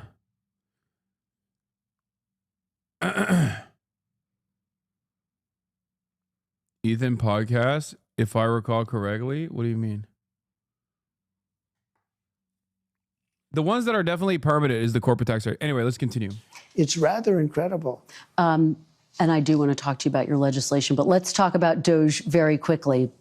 DOJ has fired and then rehired thousands of federal workers, including FAA employees in charge of aviation safety, specialists working on nuclear weapon safety. What do you say to those who believe Elon Musk's chainsaw approach has jeopardized the safety and security of Americans? Well, he found $160 billion worth of fraud, waste, and abuse. I mean, I think he's done an amazing job. I think his people have done an incredible job. They're brilliant people. They know the computer. I actually asked him, what's their big trait? He said they're unbelievable at computers. In other words, you can't fake them out because these people were, in many cases, crooks. But it was fraud, waste, and abuse. They found, your question should be asked a different way. Were certain things found? Yes. How much? $160 billion. Think of what $160 billion is. He found $160 billion. He said he'd find $2 trillion. Well, we're not finished yet. Mm-hmm. We're not finished yet. Do you yet. think the work continues even though he's leaving? He said sure. He's leaving behind some very brilliant people. They were on television last night. They're super high IQ people. I like high IQ people. The Democrats don't have many of them. Let me ask you about some news that broke. You are threatening to rescind Harvard's tax-exempt status. Yeah. And yet directing the IRS to investigate and rescind a university's tax-exempt status is contrary to what's in the federal law. The law says you can't do this. Do you think you're following the law? Well, I tell you, I'm going to just follow what the lawyers say. They say that we're allowed to do that, and I'm all for it. But everything I say is subject to the laws being 100% adhered to. Are you willing to take this to court if it becomes a court fight? You're going to take it that far? We've won a lot of cases. All right, let's talk about some of the other actions you've taken over the past 100 days. Last month, you directed your Attorney General, Pam Bondi, to review 2 people who you perceive to be your political adversaries. And yet you told me in December... Bro. What's so funny about it is, like, when he says we won a lot of court cases, he actually hasn't.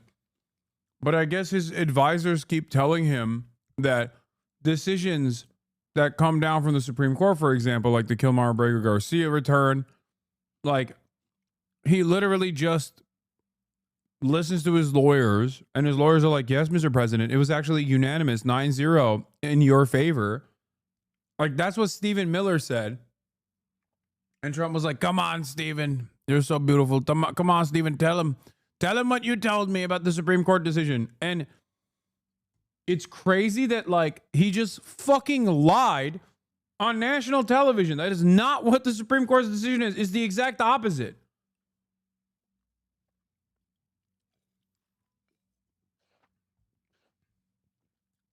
It is, the more I see of Trump on the main stage, the more I realize he is also Brandonized and is being used like a mecha, like a fucking flesh puppet by the likes of, like, Stephen Miller and some of the most reactionary Nazis.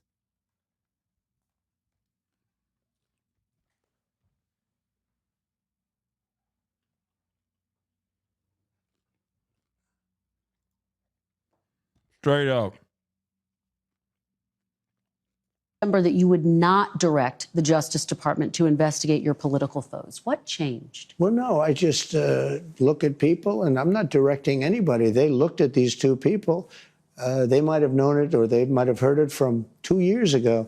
One person said, he knew me so well. He was, I think, on CNN or MSDNC, but they're both failing networks. You're happy to know, even though one of them, I guess, is related to you in one form or another, although they're trying to cut him loose as fast as possible. But it was well known that this one person, it was almost like he was my brother. I don't even know who he is. Maybe he was there. Maybe he was in the Oval Office a few times as a surrogate for, you know, somebody in some form of government, along with 25 other people that sat in the back of the room or stood in the back of a room. I have no idea who this guy is. And he's out there. And then he did a book called Anonymous. I think that's really subversion. I think it's spying. It's something really bad. But you passed an executive order calling for your attorney general he's been to looked investigate at that for a long time. And the other one. Oh my God. That's so fucking insane. He's trying to say that this dude was doing espionage for writing about his experience of being in the room as like a low-level staffer or whatever.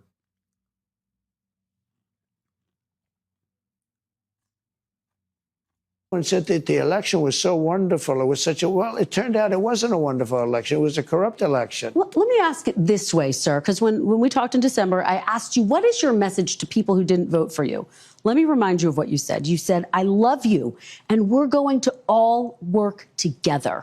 How does pursuing your political foes help to unify? Did I really say I love you? You really did. That's a direct quote. Yeah, I'm sure you're right, but I'd like to see. I promise I'll show it to you. I'll show you the tape. Look. How does that help to unify I want to the treat country? people fairly, whether they voted for me or not.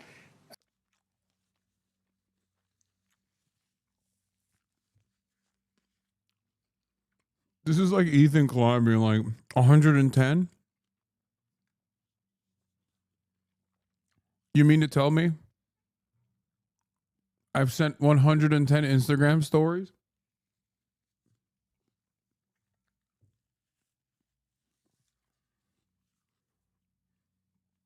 Well, that can't be true. Do you mean since 2023? Oh no.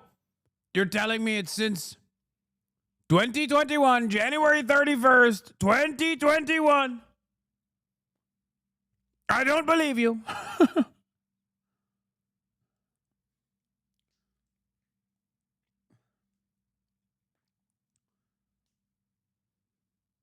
I don't believe it.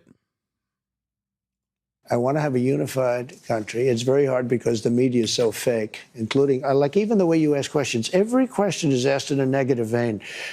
There's a toy company that took a toddler's, whatever, but you don't talk about the fact that gasoline is down at numbers that nobody believes possible. You know why they're down, by the way? Drill, baby, drill. We're drilling like crazy right now. We try to make sure every question is fair, Mr. President. Look, every question you ask says a very negative slant. No, but look, I'm just curious. I'm fine for responding to you. I don't think you're very difficult at all to respond to be honest with you. But you know what?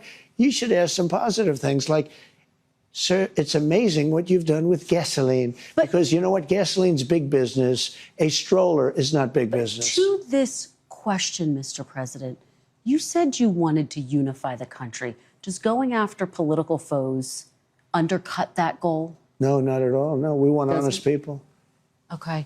I think you have to do that. We want honest people in this country. Let me ask you big picture. People who have lived in countries like the Philippines, Hungary, Russia, they look at some of your actions going after civil service, going after universities, law firms, the media. They say it's out of an authoritarian playbook. What do you say to those who believe you are taking the country down an authoritarian path? Well, there you go again. Why don't you ask it a different way? Many people wanted to come into our country. Many people love Trump. I won the election. They didn't win the election. I got a lot more votes than they did. I won the popular vote. I won all 7 swing states by a lot. Great answer, ma'am.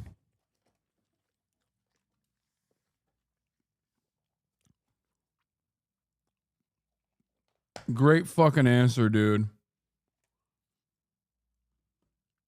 Incredible answer.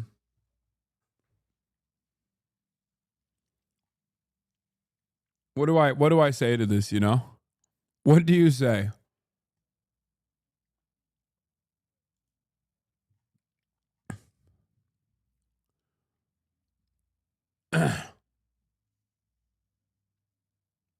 You meant January 31st, 2025? No. What?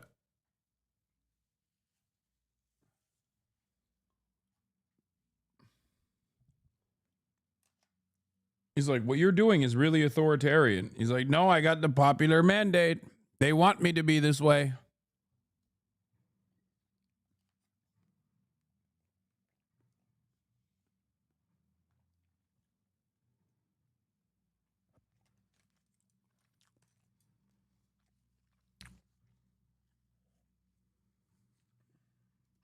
A lot of people were surprised. I said, I think you could win 4, maybe 5. No, I won all 7, and I won by a lot.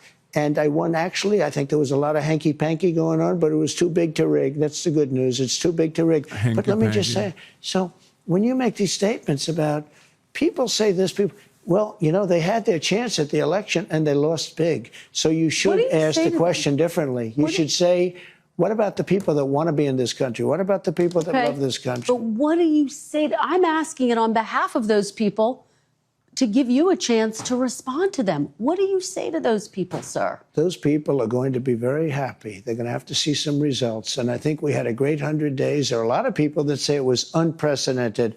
It was an absolutely unprecedented 100 days.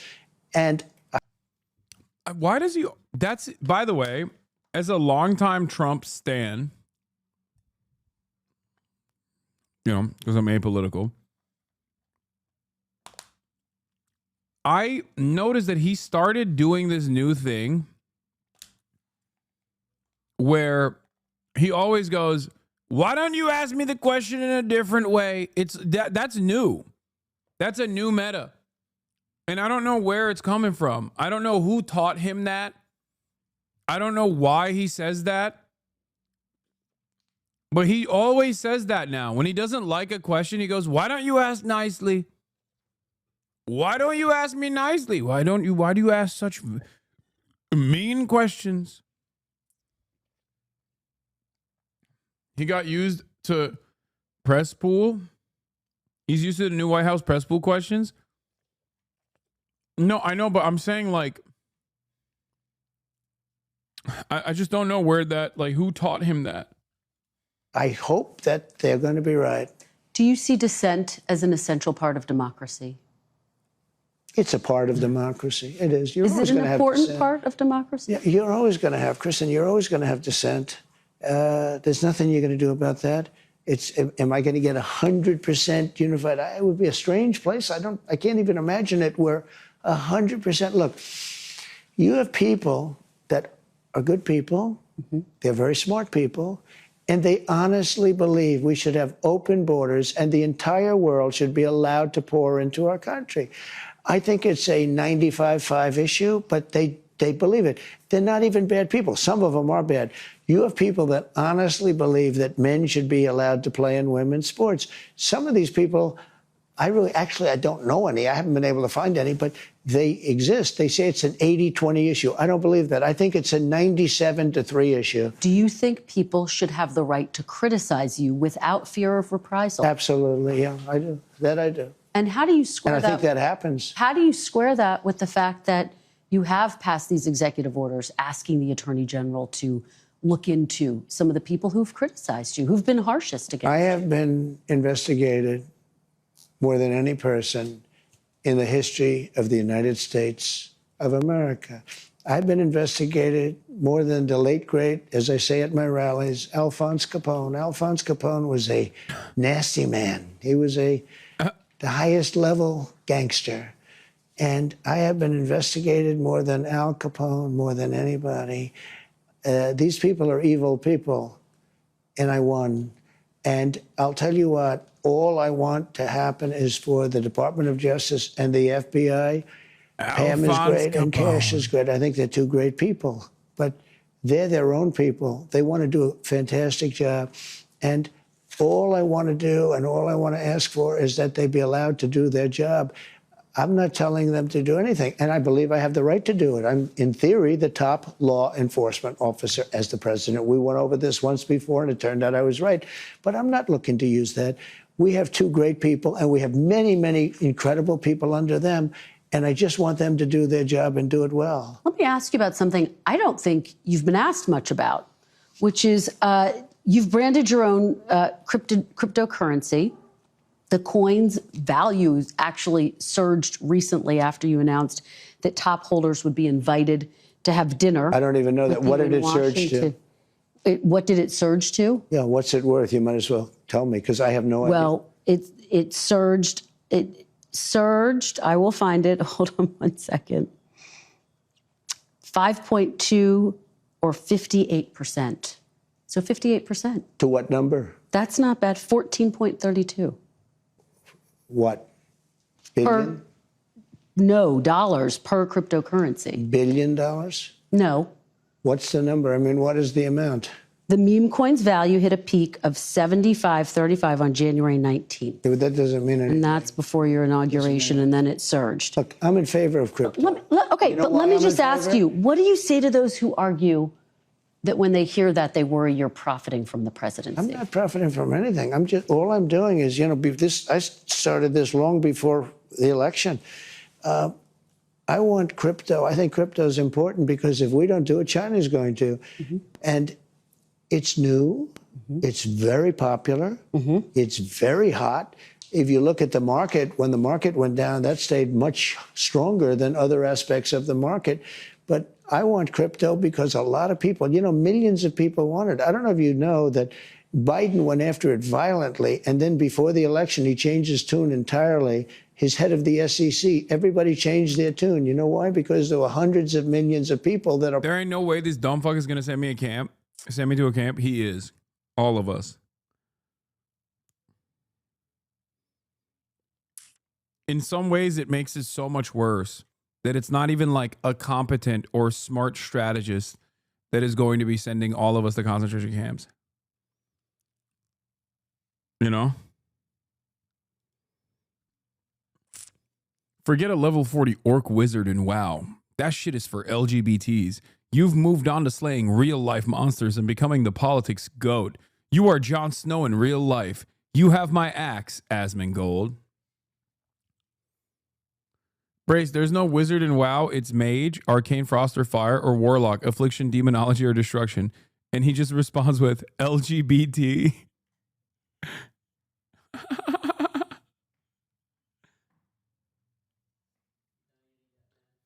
Yeah, I'm done. It's so weird. It's so weird seeing Brace interact with Asmongold. What is the world that we've... Hold on.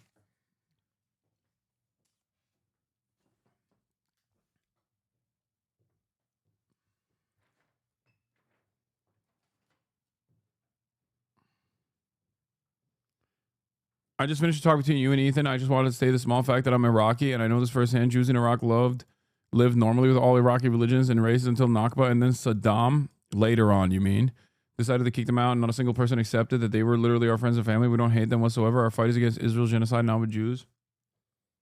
I mean, good luck. Uh-huh.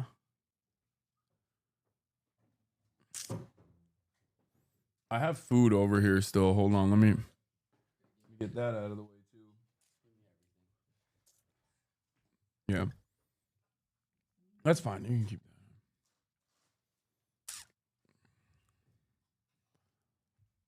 We just have to take some photos, chat. I don't know why, but they're press photos. Headshots? Not headshots, action shots. All right. Participating in crypto, and they wanted to get their votes. So but you're not profiting off of the cryptocurrency? I haven't even looked. Has your family? I'll tell you what. Look, if I own stock in something and I do a good job, and what about back shots? No, action shots, not back shots. The fuck is wrong with you? Stock market goes up, I guess I'm profiting. But who really profits is somebody like Nancy Pelosi, who uses inside information. She worked for $175,000. Wait, he's saying so he's profiting exactly like Nancy Pelosi. but it's bad because Nancy Pelosi did it. But it's good when he does it. Like, that's the argument here. The argument here is, you know who's really profiting? Nancy Pelosi, just like me. But it's bad when she does it. Hold on here. I'll put the other camera on so you're not in the fucking shot. Oh, Jesus. Okay, never mind. All right, back to the. All right. A year, and that's at the high end, and she's worth $150-200 million. Who are you paying for a puff piece this time?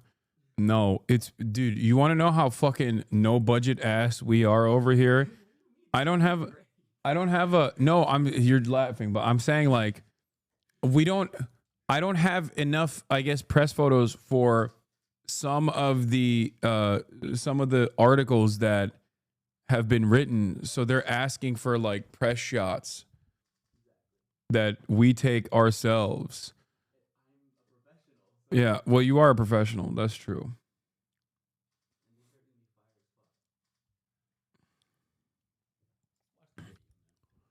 Yeah. Put the video in the bag. You ought to look at Nancy Pelosi, and you ought to look at some of these politicians that are stone cold crooks. I was very wealthy when I came in.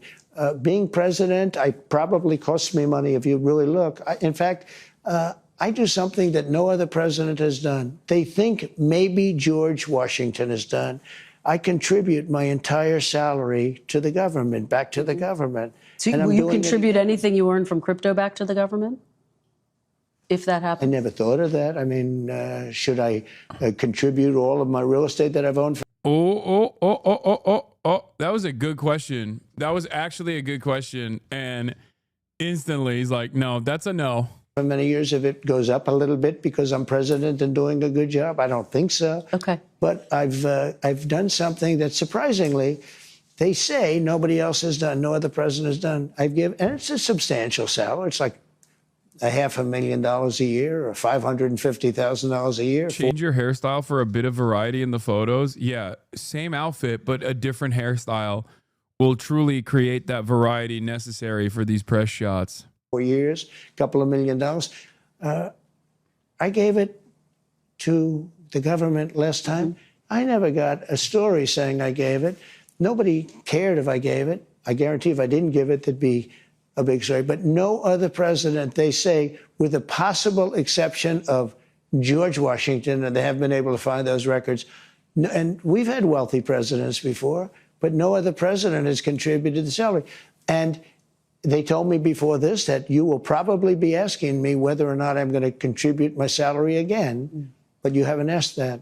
Are you going to? Yes. You are? Okay. Yes, I am. Okay. Well, I appreciate we just made news there. Let's talk about foreign policy, sir. Oh, you've made news in a lot of different parts of this conversation, I will say. Like when he said, I don't know about due process. It's too hard. It's too hard. You just signed a minerals deal with Ukraine. It's a sign, it seems, that the United States is invested in Ukraine's future. The Secretary of State told me this is a very critical week. Are you any closer to reaching a peace agreement between Ukraine and Russia? I hope so.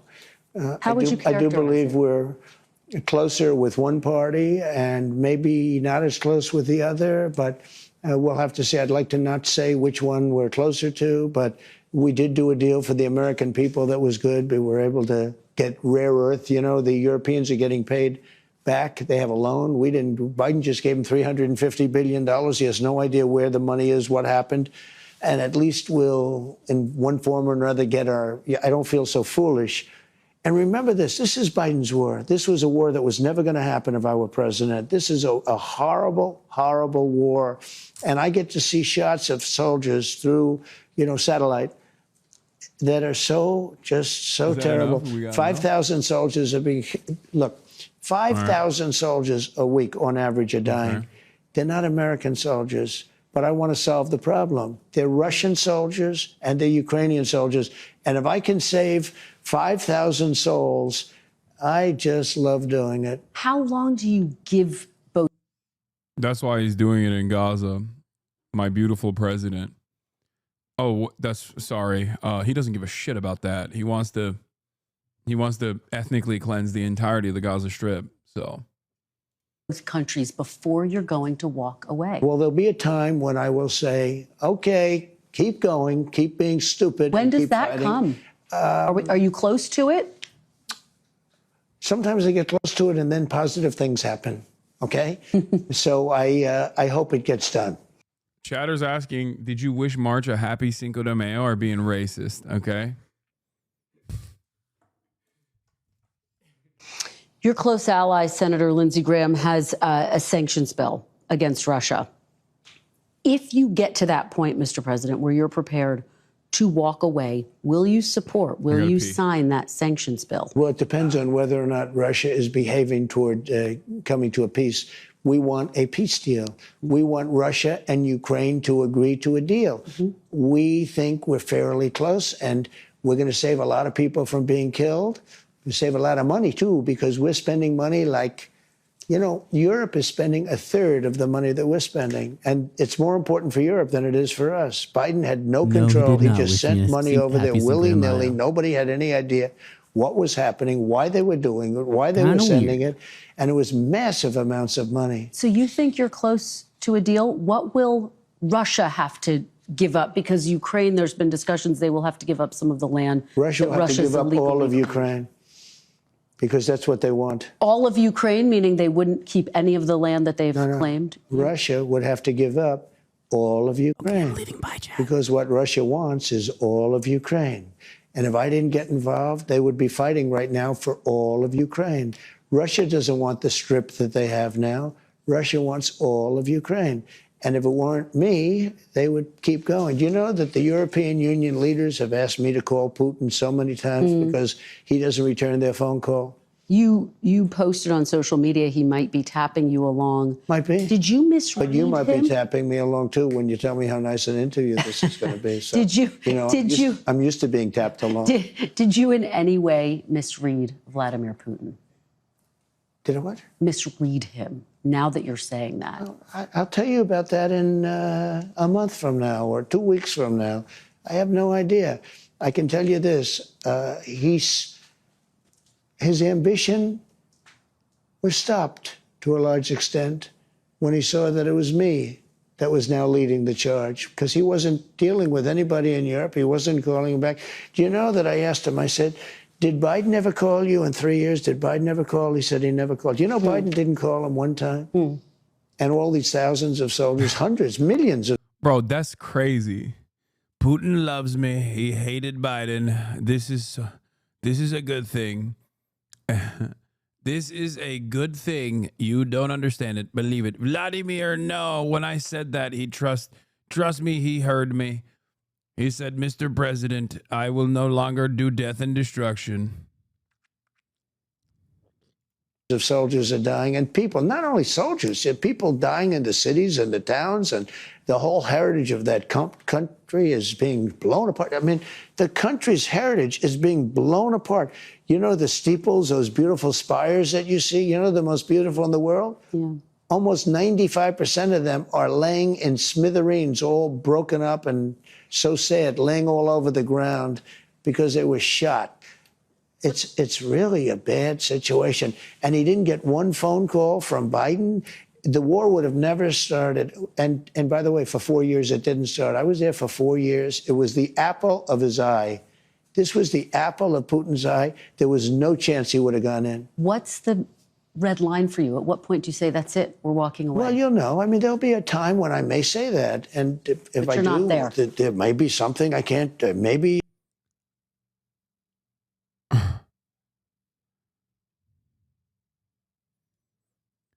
Twitch streamer Dan Saltman. Dexterdonox. He's back. Austin Ox is back. Twitch streamer Dan Saltman posts screenshot of Hasanabi stream thumbnail showing anti-Semitic bar sign to target Twitch advertisers. When shown the clip is of Hasan reporting on it as anti-Semitism, he tweeted, "Context matters, guys," and blocked the account sharing the clip. Ha ha ha. Hasan's commie dick sucks are mad. Context matters, guys. Live by the context swastika sword. Die by the context swastika sword. What doesn't make any sense in this process is like, yeah, the swastika sword was also not a swastika sword, which Ethan also recognized. What the fuck do you mean? So that was also out of context. And this is, you're just continuing to be out of context. Like what? This is, for the record, it'll never not be crazy to me that this dude is 60 years old, by the way. Like, please, man, please fucking focus on something else for your life. This is insane. If you're wondering, what do you do in this situation? What do I even do in this situation? We getting a community note on Diddy Saltzman insane tweet? Just wait him out at this point? Yeah, just like real anti-Semitism looks like. This is it. Okay? And ironically enough, yeah, the staff brought it out, and the staff wrote it. Like, the fact that there were people that literally okayed this, like you wrote it on a napkin and you said, this is what I want on my sign. And then someone went and took the letters FUCK, THE, JEW, and S and planted them, okay, on that fucking sign. And then numerous people saw it in the process and were like, here, let's get these bottle service girls to bring it out. And at no point did anybody go, what the fuck are you guys doing? Kick these fucking losers out of the bar immediately. We are not putting out a fucking sign like this. I know the dipshits that ordered it are probably drunk, but I don't think the fucking manager is on. Like, what a crazy thing that it's so transparently false, right? It is so transparently a falsehood. And yet nobody fucking cares. I don't understand it. Like,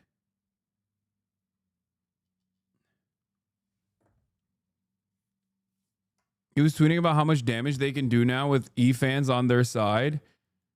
They were always on his side. What do you mean? When have they not been on his side? Like, if the damage hasn't been done thus far, it's not going to be, this is not like a new meta for them. You know? It's just so fucking stupid. The thing that actually shocks me is how much dumber the discourse has gotten. Like, there was at least some interest from people on opposing teams in the past to be like, is this true? You know what I mean? Like, people would at the very least, if I were to do this about someone, I'm certain that people in my community would go along with it.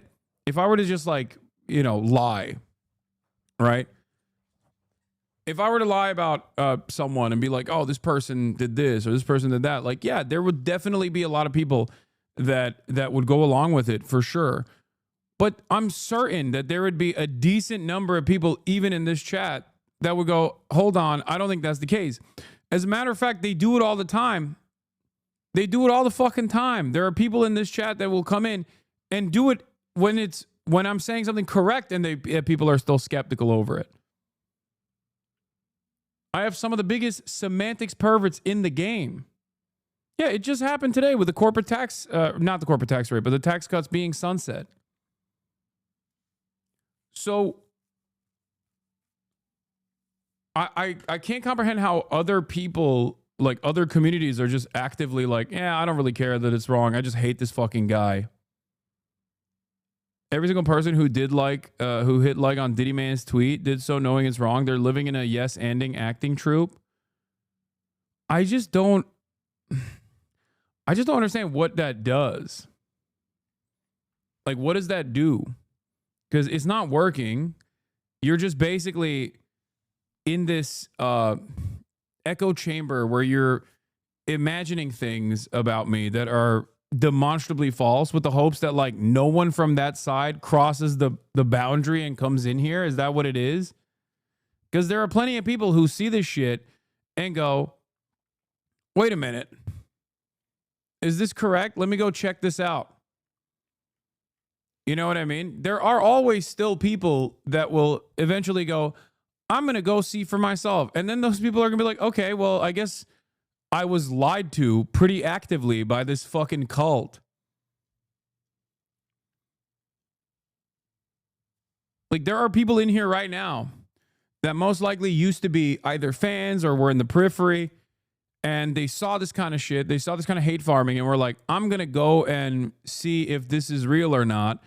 And when they unironically come in here, they go, okay, this was completely incorrect. My bad. They become a part of this community. So you're literally fucking creating additional fans for me. That's it.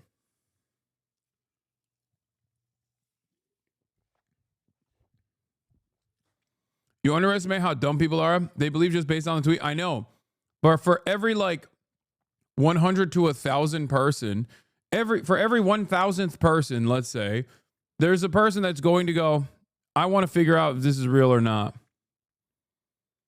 I was looking back on DMs with one of my cousins from 2021 who replied to a story I posted about you saying Hasan is anti-Semitic. If you knew you were Jewish, he wouldn't be so kind. That's so funny. All the way back in 2021.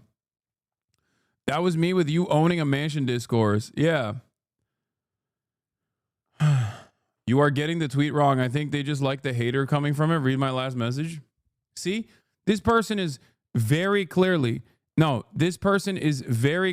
still doing that. What I was talking about with respect to, I have semantics perverts in my chat that will try to come after my argument in a critical fashion, even when they're in the wrong.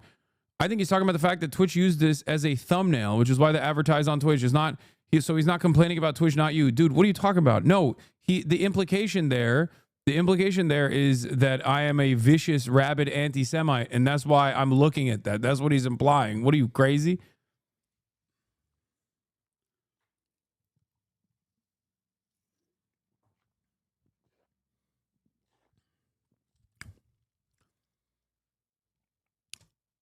I think if you told us a lie like Ethan is faking his ticks, then double, triple, quadruple down, we would 100% call you out on that bullshit. Yeah, 100%. The way that these guys operate is also like, I would say that, okay? I would just say this vicious lie, okay? This really fucked up and ableist lie that Ethan is like faking his ticks. And then I would find that one clip where he's talking about how he played up his ticks in order to not serve in the Israeli military, to say, see, I proved it. And then I would just go along. I would clip that out of context and I would just keep saying it over and over and over again. If I were to do that, my community would be like, what the fuck are you saying? What are you even doing? Why are you talking about this person? Why are you lying about this person? I would lose half my fucking audience overnight.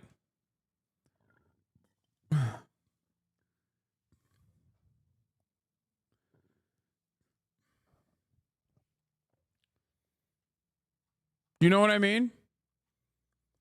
Except on the other side of the fucking discourse, virtually everything they say is a lie, and they just like keep doing a barrage of, this is fucking little weasel rat. I mean, it's okay because I'm doing the same thing. See, this is what you guys don't get. This is what you don't get.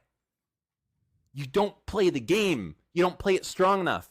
Dan Stalkman, he's like admitting to taking out of context clips and just lying over and over again for defamatory purposes. You're over here like, Dan, do not bring up that he went to a brothel. Yes, it was raided, but in the end, they didn't find enough crimes to shut them down. He has no issues clip chipping me, okay? He's fine doing it. Why the fuck would I not do it in return, okay? He wants to, like, do out of context fucking clips at me. You know what? That's fucking... What's really funny about this statement is it's also a lie, because in order for me to find out of context clips of him, I would have to know anything about him. Okay? I would have to like know what the context is and then be able to cleverly clip it out of context. I don't know anything about this man. I just know he's a fucking 60-year-old pervert who's lost his goddamn mind and like has made it his life's mission to actively stalk me. I don't give a shit. I don't know who the fuck this loser is.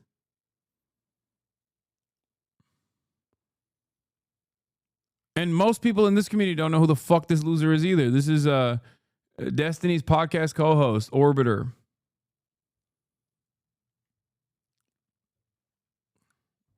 who spends every waking moment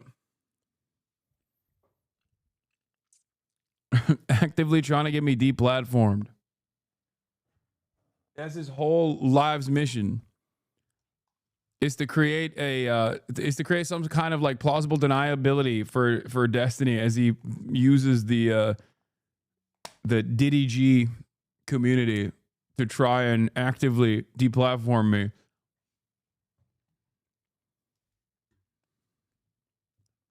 My biggest fan. 420, blaze it. Let's go. YOLO. Do it. This is the guy that Ethan openly admitted to collaborating with, who has also openly admitted, this guy has openly admitted to working alongside the ADL, for the record. Because you know what? There's not that many clips of me that you can take out of context. There's a few, but there's so much. The funniest part about this also is that he's so horny to fucking try to find something that he literally burned the reputation of his privacy company by trying to get a hit tweet out, scouring the interweb for an internet archive of like a fucking Diddy tweet that I made in like 2012 that I don't even remember making, don't even remember deleting really. And he used that to be like, yeah, he used our service. He used our service to delete that. And it's like, brother, the most offensive part of this process is that you lied about me using your service. It was so stupid. It's his own fucking privacy application that he burned the reputation of to make it seem like they actively actively blackmailed their fucking clients.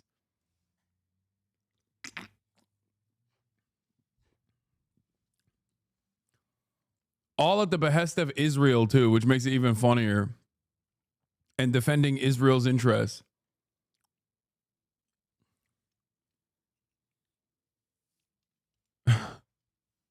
Amazing.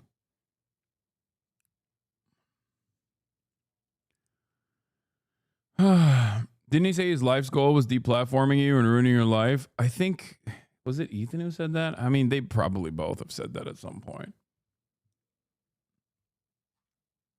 Yeah.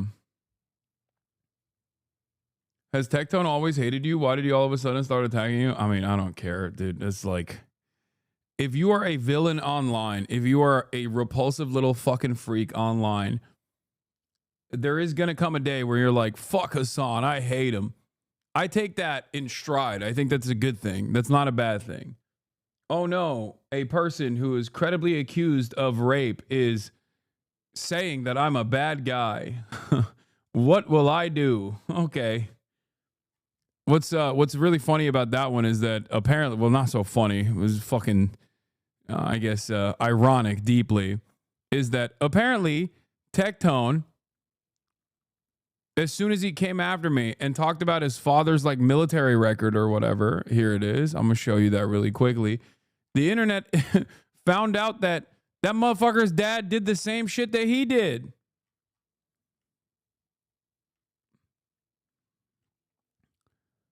Where is it? Hold up.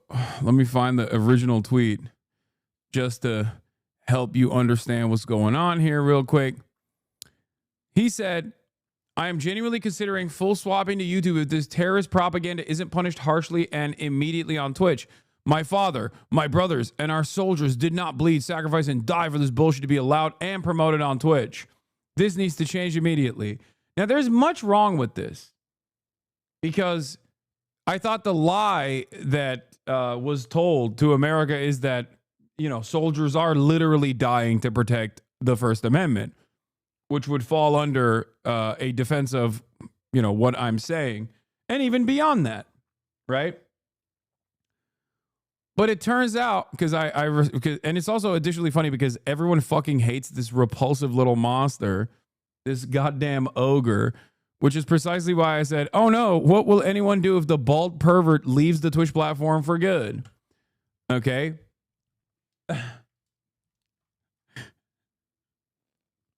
Turns out, Apple doesn't fall far from the tree, folks. This is who this is who he was talking about, Tectone. Apparently, this is his dad. Today, I would like to tell the story of one of the 8% that were prosecuted. The story of Colonel Michael Robertson, who commanded Fort Bliss's 31st Combat Support Hospital at Camp Dwyer, a military base and airfield in the Helmand River Valley in Afghanistan. Last week, Colonel Robertson was convicted by a military judge of 14 charges, including having pornography on his government computer, sexually harassing 3 women, and assaulting 5 women. 8 women that served under his command testified at great cost to their careers and their privacy. Colonel Robertson routinely touched them without permission. Someone found a photo of him and his father together.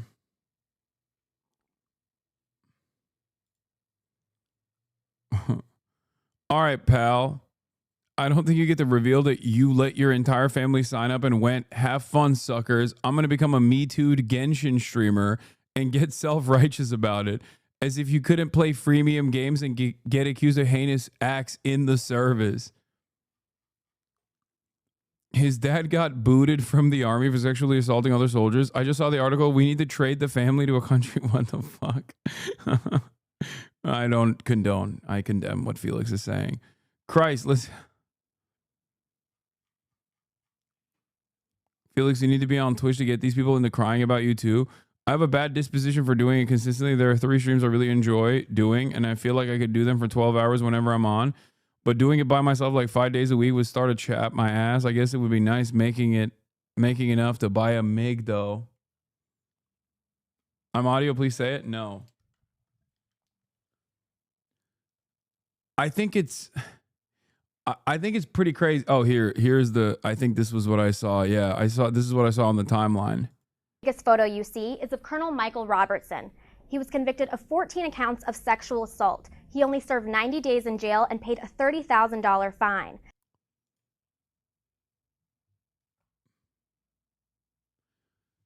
Bro, that is the craziest. I mean, it's not even a milkshake duck style situation, because it's like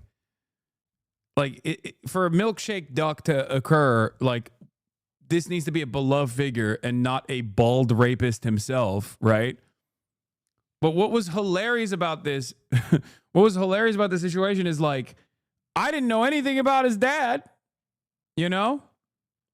Literally, where is this reference? You posted, come in with receipts posted, bro. So where did this reference happen?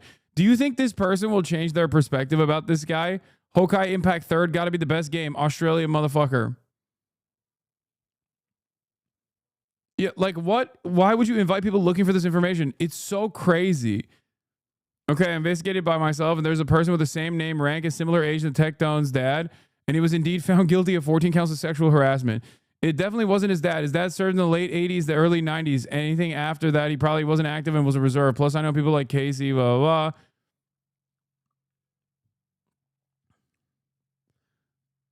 He literally references his dad as Iron Mike, which was also the nickname explicitly referenced in the trial of Michael Robertson. It's pretty obviously his father-in-law. It's not a surprise considering the history of sexual abuse that runs in the family. Like, this man has, I guess, epigenetic memories of rape. He had to do it, you know? He just couldn't. He couldn't stop himself because it's just like, it's a familial obligation over here. He literally says, should we call you Colonel in the podcast? Colonel Michael Robertson, Lamau. In the video, he literally said he served in Vietnam. The same Colonel Michael Robertson in the assault trial who served, guess where? Vietnam, Lem Phao.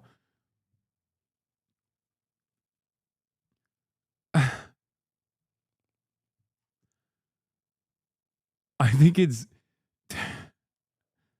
Tectone. Your father was a literal terrorist. Asman's father was a Vietnam invader. Both of you don't have the right to call anyone terrorist. Okay, listen, Asman dad is good in my book. Okay, he is a liberal. I don't know how he still is, but I don't know if he's still a fan. But you know, no smearing Asman dad.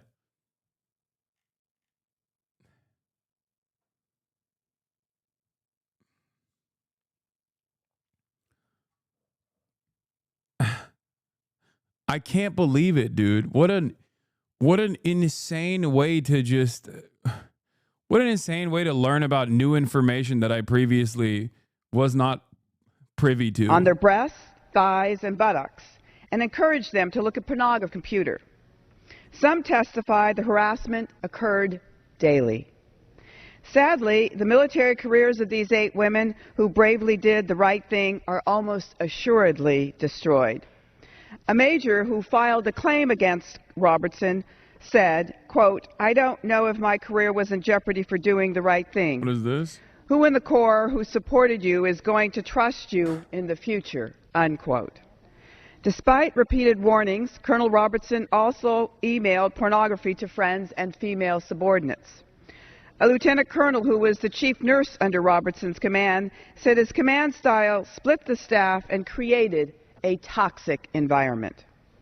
What makes the defense's answer to all these actions? That all of these jokes and the touching were attempts to boost morale. How much more outrageous must the excuse become before we do something about it? So what is the punishment for someone in the military convicted of 14 counts of assaulting and harassing his subordinates who was assigned to protect? Is he sent to prison for being a predator? Bro, his dad is in the congressional record for being a fucking sex pest. That is crazy. Oh my God. Is he stripped of his standing? Being a second generation sex pest is wild. I mean, like father, like son, I guess. In the military. What the fuck? Oh, no. Colonel Robertson was ordered to pay a $30,000 fine over 3 months and spent 3 months in prison. Colonel Robertson will retire from the Army when he finishes his sentence. His conviction won't affect his Army retirement. Everything I know about the way the military normally deals with these issues, I have no fear in saying that the likelihood is that the damage was significantly larger, and the very fact that he was even punished means that what he did was probably far worse, because the military usually just lets you get away with it, okay? Especially if you're high-ranking fucking Vietnam veteran, all this shit. Oh my God. Oh my fucking God. Holy fuck. I mean, you got a congressperson shitting on the fact that the American military did not offer just punishment. When do you plan on enlisting in Hamas or Hezbollah? I noticed that a lot of the little creatures have started crawling in the chat. All of a sudden. What happened? Why are y'all crawling out of the fucking woodwork right now at this very moment? It's like the worst time. It's perhaps the worst fucking time to come in here and chirp. Who is this guy? This guy is the father of this guy who posted, "I'm genuinely considering full swapping to YouTube if this terrorist propaganda isn't published harshly and immediately on Twitch. My father, my brothers, and our soldiers did not bleed, sacrifice, and die for this bullshit to be allowed and promoted on Twitch."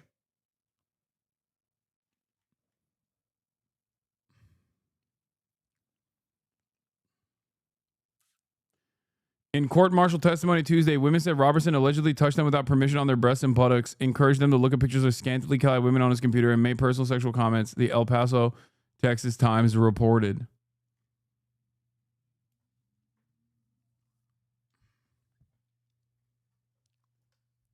He brought this up, and then Twitter immediately came in and was like, dude, your dad literally was a fucking award-winning sex pest. A sexual assaulter amongst the ranks. Too much of a goddamn threat to the American military. It was a national security concern, it seems, that they had to do something about it.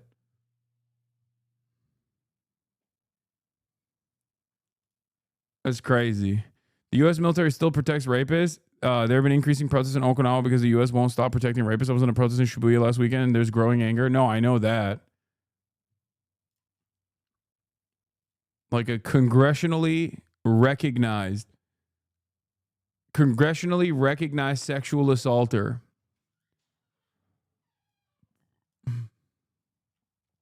I started Camp Dwyer, but not until 2012. You're right about military punishments for higher ranks? Is class warfare exemplified and disgusting? Yep. Nabarlan? Alaikum salam.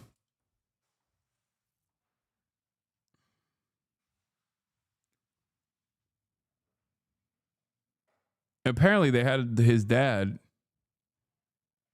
Tectone's dad, talking about you. Can't make this shit up. He doesn't know the context. What did he say? What did Colonel Iron Mike Are we say? bad people for thinking this shit's mad funny? Like, I just think it's No, funny. this shit's hilarious. Fuck Hasan. Okay, guys. All right, guys. Hey, Hasan a bitch. It's been a great stream, boys. Bro, what the fuck? Bro, why are all my haters like this? What is going on, bro? What the fuck? Yeah! Judge me by my motherfucking enemies. Holy shit. This is, okay, this is an ironclad law now, okay? Holy fuck. Holy fuck. Colonel Spider Rapist hates you. Oh no.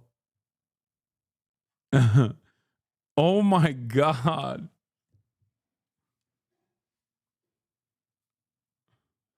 Dude, do I have I don't know what it is. Do I have this like major fucking anti-rapist vibe or something? I bring a real anti-pedophilia, anti-rape vibe to the party that pedophile rapists really don't like. Pedophiles and rapists.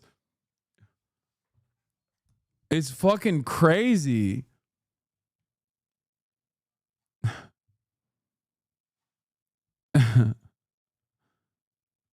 What the fuck? It's been a great stream, boys. Major fuck. Yeah, I hope y'all enjoyed the stream. Hey, I'll see y'all next. That's a sick belt buckle though. Like I can still recognize drip.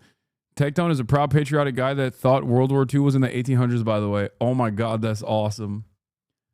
Yeah, we got to put this guy up on the board too, next to Dr. Piss Inspect.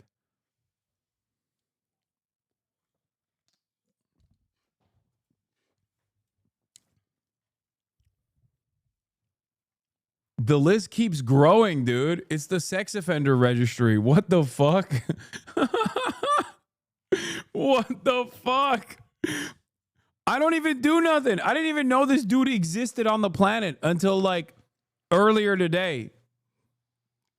And he's rocking the Lockheed Martin shirt. Oh, yeah. It's perfect. It's fucking perfect.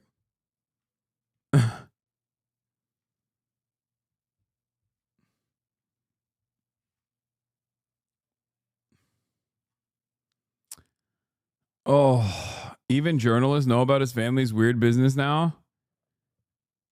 My father, brothers, and other soldiers fought to be able to censor speech. I don't like is an interesting new twist on how that line usually goes. His father is cashiered out of the military for being a sex criminal towards his subordinates. He fought for that right.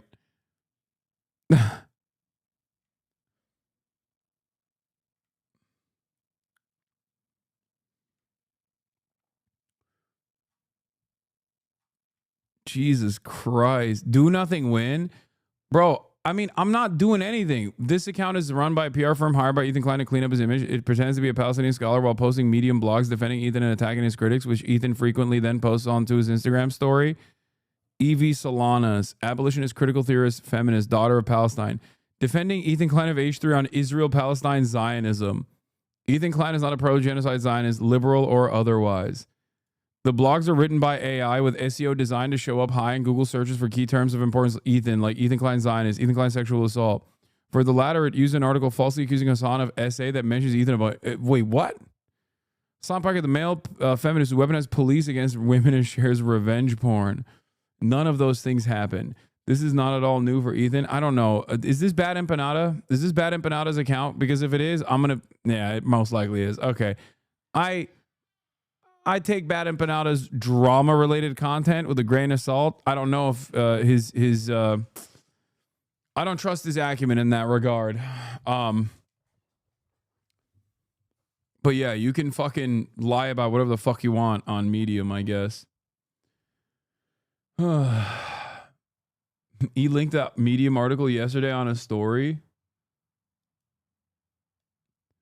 This piece of shit running defense for Zionist Ethan Klein is LARPing as pro-Palestine. What they actually are is a Diddy G rat who's following Vile Destiny, Sex Pest fans, and Yeet the mod of the Islamophobic Nazi Zionist troll farm Dazbullah Brigade.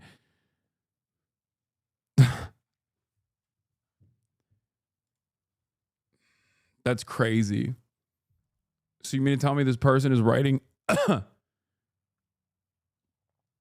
We've been getting a major influx of people who seem to think that Medium is a respectable institution. You know, there's no, like, anyone and everyone can write on there, right? This is our Hello YouTube. Everyone, my name is Abby Solanas. The aim of my content is to promote education and healthier, honest, and fair discourse online.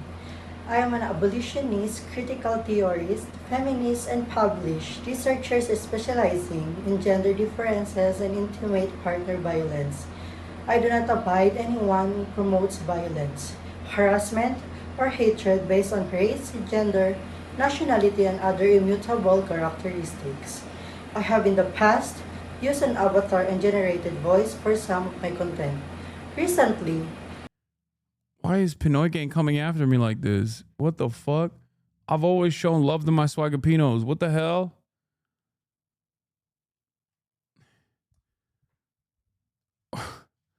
Swagapinos, rise up. But not like this. Has to be a Fiverr gig. Not Pinoy, look at the name.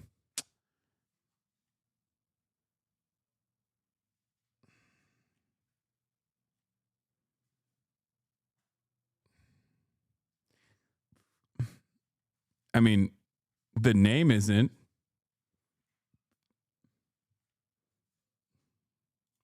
I have decided to attach more of myself to this work as I feel more comfortable. However, I will continue to use the generated voice for less personal content because it helps me produce better quality products. I also have paid editors for YouTube because I don't have time to edit all of the videos I want to make. Anyway, thank you for following.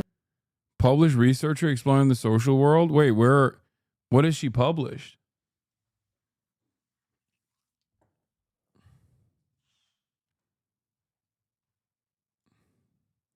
Hi, condemn what Ethan Klein said in the video, which I think is close from a decade ago, as tasteless and gross. I hope he has learned something since then. I think he has. The couple blog posts I wrote about him on a year ago have nothing to do with that in particular. I'm not Ethan Klein's keeper.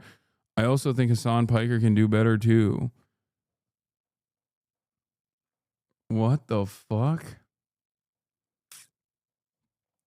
Seriously, look at the 2016 levels of 4chan/poll Arab hate in Dazbullah tweets.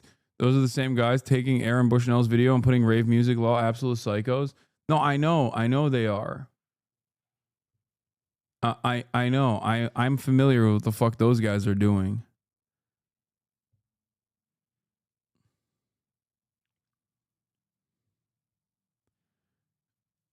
Nothing is not real. I looked into it a while back.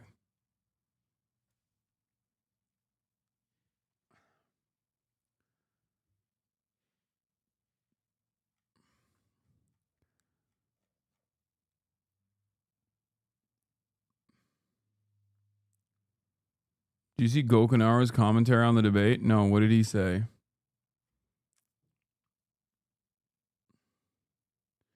Why are chatters so fucking aware of every single one of these weirdos? Why is this community turning the garbage on? Okay, bro, fucking calm down, all right? Like, I mean, this is like a not very sophisticated, but a very active smearing campaign that Ethan Klein is either willingly or unwillingly participating in. Like, that's fucking... I think that's valid. It's valid to look into shit like this, okay? Like, calm down. Like, there is a limit to a drama, and this in and of itself is like worthwhile.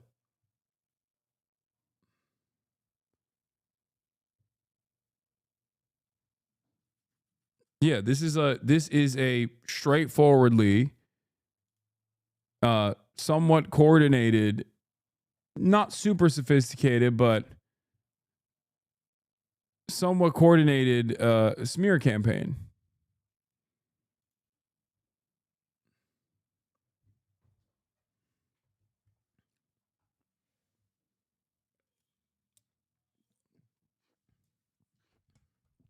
I suspect that that person who's on that YouTube page is probably not the real person, though.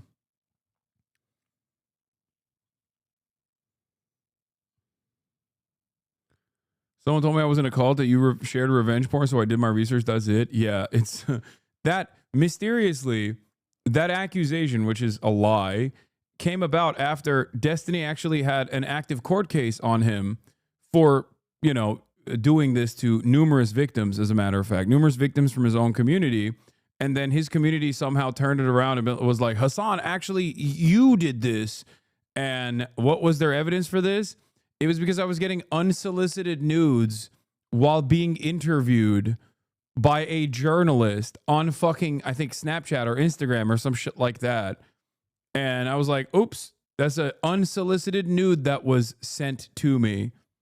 It's always projection. It's always a role reversal where people just try to stretch, they try to stretch the truth in a way that suits their purpose to craft this fucking insane narrative. They see it gets attention, though, and this prolongs it as it make up crazier accusations than what we're doing. Yeah.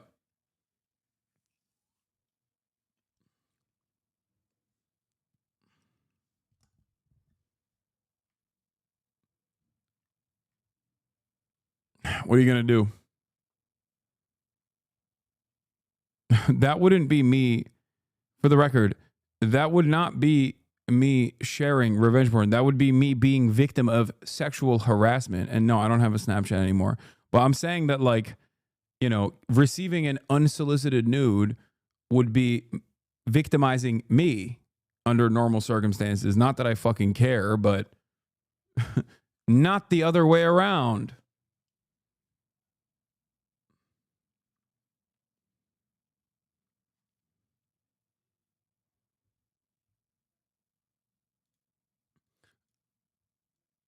What? What? I think she wasn't being a jerk, saying you could do better. Hasan, she might feel that when telling a chatter to suck my dick. You should stress to do so in a non-violent way. Oh, God. Oh, my God. You are literally getting primed by an AI bot, chatter. I like to think that at least 11 months in this fucking community would have caused someone to be a little bit smarter than an AI bot. Like someone who is easily duped by an AI bot that wrote a fucking Medium article that is clearly designed to smear me. That's your takeaway from this? It's getting real hard for me to not say, suck my dick.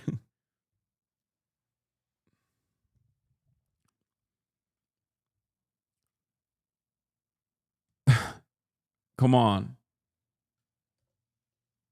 Yeah, we should call it a blog post to be more accurate. I mean, that is precisely what it is.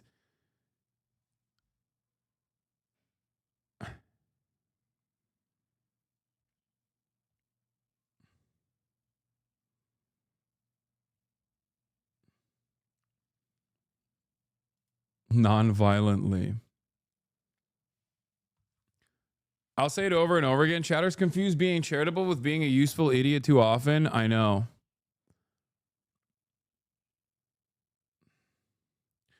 All right, let's keep going. It's not possible to do. There's tremendous hatred, just so you understand.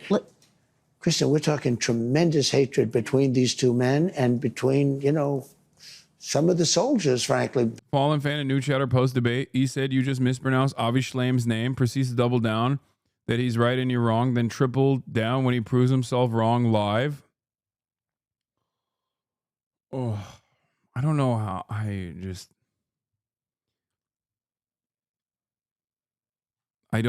let's move on, please. Let's get back to the real drama. My goat, the president. Between the generals, they've been fighting hard for 3 years. I think we have a very good chance of doing it. Very quickly, if you do walk away, would that mean that you would pull military and intelligence I don't want to say sharing out that of now. It's too early to say that. I don't want Okay. to get into that argument. Let's move on to Canada.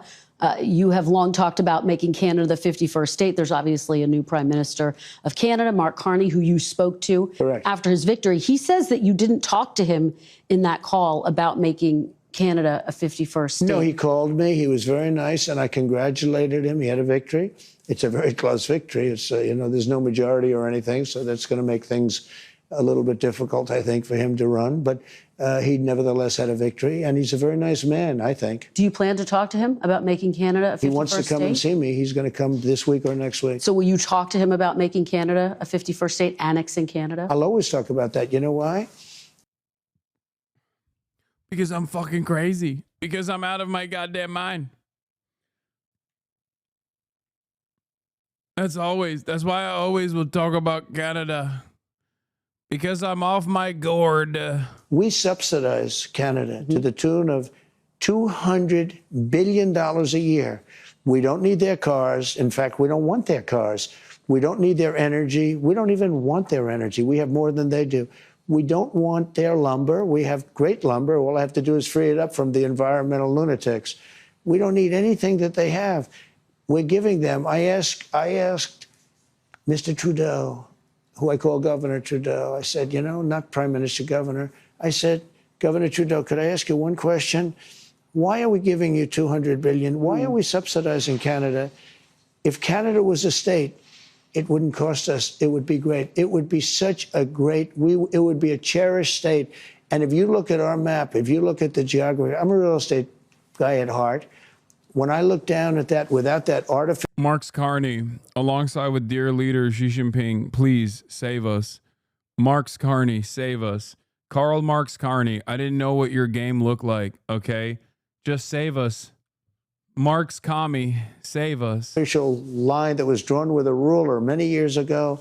It was just an artificial line, goes straight across. You don't even realize what a beautiful country it would be. It would be great. But Marx Carney, we will become a bountiful province. I will start saying, don't you know, randomly. I will start saying, I apologize.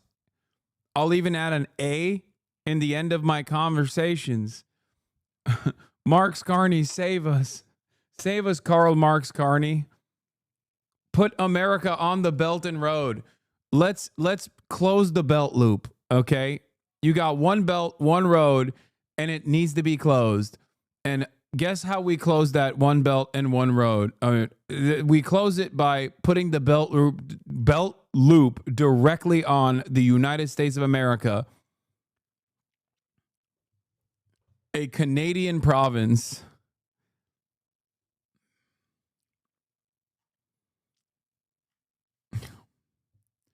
Hey, bud. I don't think the American public wants me to... Marx Carney gonna come out and be like, he said he was gonna do the Amerification of Canada, but we just Canada-fied America. I did NATO. Pay $200 billion a year to subsidize Canada. Again, remember this. Yeah. We don't need their cars. We don't need their lumber. We don't need their energy. We don't need... He's so good at being a National Socialist. Like, he is actually the method. Like, he is doing the Hitlerian method so hard. He doesn't have the ideological acumen or the conviction to follow through on this agenda, even though he is surrounded by people who very clearly do, like Stephen Miller, who is a fucking Nazi through and through. But as far as the rhetoric goes, it's so, like, he says borders are a scar on the face of the earth, like he's fucking Giannis Varoufakis. When talking about the annexation of Canada, he talks about how you don't need these many commodities. Let us rid ourselves of these material possessions and care about what truly matters. You don't need 35 different toys. You can make do with 3 or 4. Enough of... Long gone are the days where we wanted to constantly seek out abundance. It has taken a major toll on the environment. We must go back. We must return. And then why is he doing that? Oh, because he wants to decouple trade from China, from all of China's trade partners, because he wants to, I guess, nuke China without having too much of a severe repercussion in the process. It's crazy. He has the populism down pat. This man could tomorrow, if he wanted to, I think, bring about Medicare for all to this country. He would never do that because he is a capitalist through and through. But I'm not even kidding when I say he could just come out and be like, every American deserves to be saved. There is no freedom until you have freedom from medical debt. Can you believe it, folks? America's the only country in the developed world that still has the concept of medical debt. How can you claim to be free? How can anyone claim to be free if you have the freedom to what? Choose which healthcare provider you're gonna get shellacked by? That's why I'm abolishing the profit-centered, privatized healthcare structure, an expensive middleman that no one wanted. That's right. And I'm also freeing Luigi Mangione. I'm taking him out of prison, folks. Look at how beautiful he is. He looks like he just came out of central casting, folks. He looks like one of those guys. Italian, beautiful, beautiful Italian eyebrows. I took one look at those eyebrows and I said, Medicare for all today, Medicare for all tomorrow, and Medicare for all yesterday. He comes out of the gate swinging like that. All the cult turns around. FDR numbers, woke Trump.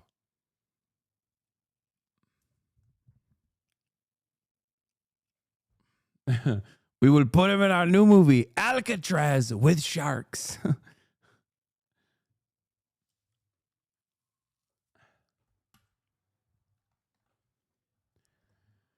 Oh my God.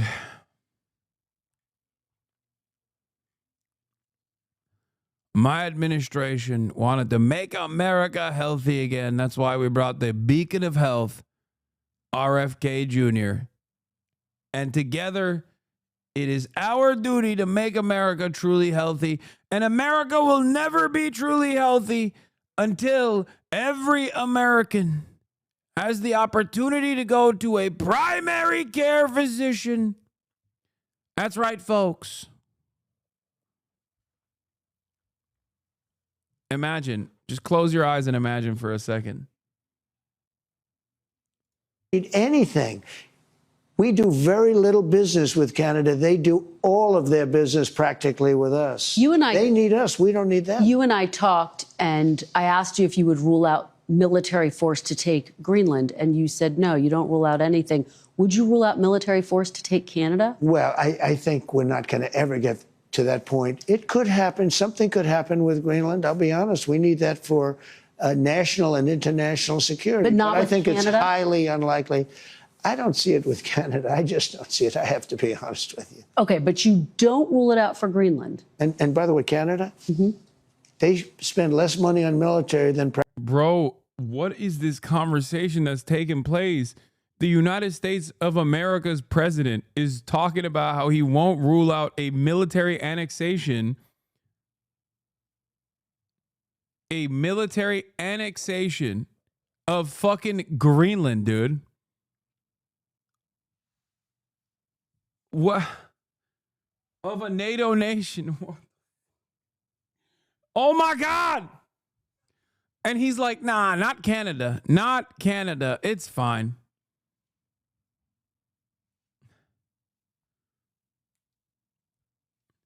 We won't do it to Canada. I'll spare Canada. Practically any nation in the world. They pay NATO less than any nation. They think we're subsidized. They think we are going to protect them. And really... If you put an Iron Dome in Vermont, we'll put rocket launchers in Montreal. Okay, Canadians, calm down. Okay, calm down. Calm down. All right. Chill out. Canadians think they're American for a brief moment when they say stuff like that, where it's like, come on. We are.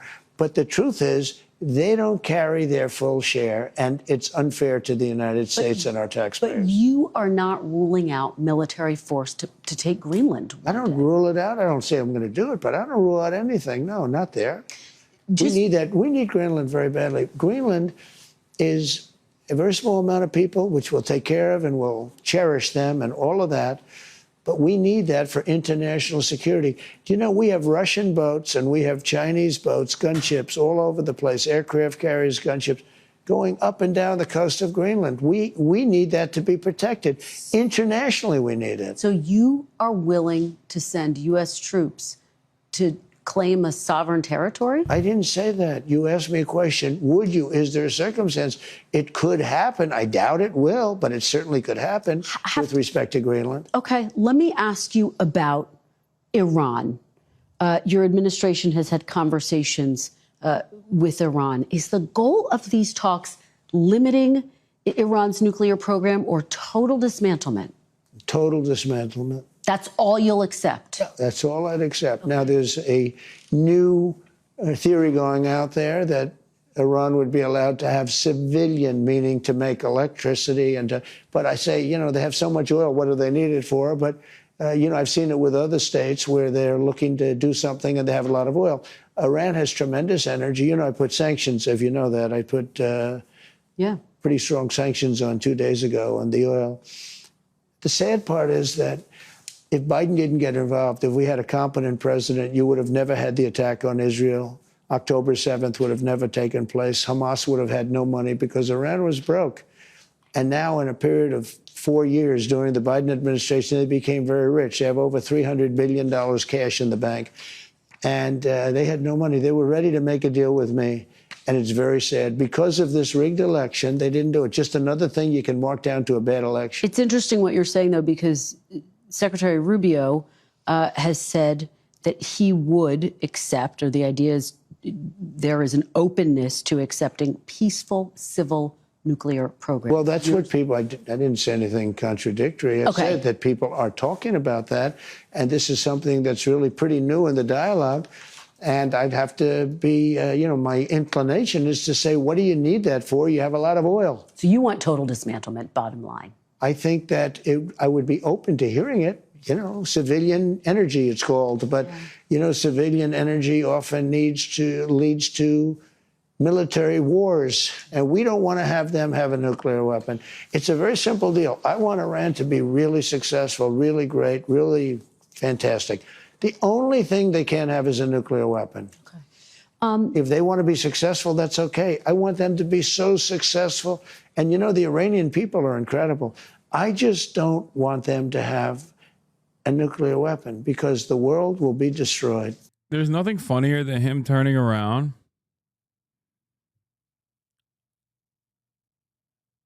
and trying to re-implement the Iran denuclearization agreement, which, of course, the first time around, his signature accomplishment was destroying it at the behest of Israel. So what he's doing, okay, Jerome Powell, he's like, who's the stupid guy that appointed him? Or tax cuts that are slated to sunset. Who's the stupid guy that designed the tax code to sunset by this point? Or the Iran denuclearization agreement is like, who is the dumb guy who told Iran that they no longer have to abide by the denuclearization agreement? It's like everything he's doing. The TMC, oh, dude. NAFTA 2, also known as the TMCA. Some guy came in, did a horrible trade deal with Mexico and Canada. Who could have done this? He's literally, or not TCMA, sorry, USMCA. Wait, what the fuck is the US Mexico Canada deal? What was the TCMA? Where did I get that from? Texas City Management Association. No.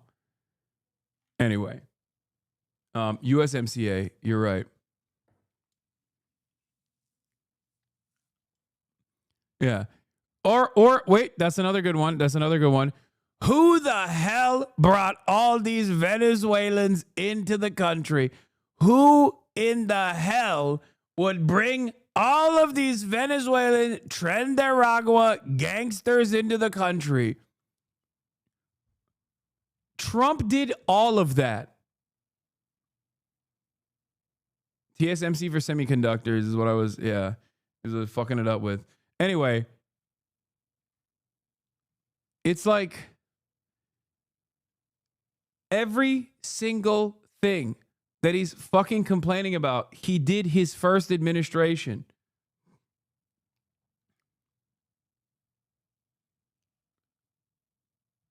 Pretty much. Just to recap, we're talking about your desire to claim Canada. Who's doing Greenland. questions now? What do you say to people? You forgot the Panama Canal. Panama Canal. What do you say to people who say they voted for you because they wanted you to end foreign conflicts, not start new? I don't see that as conflict. I think that's... Can you explain how he did that? Donald Trump literally extended temporary protected status to Venezuelans on his way out again. Like literally, one of his last acts in office was to extend temporary protected status to Venezuelans. The reason why he did that was because he hates Venezuela. It's like, out of all the authoritarian strongmen that he loves, the one that he has always despised, and I truly don't know why, because it doesn't fit that profile at all, but he fucking hates Maduro. Okay? And in the process of like undermining Venezuela, they greatly escalated the sanctions regime against Venezuela with the express purpose of destroying Venezuela's economy, knowing full well that there would be a population collapse in Venezuela that would then have to go to either Colombia or neighboring countries or other neighboring countries, or come to the United States of America. And he knew that there was going to be a massive amount of people that were escaping Venezuela for a better life in the United States of America, obviously. And he turned around and offered them temporary protected status. He offered them to Haitians as well, but especially Venezuelans. On his way out, he extended additional temporary protected status to the Venezuelan migrants that were coming into the country. So now that he has this like weird smoke for Venezuelans, like it doesn't, I mean, it makes extra less sense, if that makes sense. I don't know why he's decided that he hates Maduro extra hard. Good for our country, those I gotta things. pee. Look, the Panama Canal was taken over by China, effectively. Now China seems to have left, but the Panama Canal, think of this deal. We built the most expensive object we've ever built in the history of our country. That was Mount McKinley. They just took away, I just gave them back the name, but McKinley made the money. Teddy Roosevelt spent the money. McKinley gets very little credit, but he made, you know how he made the money? Through tariffs. He was the big tariff president. Okay, but forget that. We built the Panama Canal. It was the most expensive thing. It would be the equivalent, like almost $2 trillion today. We've never spent it. And it was very successful. And Jimmy Carter gave it away for $1. Panama insists This is the kind of leadership. Panama says they do control the canal, but we have a couple more questions left, and Panama said what? A little wrap. Panama said what? Panama says they still control it. I know you're saying China. Panama says they still control it. You know, But- if you would have gone there about 5.2 months ago, Yeah. every single sign on the Panama Canal, with the exception of about 15% of them, was in Chinese. Let me ask you, because we're nearing the end, just a couple more questions here. I'm not complaining. You keep saying to me like I'm rushing. No, you're not, and I really appreciate it. I don't want to really rush you. I don't want to make you nervous. Thank you. The Trump Organization is selling hats that say Trump 2028. Yeah. Are you seriously considering a third term, Mr. No, I President, think- even though it's prohibited by the Constitution? Or is this about staying politically viable? I will say this. So many people want me to do it. I have never had requests so strong as that. But it's something that, to the best of my knowledge, you're not allowed to do. I don't know if that's constitutional that they're not allowing you to do it or anything else, but there are many people selling the 2028 hat.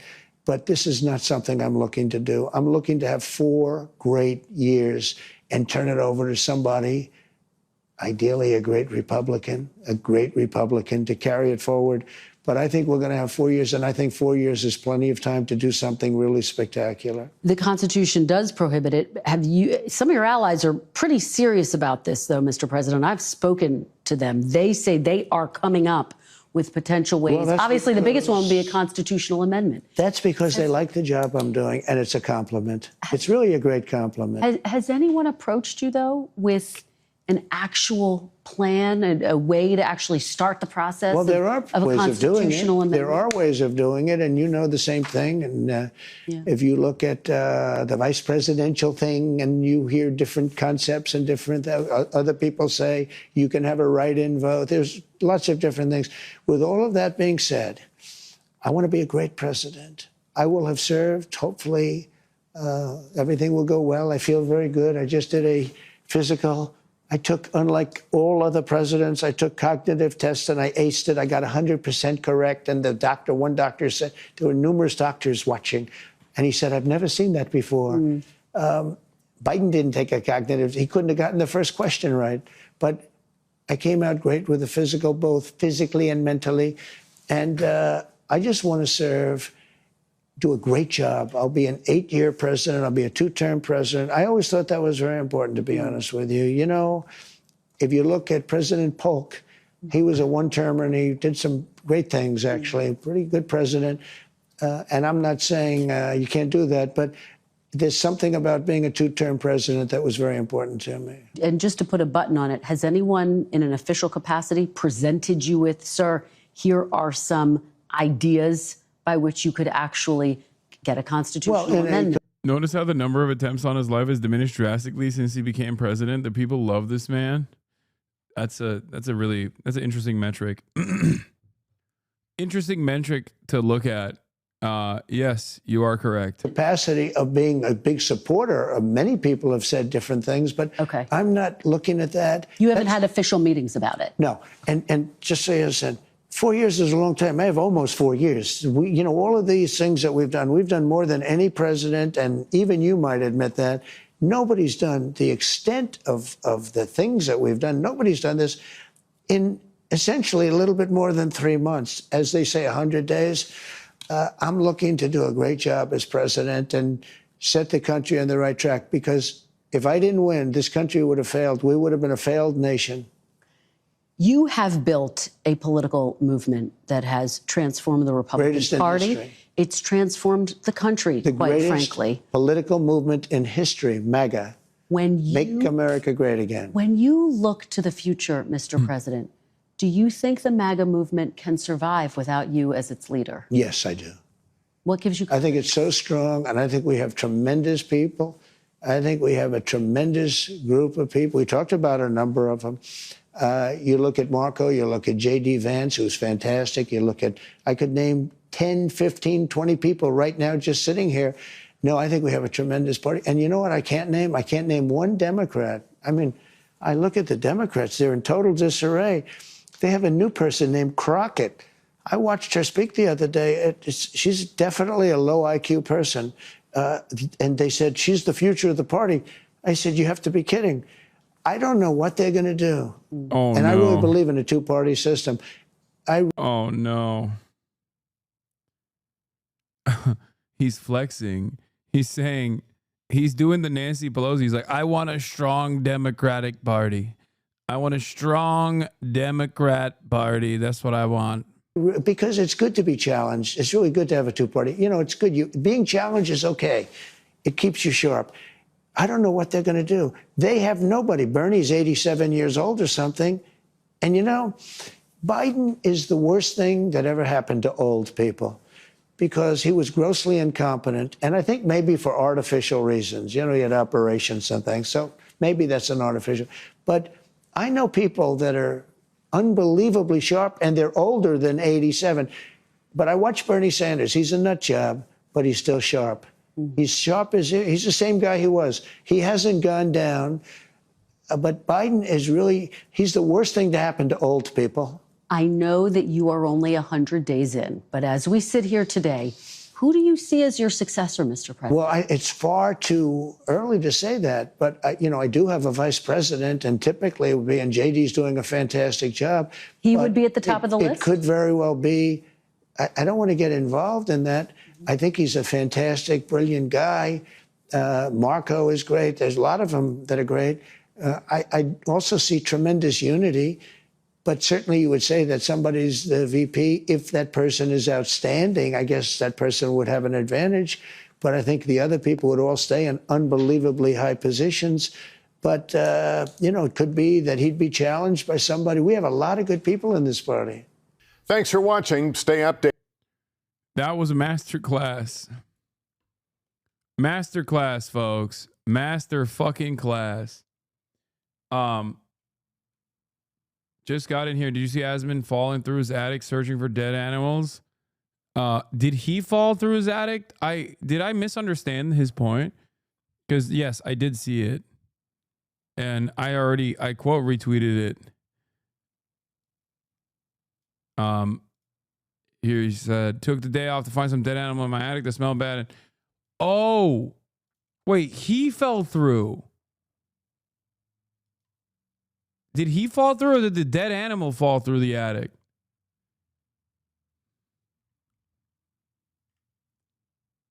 Oh, I didn't even realize. I said, this is an impressive display of rot coming from the most successful right-wing commentator in North America.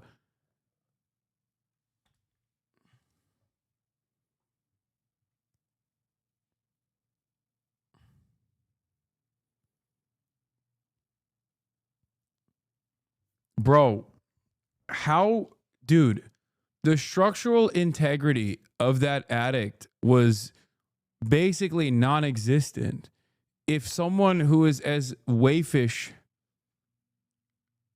like Asmongold's like a twig, how the fuck did he have enough weight to even go through?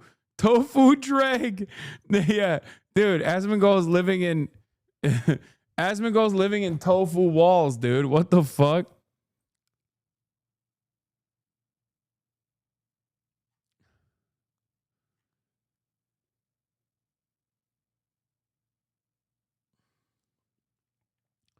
Need to investigate the girl rot subculture as a change of pace? No. No. Nah, he stepped on the ceiling. You're supposed to walk on the 2x4s.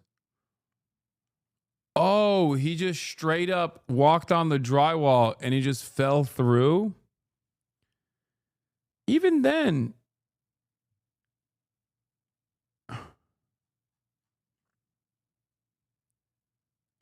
I feel like shouldn't it still like hold him up? He's not that heavy.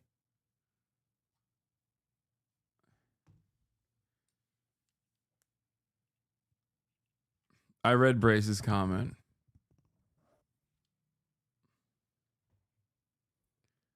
If you step between the rafters, sheetrock is not strong.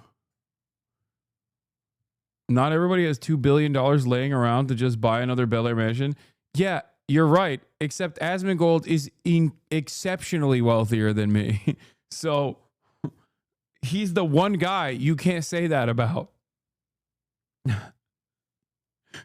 Also, additionally funny, considering that, do you guys live like this? You don't make any money in comparison to Asmongold. Do you live in these circumstances? No. So, like, this is unique. This is exceptional. This is truly, truly horrifying, horrifyingly repulsive. It's not like he also lives in like a high value real estate market either. He lives in Austin, Texas.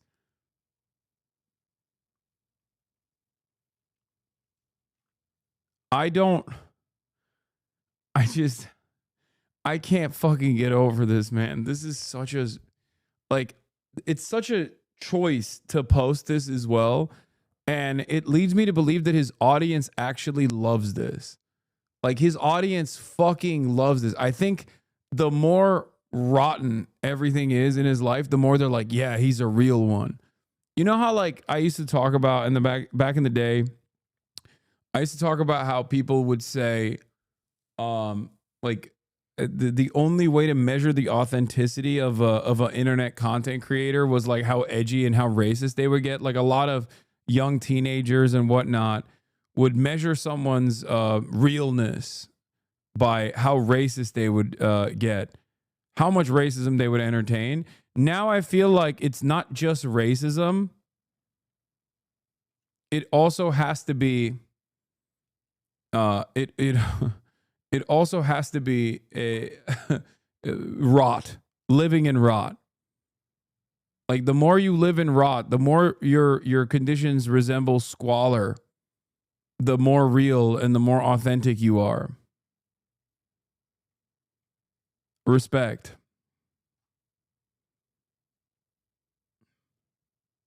Rot maxing. Imagine being so rich you can cosplay like this and think it's rational living in filth. Bro, it's not even, is it cosplay?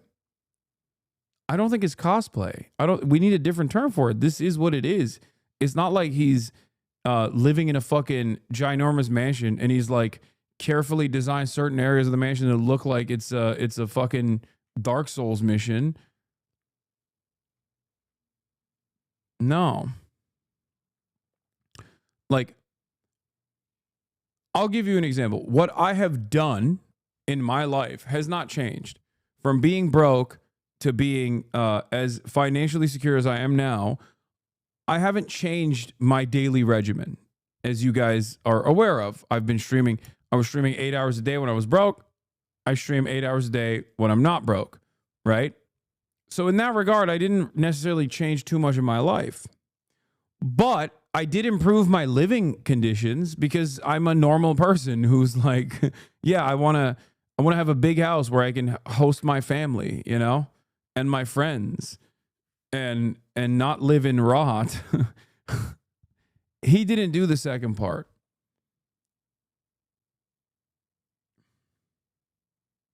Eight-hour streams, Lamau. Are we really doing this? We're really acting like I do half days now because sometimes I end at 7 hours and 30 minutes.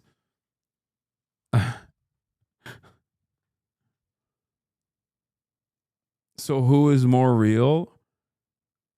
I guess he's more real. He doesn't give a shit about anything.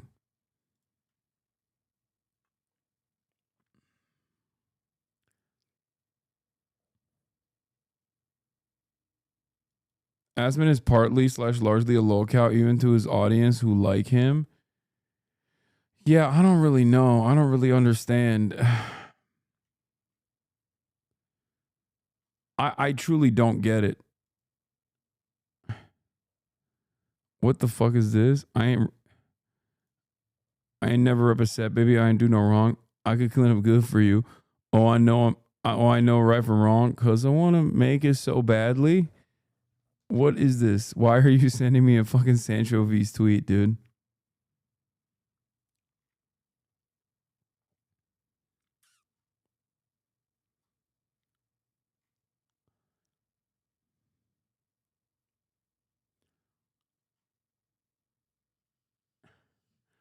Oh yeah, I'm docking your pay from what? What you're paying for in the thousands of hours of stream content that you get for free if you have a Twitch Prime, by the way. No, he doesn't drive the 99 Mustang anymore because it literally broke down when I was in Texas doing his podcast. And I believe he got a new car. Yeah. The price point comes down to like 5 cents. 5 cents an hour. Yes, I did his podcast, dude. I mean, this is before he went full blown.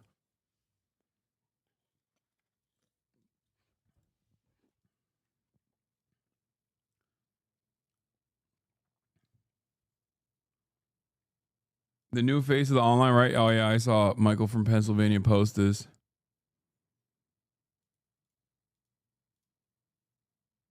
Where's the audio? Yeah, Drama Alert went from saying he's so gross to fucking to loving every moment.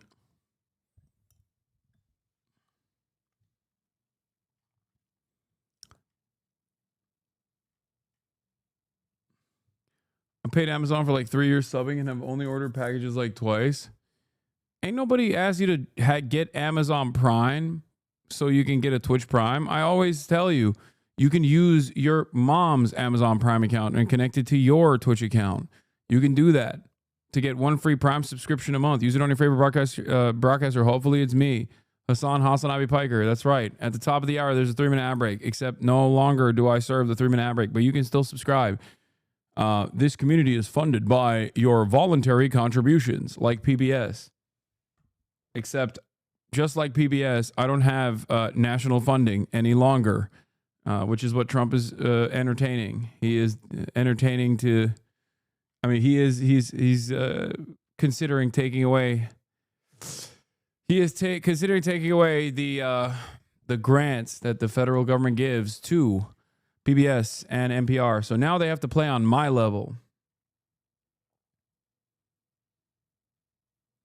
What is broke to you, though? I thought you admitted to being a nepo baby just yesterday. Not trying to attack at all. Genuinely asking. Yeah. What is broke to me is making $20,000 a year, brother. What the fuck? In Los Angeles and living in the fucking kitchen of a frat house. I was definitely... No, I am a nepo baby in terms of like my nepotism. My nepotism allowed me to get a job at my uncle's startup YouTube channel. This is correct. Which gave me a massive leg up in terms of being in the digital media space. But having said that, there was definitely a long period of time where I was not financially secure. I grew up affluent as well on top of that, but that affluence went away by the time I got to college because my father lost all of his money. Basically gambling in the stock market.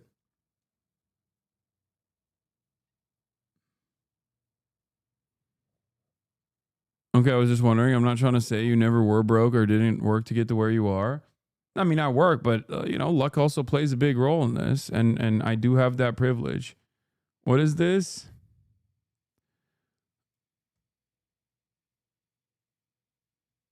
Hasan's zeroing in on TikTok right now. Bro's going after my 75-year-old cancer-ridden dad because of alleged sexual harassment claim from 17 years ago when I was 15 years old to try to paint me as a rapist. This guy's fucking psychotic. He must be upset because his best friend's on trial right now. Who? Who's my best friend? Bro, that is not alleged.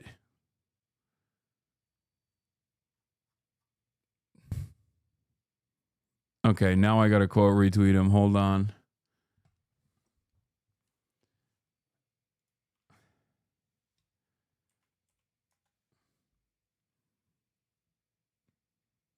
Is he talking about Luigi Mangione?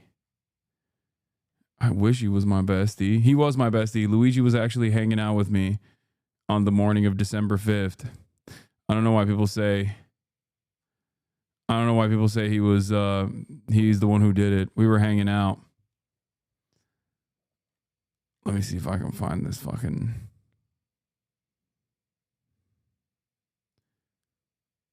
I'm trying to find this video real quick.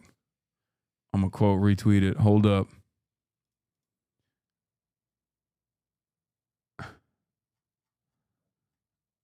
I don't know why he's bringing more attention to his dad's background. I find that very strange. Certainly a choice. His choice. But elevating those claims is pretty crazy. Wait, where the fuck's that video from Congress? Oh, here it is. Thank you. No, not that one. The other one. Today, I would like... How do you fucking...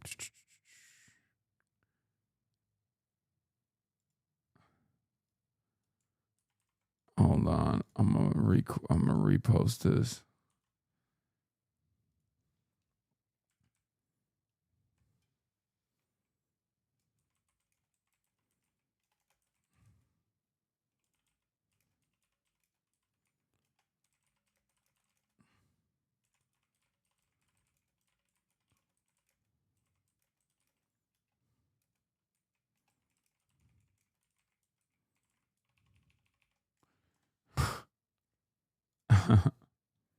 I'm saying,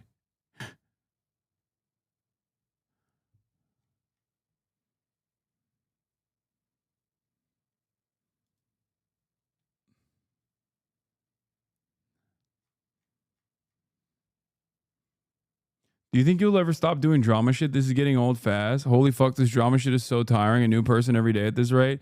Take a day off. Cool off a little bit. We're fucking 6 hours in. We are 6 fucking hours in. And there's been 2 moments where I entertained drama, okay? Can I have some fucking fun without motherfuckers chirping? God damn, dude. What am I, your fucking news monkey? Jesus Christ, dude. Literally 6 fucking hours of nonstop news coverage. The moment I sidestep away a little bit, and instantly, they're like, down. They're like, shut up. God damn. Some of you are also unbearable. Like, yes, I don't like the fucking drama chirp nonstop. I don't like it either. But holy fuck, you found a new way to also be like, why aren't you covering the news right now? Which is still just as annoying. Having fun in drama is different. Well, this is fun for me, okay? Maybe it's not for you, but I'm having fun. Jesus Christ. Big drama. Yeah, I saw what she was up to. This shit is crazy. 340 on the squat tonight. Republicans are weak as fuck. I mean, he mogs me. He outlifts me. And he's Chinese. It's so crazy. One day, you know, listen. He's black Chinese. I'm white Chinese. Together, we're both Chinese. Okay. We make up half of the sky. And the other half is made up of who? What? Women. That's right. Women hold up half of the sky, and the other half of the sky is held up by who? Me and Chi. Okay? One guy who's white Chinese, one guy who's black Chinese.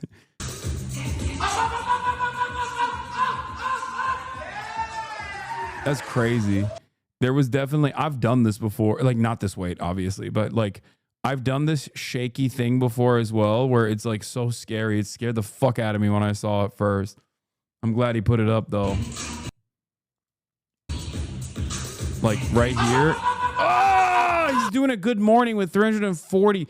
He's basically doing a fucking good morning right here. Do you know how difficult that is? I bet he can deadlift like a motherfucker. Okay. No belt, 1 rep. Bending over that much. That's crazy. What's a good morning?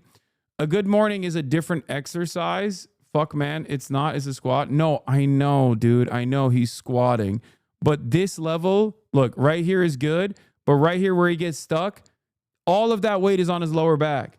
That means his lower back is insanely fucking strong. Yeah, I saw that fucking tweet too. Outflanking Mao from the left. I actually think women hold up 65% of the sky.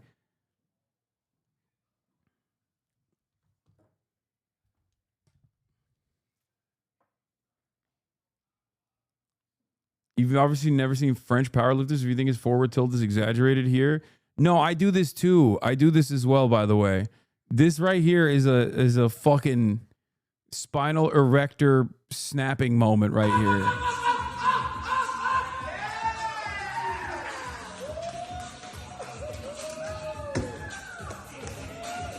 Also, I have those shoes. I bought them in Japan, and I left them in Japan because they couldn't fit in my fucking bag. And let me tell you, they're horrible for squatting. I cannot believe that he squats in those shoes. Like, all of this is impressive to me.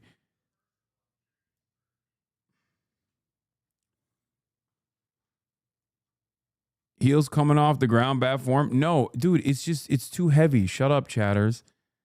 He made it, though, and that's what matters. He put it up there. He got depth in there, and he put it all the way up. Everybody stop.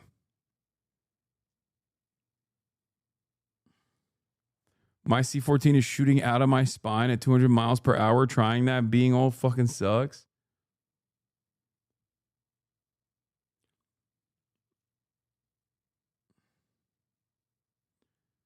Another big drama. We have to say W. Dave Matthews. Why would I? When you say white South African, the type of man that comes to mind might be Elon Musk or Peter Thiel, David Sachs. But like a drop of water in the desert, there is Dave Matthews. Why would you say reluctantly W. Dave Matthews? Does Dave Matthews suck? What's the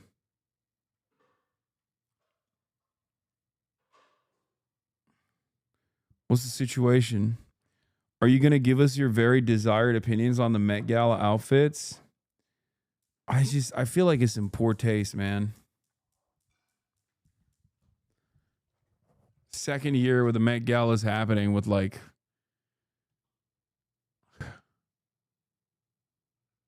you have the most what? You have the most mentally insane haters? Motherfucker be trying to piss on the wrong boost. So fucking typical to villainize and try to blow up shit that is solely allegations to begin with, but proven false. Though what's on the hunt knows about the truth or facts. It just sickens me to no end. I'm so tired of this nasty bullshit being spread by him/orbiters and dumbass dick suckers lapping it up. I know if it's got me this much, there are many, many, many more. It's pushing worse. Little bitch made coward boy already machine gunned his own legs off, so now he's trying to just bullet and bury his influence and career. What?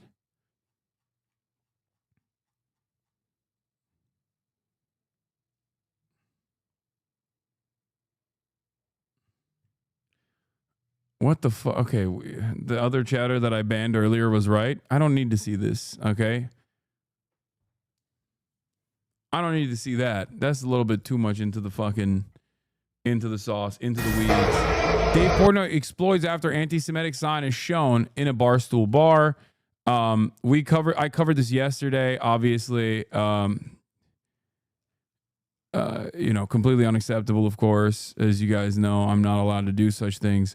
But there was apparently this other situation where ABC begged Dave to do an interview by his own words, his own statements. Okay. And since it was local, I agreed. Then the reporter tried to say Barstool and I and white men were responsible for the incident. Austin started recording once it got contentious.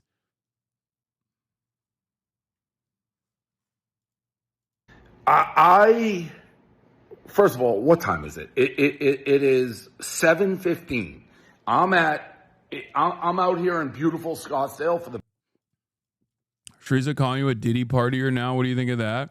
Why is it that every time I bring up Tectone, someone immediately comes in here to be like, "Oh, the Diddy"?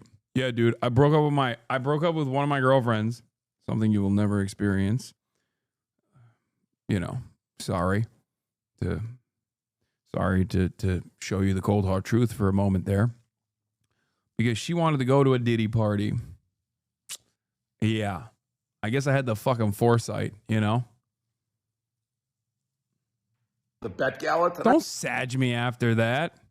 Don't hit me with I was just reading what people said, sag. And obviously this thing at the bar, the fuck the Jews sign, the anti-Semitic sign at my bar, still going. So all press being like, will you talk about it? Yeah, I'll fucking talk about it. So ABC News. It's not that they're misrepresenting your Coachella after party statement. Yeah, no, I went to a party at Coachella and I also was grossed out by it. And the party was thrown in part by P. Diddy many years ago. Philadelphia. They reach out. They beg me to do an interview. They give me the reporter's name. It's some report. What grossed me out was like, I talked about this fucking years ago on stream about how like it weirded me out. I had consumed some very legal mushrooms, very legal shiitake, I think, or maybe portobello. And I went into the backyard and there was this like tent style structure that they had built in the backyard. I mean, it's like one of those like fucking advertising parties. You know what I mean? Like it's like sponsored by, I don't fucking know, Pepsi or some shit. Like it's just how it is in Coachella. And I went to this backyard where there was a fucking gazebo and I looked up at the gazebo and they had this like crazy fucking, they had this crazy projection at the roof of the fucking gazebo. And it was like this child. And I think they had like made this, it was a young boy. It was like an AI video. And this was before AI was popping. So I thought it was like extra weird. It was like maybe CGI. Yeah, it was like a young boy and then a young girl like opening up a Christmas present. And I was like, is Alex Jones right? Is Alex Jones actually fucking right? What is going on here? And I left. And I thought it was weird, and I reflected on it, and I explained it to you guys on a stream in like 2019 or something.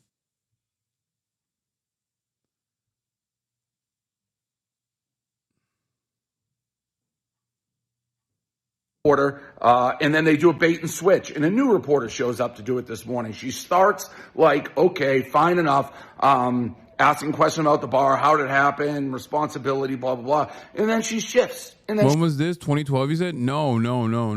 It wasn't 2012. It was in Coachella. It was like 2019, I think. she does whatever The girlfriend breakup was at a separate instance. a media scumbag does. She's like, Bro, you should have not said that. In 2019, the fuck are you talking about? Also, it doesn't even make me look bad. It's me being creeped out by Diddy. What the fuck? It wasn't like a Diddy party. It was a fucking Coachella party. Which I even forgot about. Even forgot about fucking going to and talking about. How many views are we pulling in 2019 streaming? Like 200?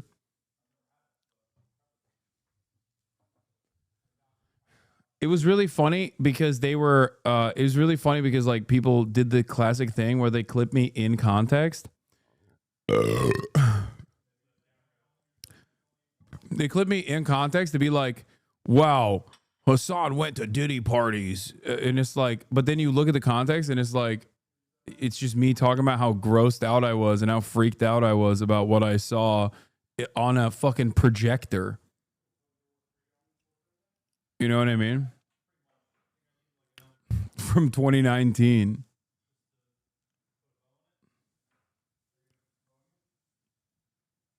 Yeah.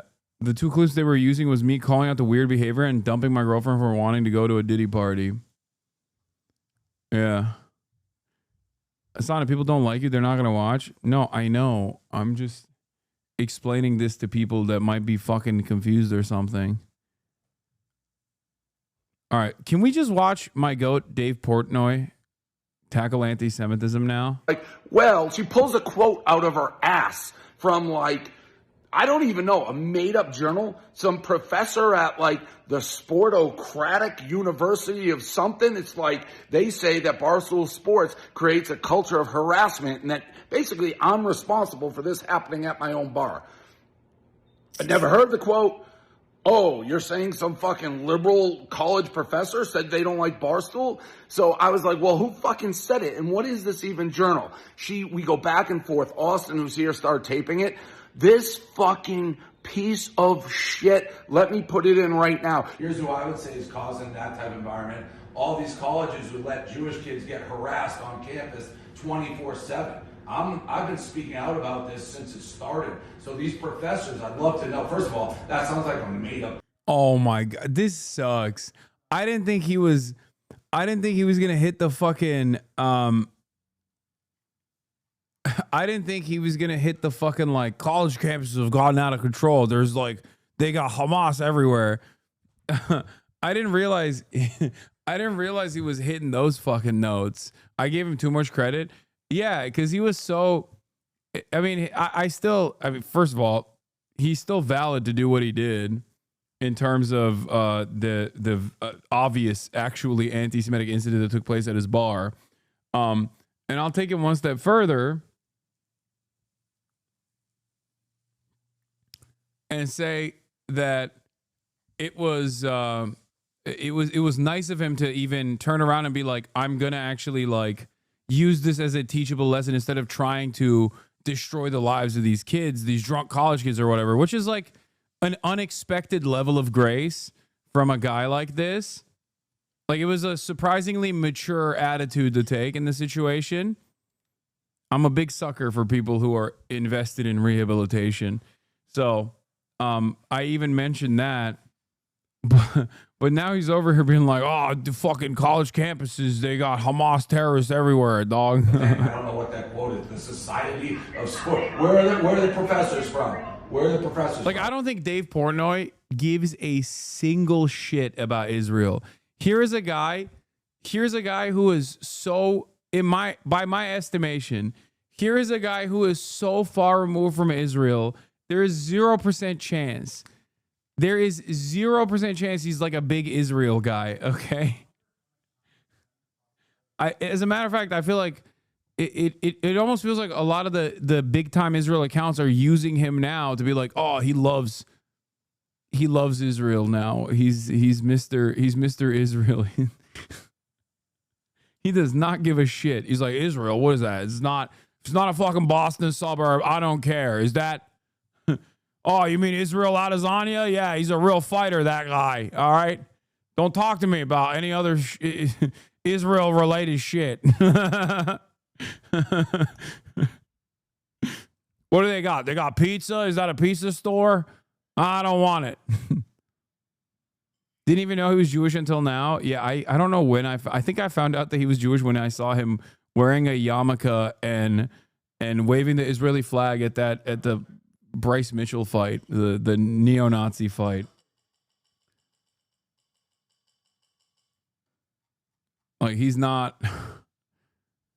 He is so Boston. He is Boston through and fucking through. Okay, when you're that Boston, I feel like when you're that Boston, you turn into a man who is Irish Catholic. No matter what, it doesn't matter what your background is. You're just fucking Irish Catholic. Oh no! Don't show me this. There's no country that's consistently attacked by the enemies then used restraint and defending themselves despite superior military more than Israel. I want peace for all innocents in the Middle East. I also fully support Israel. Oh, God. Stick to pizza reviews. Oh,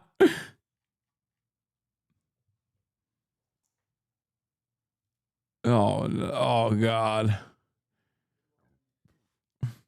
Spoke too soon. I was wrong. He is an Israel guy. I wonder if he's a post-October 7 Israel guy.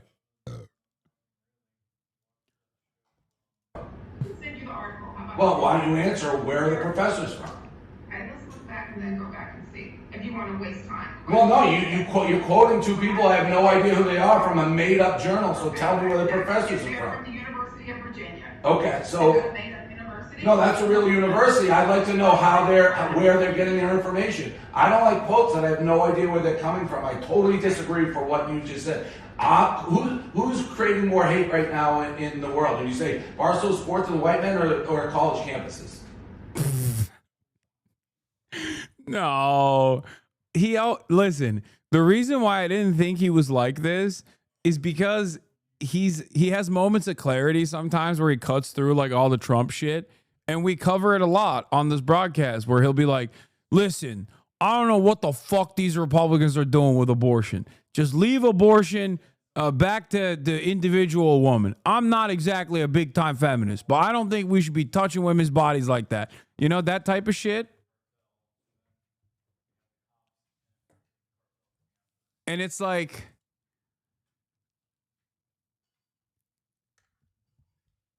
hate when college campuses create hate and division. Yeah.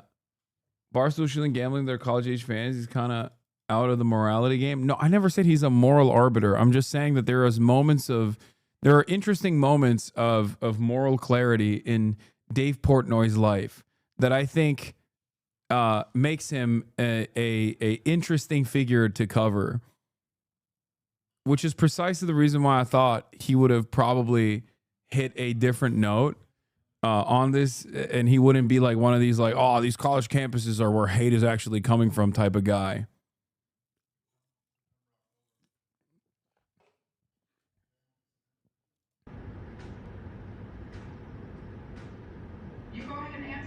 No, that was a question to you.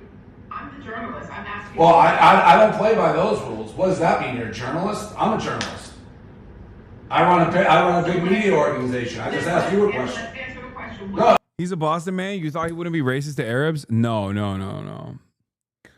That's a good question. No, I I didn't think he would be woke on that. I would have just thought that maybe this would be another one of those issues where he's just like, I kind of understand where the kids are coming from. You know what I mean? Like, that's what I thought.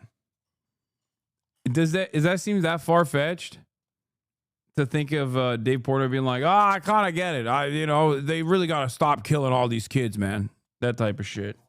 Maybe I'm wish casting, but because he has that air to him. Rehabilitation for white people and just white people is a classic. Oh, you're talking about him? No, I think one of the dudes was like Muslim. I think one of the dudes that did it was like literally named Muhammad or some shit. I don't know if I got duped by Hosborough accounts or not. I asked you a question. You answer the question. You answer the question. You're not running this interview. All right, then the interview's over. Look at the way he got up, yo. Look, this is supposed to be his big moment. Look at the way he got up. Hold on. I just asked you a question. No, I asked you a question. You answer That was so sassy. the question. You answer the question. You're not running this interview. All right, then the interview's over.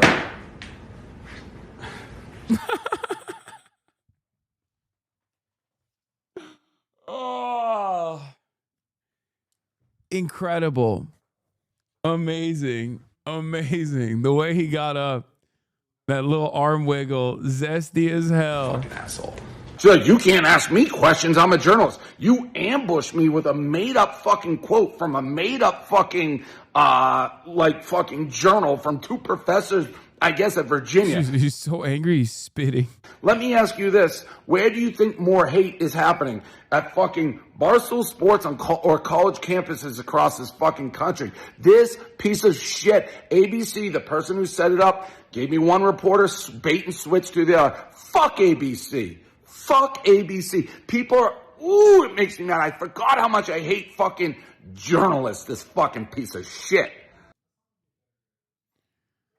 Update. There's more to the drama. Quick update. Mo Khan is no longer taking any responsibility for involvement for Fuck the Jews sign at Barstool Samson. He is basically lawyering up and blaming it all on his friend now and is saying he was just a citizen journalist. It is a 180 for my convo with him yesterday. Needless to say, his trip to Poland has been revoked. Okay, he found out. Okay, double update. He found out that Auschwitz is not in Germany and is, as a matter of fact, in Poland. All right. Another update from the sign situation at Barstool Sam. This has been very instructive for Dave. He's learned new things like Auschwitz is not in Germany, but instead in Poland. I'm proud of him. Okay, these are baby steps. Street, which I am so sick of dealing with, but obviously going to deal with. So last time I'm like, I thought about it. I'm going to send the two people responsible to Poland, to Auschwitz concentration camps, and try to make it a teaching lesson. He keeps saying,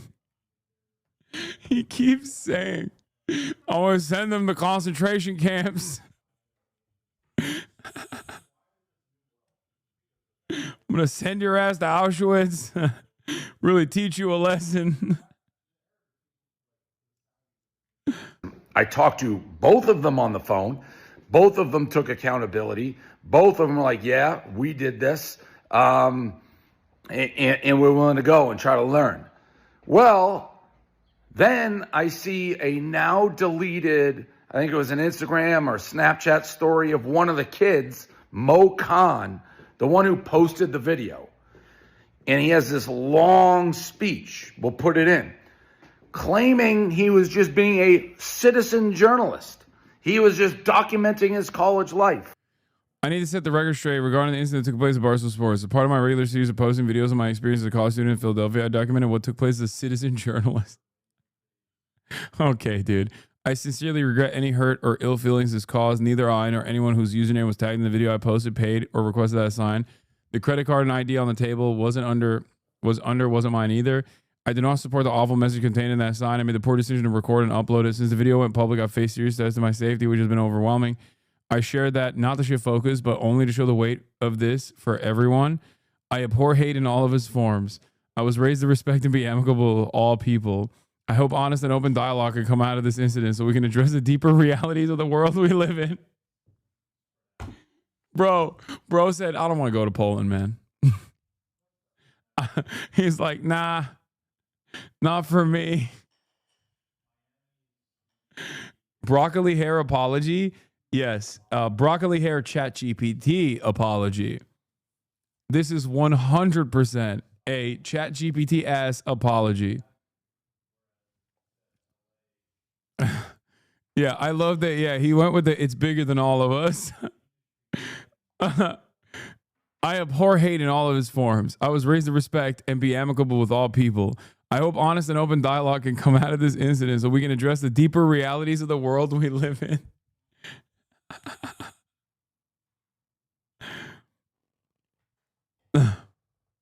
ChatGPT, can you please write an apology for me paying for a sign at a bar that said "fuck the Jews"?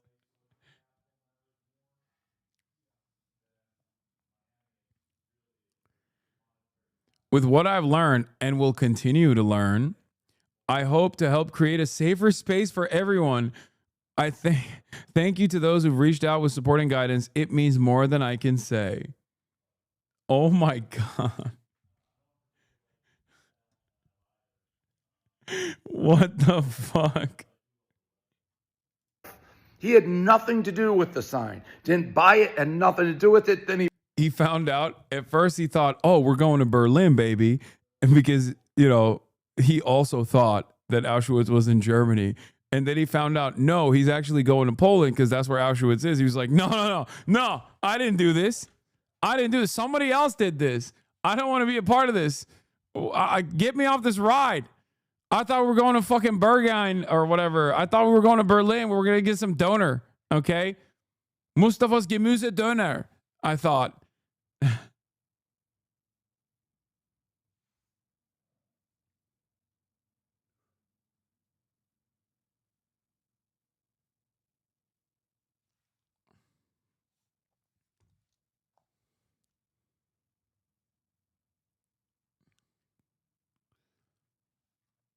even know what it was. He's just being a citizen journalist. Quite literally a 180 from when I talked to him.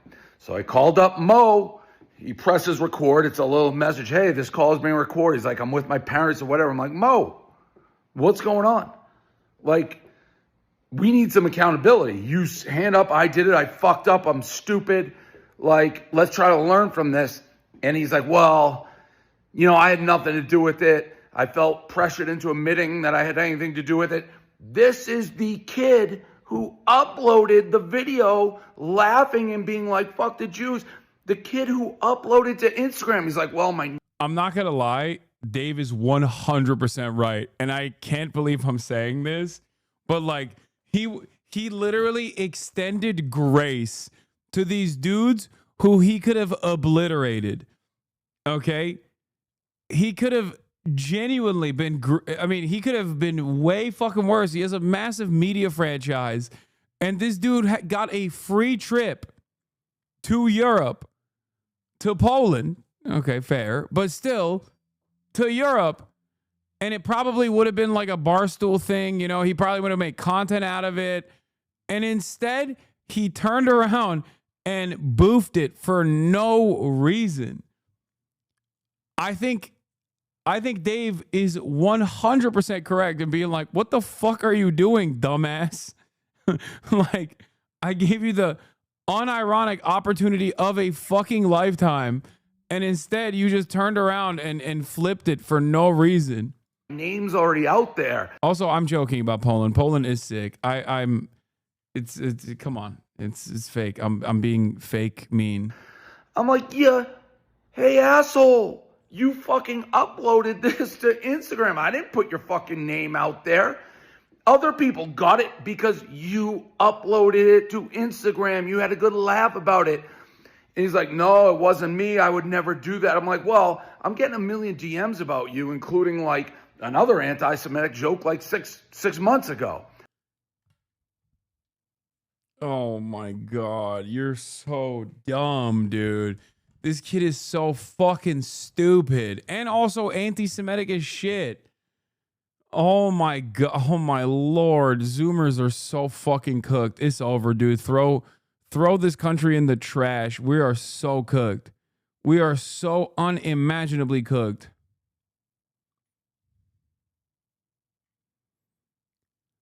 This country is in the shitter. Zoomers unironically have the most Hitlerian politics. What the fuck happened? I saw the here, this video actually it sums it up perfectly. Okay, hold on. What's the guy? What's this dude? What's his fucking name? The generational divide between old Zoomers and young Zoomers.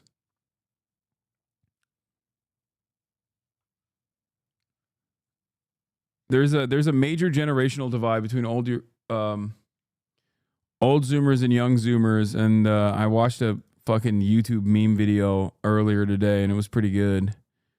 From A Small Thing, or A Man Carrying Things. Thank you. Thank you. Man Carrying Thing.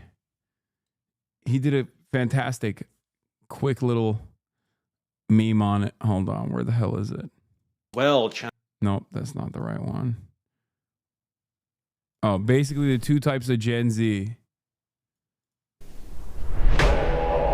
how was my day? Let me tell you. I began it with a charitable contribution to a progressive political candidate in my district. Local politics are important to follow if you want to strengthen your community.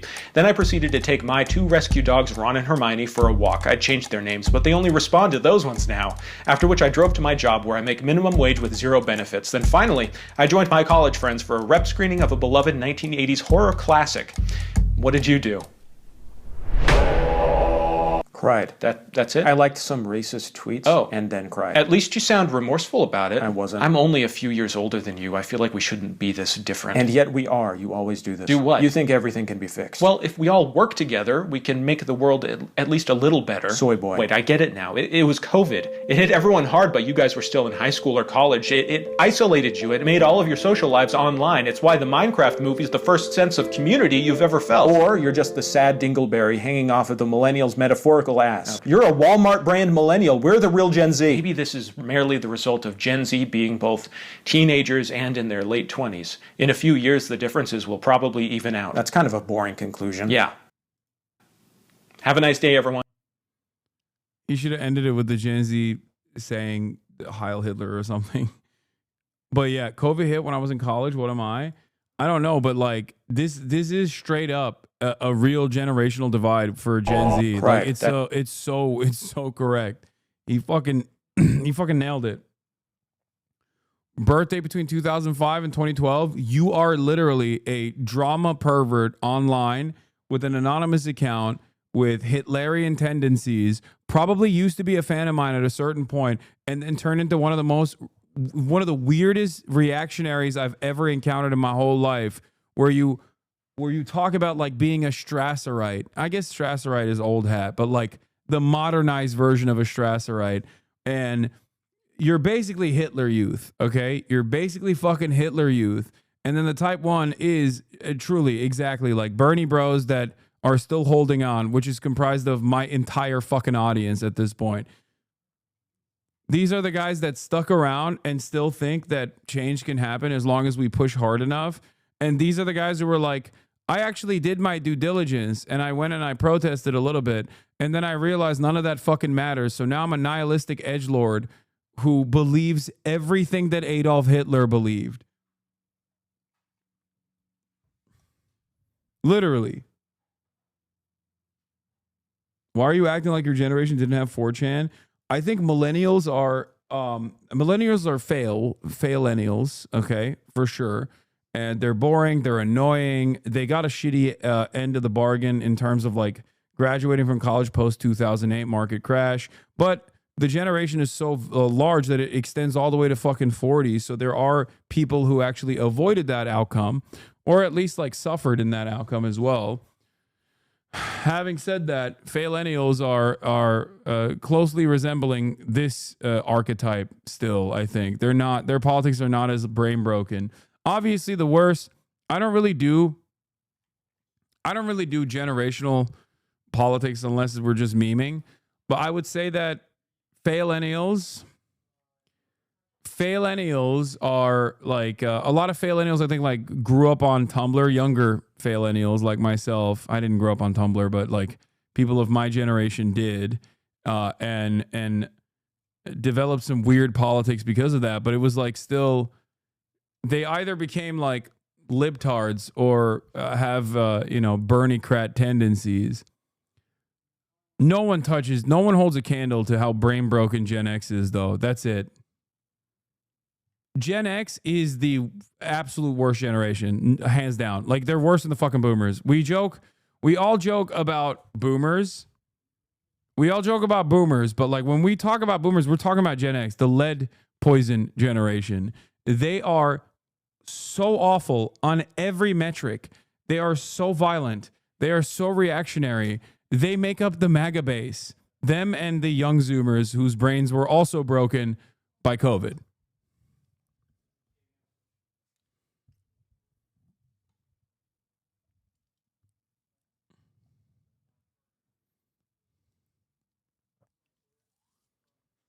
Gen X helped raise and raised Gen Z.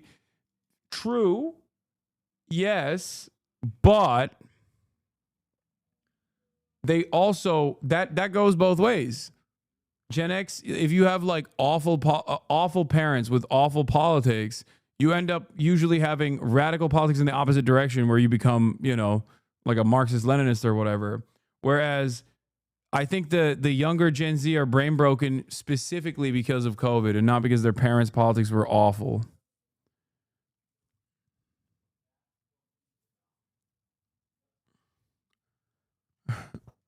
Slash was sending me some fucking annoying. He loves sending me those like annoying fucking dime square ass dummies who I guess came from this community initially and then were irony poisoned. Let me see if I can find one of these stupid ass fucking tweets that he sends me all the goddamn time.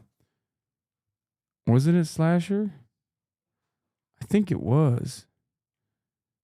Oh yeah, it is. Yeah. Like, it's shit like this.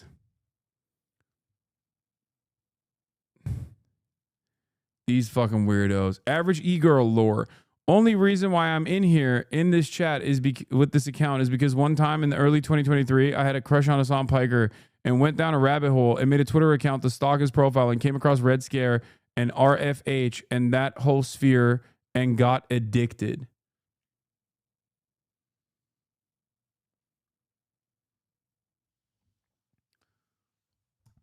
How the fuck do you come from my community and become a race scientist? How does that happen?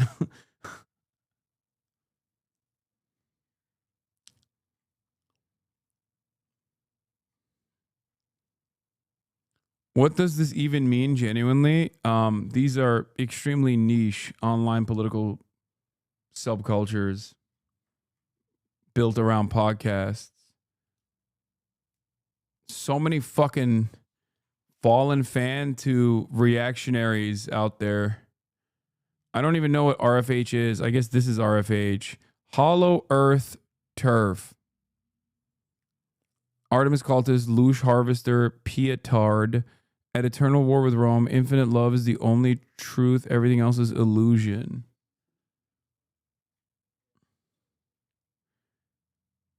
Radfem Hitler is her name. Oh, that's what RFH stands for? Radfem Hitler? Oh my God. Oh, I had a similar path, low key. Apollonian mind, Dionysian spirit, reluctant romantic. You didn't know that? No, of course I don't know that. Because as much as I follow politics closely, these people are so low motion that it doesn't even, I don't even need to know. Like there's that one guy who looks like a pedophile, and I think he is a pedophile that like lost a lot of weight and he dresses up like a Disco Elysium character. That's another one in the orbit of the Red Scare girls. You know what I'm talking about? Someone might know. What the fuck is his name? What does any of this mean? Measurehead. No, not Measurehead. Oh, yeah. Pericles or something. Yeah. their entire worldview revolves around basically revolves around fucking being annoying on the timeline. That's it. Indecipherable politics in general.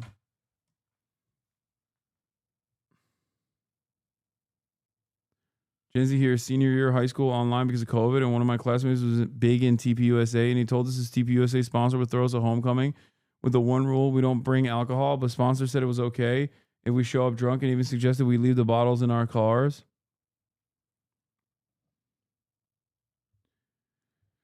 My sister is a teacher, and Gen Alpha kids are so cooked they can't read or pay attention to anything. They run around shouting random shit from TikTok videos like Skibbity Toilet all day long. I've heard that too. I've heard that as well.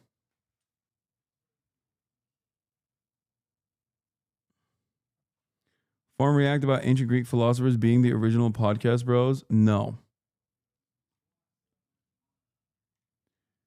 I'm gonna watch Jeff Nippard now. Zoomer Hasanabi head archetype. Volume up. Give me the lunch money that your bourgeoisie parents stole from the proletariat class, dude. I love that. I just had the protest last week. What were you doing? Supporting genocide? What's the matter? Too much white guilt? I bet someone didn't do their leg acknowledgement today. You're not first generation immigrant? Fucking poser. Hetero! It's been 4 weeks since you last changed your hair, loser. You need me to do it for you? Nice outfit. Doesn't look sustainable. Where'd you get it, Sheen? I saw you fat shaming the other day. What's up with that? Don't you know all bodies are beautiful, nerd? I bet you follow sexual and gender norms, don't you, loser?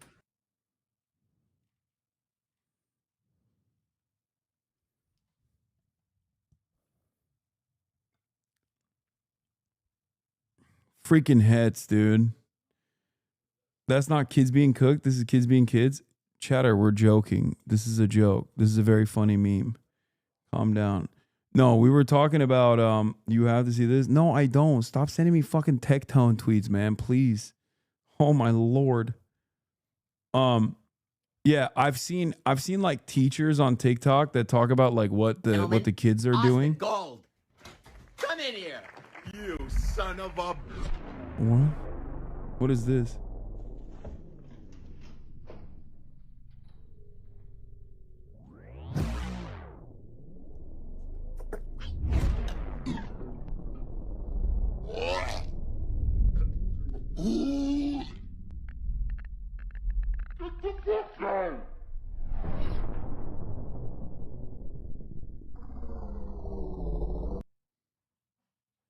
You're stuck in the car with Terry Yummy's out? Oh, let's go. All right, let's watch this first, and then we'll watch the Jeff Nippard video. Hasan. Woo!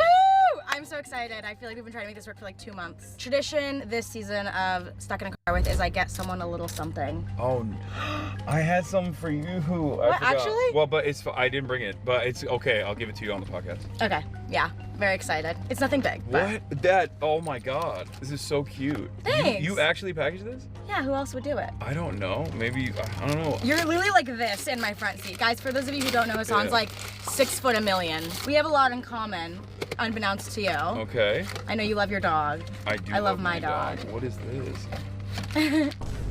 Oh my God. I thought it was a sweet photo. This is amazing. Thank you. It's nothing. Maybe put your pens in it or drink coffee out of it. I don't know. I drink coffee out of it. This is so thoughtful. This is amazing. It's just a really sweet photo, and I was like, that needs to be on a mug. Yeah, she used to be this size, and she's no longer this size. I feel like that's perfect, though. I feel like a big guy needs a big dog. I can't imagine you with a little chihuahua. Yeah, she knocks people out all the time. Are you serious? Yeah, she kind of like me. She doesn't know how big she is. Does she think she's like a lap dog where she comes and like sits on your lap? Oh, all the time. And I definitely egged it on. Like, I don't mind it. But then she'll try to do that to my mom. She just got knee surgery. My mom did. Uh-huh. and she can't handle it because she's tiny. Oh, well, that's sweet. Not only do we have our dogs in common, like we love our dogs, but you're from Turkey. Yes, that's right. I'm Persian. And I didn't know we had so much in common, like cultural-wise. I was talking to my mom on the phone, and correct me if I'm wrong, but like one of the things that she was telling me that you guys also do is you throw water when someone like goes like on a trip. Like every time I leave for LAX, my mom will throw like a bucket of water behind my car. We do that too. You do that too? Yeah. When my parents are leaving, I'll just like quickly go and like fill up a glass of water. and put because Yeah. they say go like water, come back like water. Exactly, like come back Yeah. soon type Yeah. thing. Smooth ride. I brought You got more. I brought treats that we can eat. Oh, okay. Because I haven't had this in a long time. Okay. I went to the Persian market yesterday. I know this is Turkish, but No. yeah. We got baklava. Yeah, and then I brought you a Persian sweet too that we can try. God, this is crazy. I didn't realize what we were doing. I thought we were gonna be riding around town, Every second a car with is different. riding around town, getting into trouble. Like what kind of trouble do you think we'd be I getting don't into? know. Robbing a bank. Me and you? Yeah, we're not easily identifiable. No, not at all. You're No. only 6'1", and I'm Yeah, no one would know. No one would know. Everyone would be like, "Oh, that's a good duo to rob a bank." We would be identified immediately. Yeah, they'd be like, "Who's?" I'm having this such a hard massive time dude opening with this fucking box, dude. L. tiny head. My roommate is such a big fan of you, and he was telling me to get you a bobblehead because he's not known for that. Oh my god. For those of you who don't know, this is baklava, Yeah. and it's Turkish. But I got it from the Persian market, so I don't know how good this is gonna be. It looks good. I mean, this is like a different rolling style. Mhm. So in the real baklava, the way you're supposed to eat it is like you're supposed to flip it upside down. But Oh, this really? One, but this I just realized I haven't collabed with a woman in so fucking long that my stupid ass parasocial stands are fucking going, girlfriend revealed, you need to wife her up. Like, this is literally why I stopped collaborating with women, just so you know. Keep weird comments to yourself, loser. Nobody wants to hear your weird thoughts about these two friends. We'll ban you without a second thought if you post some dumb shit. Like, you guys had it locked in the chamber. It's been so long. It's been so fucking long that I forgot how annoying chats would get, Twitch chat would get, whenever I'm in the presence of another woman. Okay, everybody, calm down. one is a rolled one, so it doesn't really matter. But Okay. I guess except for Maya, who, you know, thank God chat can be normal about. Wow. I like it. it's good. But Is there better? oh yeah, Well, obviously. and it has almost like a savory aftertaste. Maybe that's why I like it. I don't really like sweets that much. Oh, I have a huge sweet tooth. Really? Mm-hmm. You might not like Persian sweets, so I feel like they're not like super sweet. Like what I brought to try, this is like something that my mom always has. It's like, it's made of chickpeas. Mm-hmm. And it's like powdery. I used to love it as a kid, but I know it's not for everyone. It's like Mhm. one of those things, you know what I mean? And it's not sweet. It's called chickpea cookies, which sounds disgusting. This looks bomb. This looks like a hummus bite. Take a sniff. It's weird. Like it's nothing like I've ever tried before. It's gonna like dry your mouth out like the cinnamon challenge. This is amazing. You like it? Take Yeah. it. All yours. Goddamn, I'm gonna have so much. This is better than the baklava. Really? Yeah. Well, I mean, it is from the Persian market, so that would make sense. It's like cinnamon, where it's like Sweets powder, are and my then it's weakness. like peanut butter, where it like sticks to the roof of your mouth. You grew up in Turkey? Yeah. When did you move to the States? I moved here when I was 18, which is in 2009. Oh, That's how wow. freaking old I am. I was 9. That's crazy. What are you? You're like 9 years older than me? Yeah. Yeah. Wow. Wait. Did you know English when you were in Turkey? Is that ignorant? Yeah. No, I mean, everybody learns English as their second language Mhm. in most of the world, but not well. But I definitely, I mean, I speak at a native level, and I was already speaking at a native level by the time I got here because I was obsessed with American culture. So I watched like American TV. I read What shows books did in you watch? English. Oh my God. Because that's how my parents learned English. Is Oh. when they moved here, they were watching American TV. I watched Blue Mountain State, but the one I watched that was really corny was I think it was like a USA show called Greek. Never heard This of is, it. I mean, it's old. You were 9. Well, yeah, but I feel like I know old You things. were even younger than 9 at that point. Yeah, you were, when I was watching it, you were like 6. But yeah, I watched everything. Like I watched The Wire, Sopranos, like all the premium American television shows. Did you have a celebrity crush growing up? That's my favorite question to ask people in Stuck in a Car. Is the one thing I ask is, A celebrity crush growing up? yeah. I mean, I thought Britney Spears was really hot in... I was just playing her when you got in the car. Oh yeah. Mhm. I thought she was really hot in Toxic. That's a good and one. then Christina Aguilera in Dirty. You have such good celebrity crushes. The Y2K princesses. Yeah. Wow, that's Which a good is like one. coming back now, right? That's like Oh, popping that's now. all I wear. That's like all Yeah. I base my It's style like crazy off of. that that's like nostalgic, but we're so far removed from it now that it came back again. It looped back around. It's trendy again. Fashion always comes back. Yeah. The history book on the shelf is always repeating itself. Yeah. Well, that was wise, but also That's true. ABBA. Well, okay. Do you go out much? No. Super introverted. No, not at Super all. extroverted, but you like to stay in. I used to go out. What happened to Dua Lipa? She was asking when I was younger, chat. She was asking when I was younger, not now.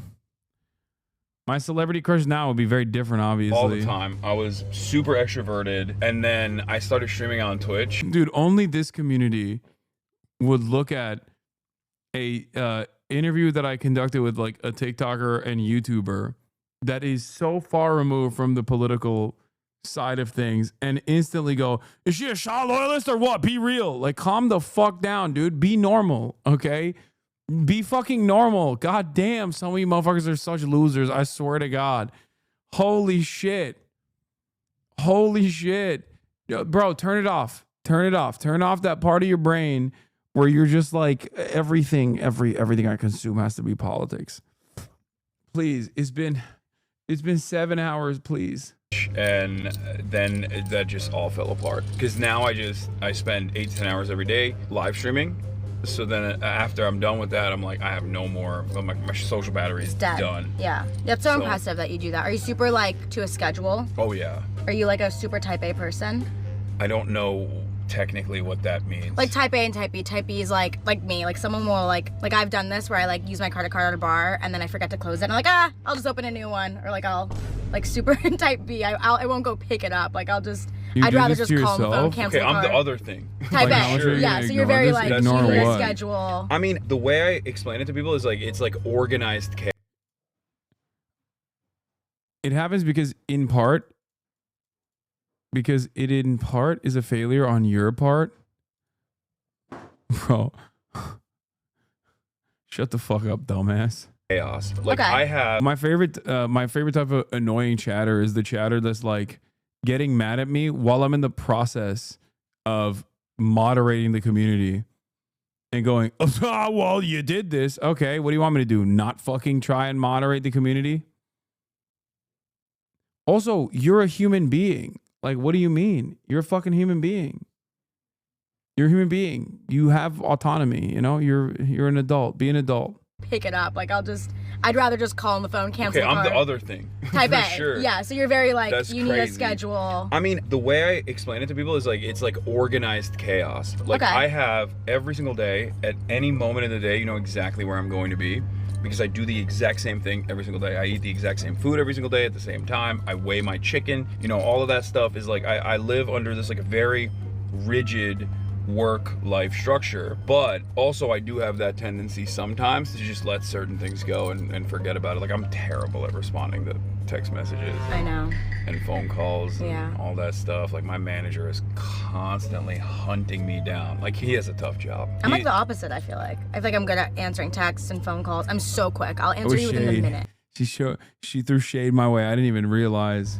Probably. And if I don't, then you don't even care. You don't even care if you come across as... No. I'm kidding.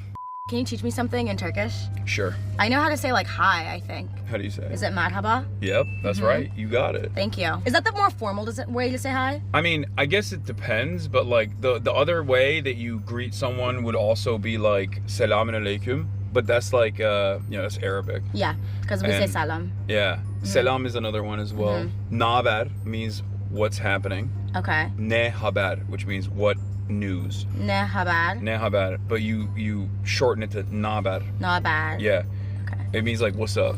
Wow. What's good. How do I say my name is? You need to vary your routine for OPSEC. 25 month subscriber. Been in here for 25 months in a row, knowing full well that I fucking am in the same place at the same time every single day, and is like demanding that I vary my routine for OPSEC. Bro, I'm in front of the camera 8 hours a day. What are you talking about? Tara. Benim adım Tara. Benim adım Tara. That was really... Well, I'm Persian. English was my second language too. Oh, okay. That's like... that was weird. You just like... That was really good. Fun fact about me, I don't think anyone knows this. I'm 8% Turkish. That makes sense. Really? Yeah, because like a lot of people in the region. But we looked at my mom's DNA and she has no Turkish, and my dad has like 14% and I'm 8, so something there is messed up. Oh, you gotta teach me some Farsi. Okay. Yeah. What do you want to say? How do I say hi? My name is Hasan. Salam, ismam Hasan hast. Salam, ismam Hasan hast. My great uncle's name is Hasan. Oh, really? 2 S's or 1 S? 2. Yours is 1, right? Mine is 1S, yeah. How old were you when you got here? I wasn't born there. I was born in America. You were born in America, but my parents, I'm first gen, so my parents taught me Farsi. They didn't know any better to teach me any English because they barely knew English. You never went back? Or did I've you never ever, been. You've never been to Iran? I've never been to the Middle East. It's beautiful. Have you been? I've never been to Iran, but the Middle East is beautiful. I mean, I grew up in Turkey. My parents used to go to Turkey all the time when they lived there. It's one of my dreams to go to the Middle East. People love Turkey. They love Turkey. Yeah. I had, I remember like my mom would make me like little coffees, like the Turkish coffees where you flip it over and then you can like... Fall. Yeah, fall. Yeah. Oh my God. Yeah, you was like reading the tea leaves. Yeah. It's like, it's almost like reading your future. And that's then, like an auntie thing. It's like, that's all the aunts do that. Yeah. My aunts used to do that to me. They serve it with like a cup of water, am I correct? Look at me. Yeah, you know your shit. Well, it's because I feel like it's like similar cultures and my mom was so invested in it. Is it true that you used to do paintball all the time? I have paintball, but what? I'm not all the time. I don't know, I read somewhere that said you were like professional at it. No. And I was like, what? I have paintballed before, but not like... Does it hurt? Yeah. I've always wanted to do it. Yeah, I mean, you get like welts if you don't have... So why do you guys choose to do that? I think it's because like it's simulated combat. It's an adrenaline rush. Yeah. Because you don't want to get shot at all. No. So... Do you like adrenaline rushes? Like, would you ever go skydiving? No. No. Never. Really? No way. No shot. I'm not like a What would it take for you to go skydiving? Nothing. Really? Full Medicare for all. Okay. If someone was promised that, you would do it? Yeah. If America got healthcare for everybody, I'd be like, all right, I'm doing it. That's a great incentive. Yeah. You heard it here first. Yeah. Well, if the day ever comes, which it probably won't, unfortunately. Lol, pussy. Well, I don't understand it, man. I don't understand it. I think it's white people activities. White people love creating intense situations for themselves. You know what I mean? Like, it's fine, man. Life is intense as it is. You know, I'm choosing to avoid that kind of stuff. Okay. No, this is white. Okay, this is the different layer of whiteness. People that are adrenaline junkies, for me, I feel like you're a whole different kind of white. Like, I'm white, but I'm not white. You know what I mean?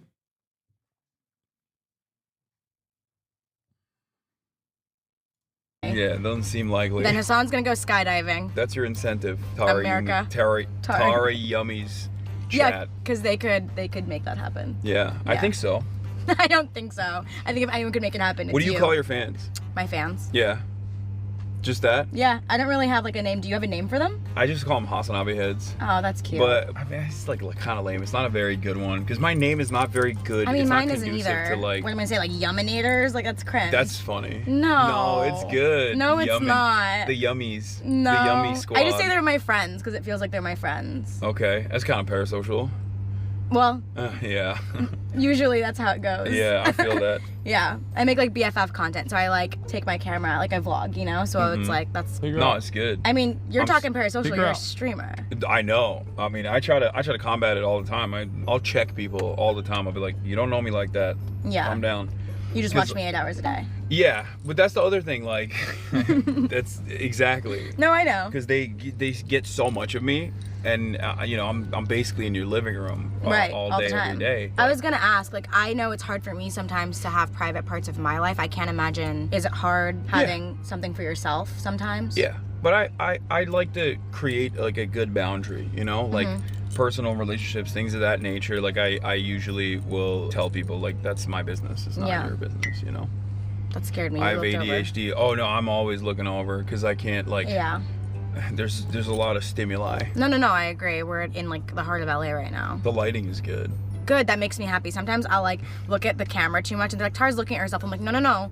I'm looking at the lighting because it changes. Yeah, she's producing. I'm producer. I don't know that Give anymore. the girl a break. Thank you. I don't do anything. It's janky. Yeah. That's what I like about it. I never want it to be high production. Like I'm not fucking carpool karaoke with James Corden, where he has like a car. No hate. He's a literal person on TV, but he has a car. You hate on James Corden. Everybody hates on James Corden. I hate on James Corden because British. You don't like the British? No, I'm kidding.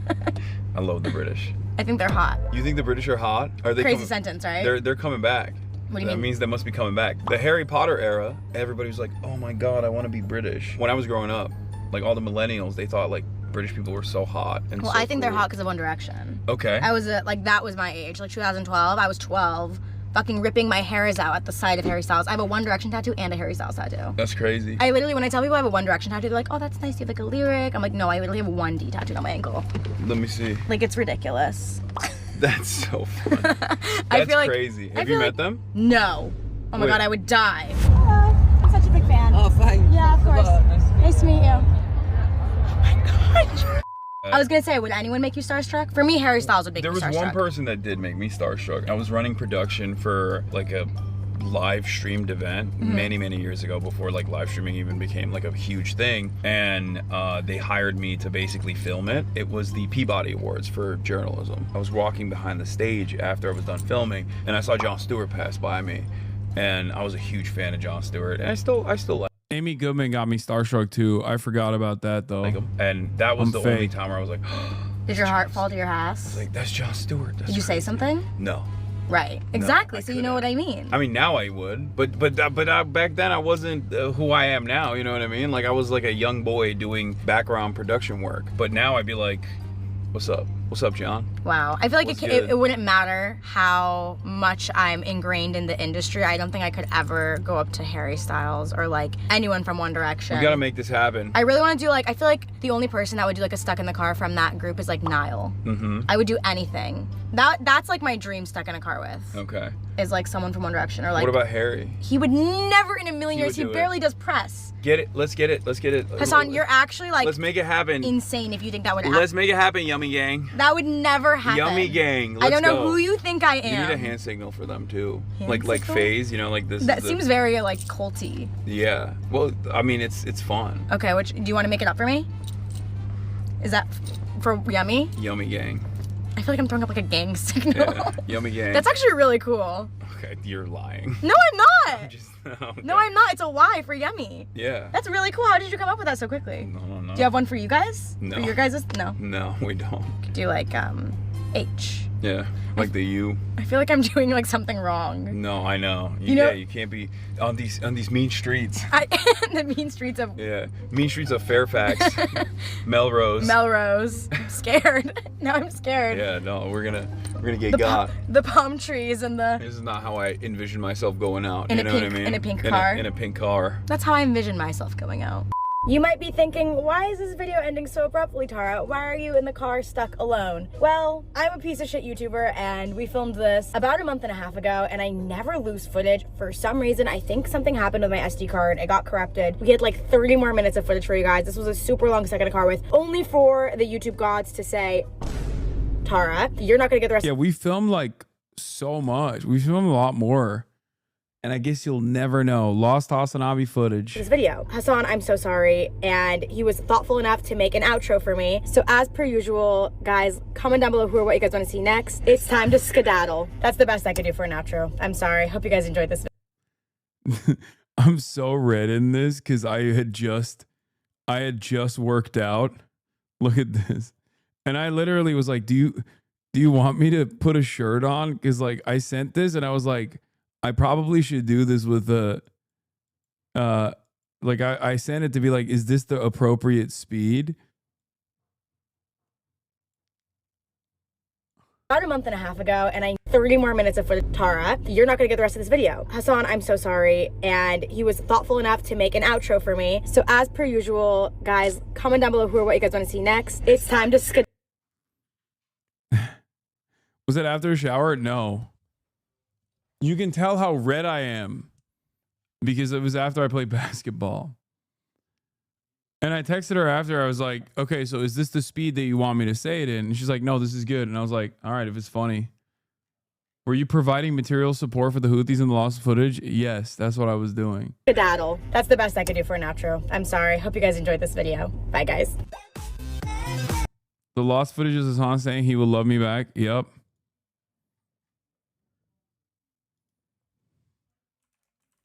No one will ever know what happened in the lost footage. The hair was crazy.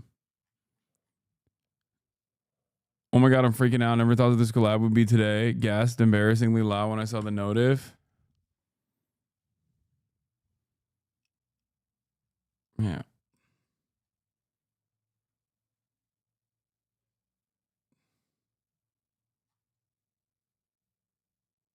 Some of the lost footage was found, by the way. Poggies! Eat her ass! Eat her ass! Poggies!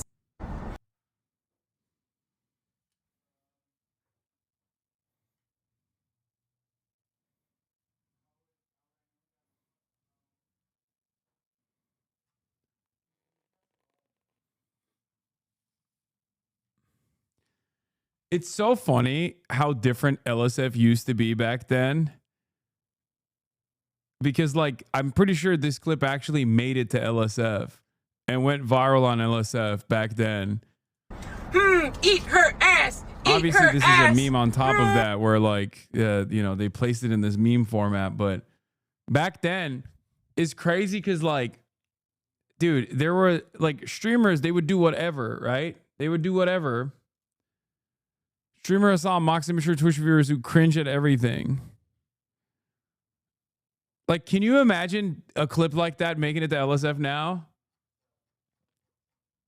I'm 12. I cringe at everything he started while in his car. I'm 12 and I haha at everything. That makes a lot more sense now. Like, honestly, I'm 12. I haha at everything. I'm 12. What is this? I'm 12. This is cringy. Fortnite, poggers. Your coiffed hair? Yeah, it's because I had just gotten a haircut on stream. But oh my God. So many he can't keep getting away with it clips back then. Yeah, the meta, every streamer had a different meta. And for me it was like girls thirsting over me was the meta. No wonder everybody fucking developed intense resentment towards me now that I think about it. That used to be the meta back in the day. Let's look at LSF now. Ethan reflects on iDubbbz crashing out with his content divinity and creator crash imploding. Empathetic king iDubbbz. Ethan makes fun of Anissa's husband for having such a massive humiliation fetish that Anissa's husband might be a cuck. Ethan. Twitch blocked in all of Spain due to La Liga's attempt to stop piracy. Diego Luna, Cassian Andor reveals VTuber lore. Tectone considers leaving Twitch and only stream on YouTube if terrorist propaganda isn't punished. iDubbbz manipulated the timeline of the CPS events in his Ethan Klein content deputy. Mike from PA from Destiny. Mike from PA says Ethan won't stop until he's bleeding from the mouth. Destiny warns his chat about their behavior. iDubbbz steps away from Creator Clash. iDubbbz pretends people calling CPS on H3H3. What has happened? What has happened? There used to, if you went back in time, like to 2019 to 2020, there was always some shit happening on the platform as a whole, right? That they would post about. Like people would organically go there. Fans would organically go there and post their funny clips from their favorite content creators. And now it's just like Destiny's own cumsock. Owned and operated by a dude who calls himself Destiny's Orbiter of the Year. He's like attempted to be Orbiter of the Year. The best way to get your clips on LS shit F is to hate you. Yeah.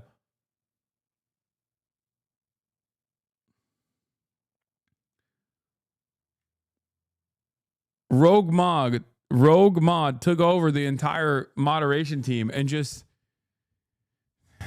turned it around into this like annoying fucking thing that basically has become a completely isolated echo chamber that no one really entertains any longer. It's just a way to try and brigade and get to our all.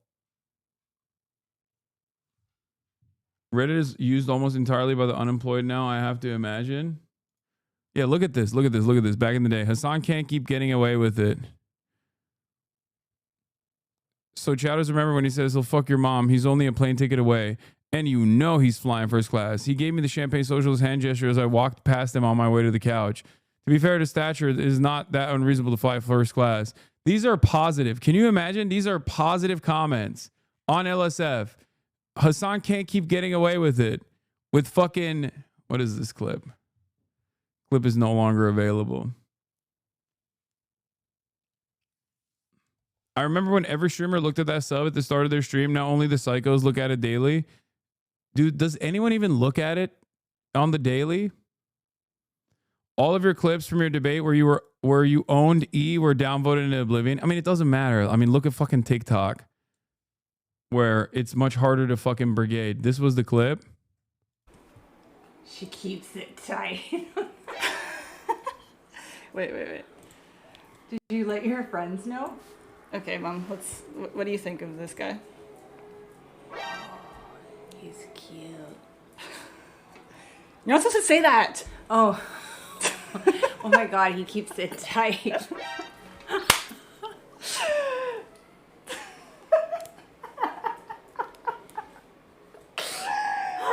Wait. This is why I have so much. I think this is what developed so much resentment from a lot of fucking Redditors. I mean, my expectation isn't shit like this anyway. Like, I don't expect people to be like, "Oh, Hasan is so hot" or anything like that. But it was like a normal fucking subreddit for Twitch streamers. Because at the time, if you go back to this era, at the time, like other streamers would post stuff that they were doing, and then it became like this toxic, filthy, drama-infested place.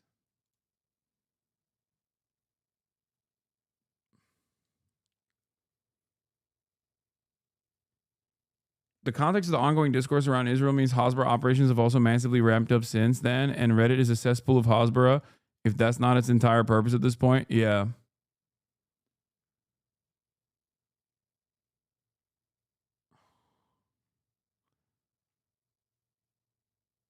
We need another "Where Are They Now" segment for chatters again for all live stream shit sub comments positive of you. I mean, this person, his name is Death to America, and the account was suspended. So it's just not fair anymore. Man, it's been so long. I really need to get laid. Hasan exclaims for the third time in a month as he flees from a storm of torrential flooding caused by all the women even more down bad than he is. Haas mods. Let's see what this chatter is up to.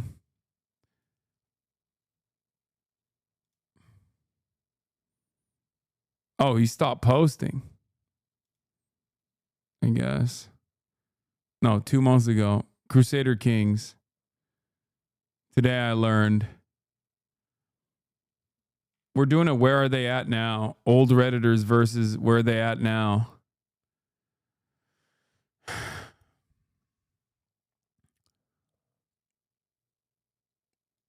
It's very fair at the moment. Hasan got super chubby during the pandemic and looks like a tub of ice cream. This is your time to shine, nephew. Oh, I guess this was posted in 2021. Damn, even back then, this was like, even in 2021, it was like positive and normal. You already know it's not reflective of the streaming space because anytime a black streamer gets posted on there, it's always the same comments about them being too loud. I know. You're right.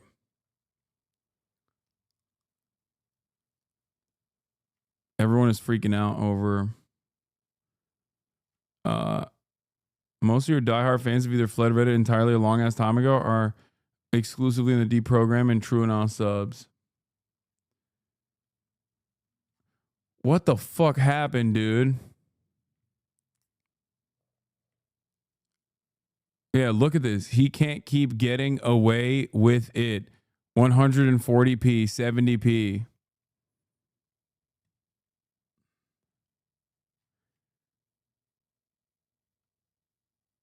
Which year was Hasanabi negativity year? 2021.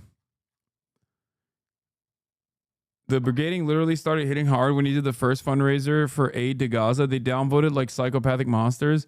No, it started in 2021 when the house controversy, Twitch leaks of people's like overall revenue generated from Twitch, house controversy, and then Porsche controversy, Gucci shirt controversy. Half of them were fucking literally Austinox that cooked my ass.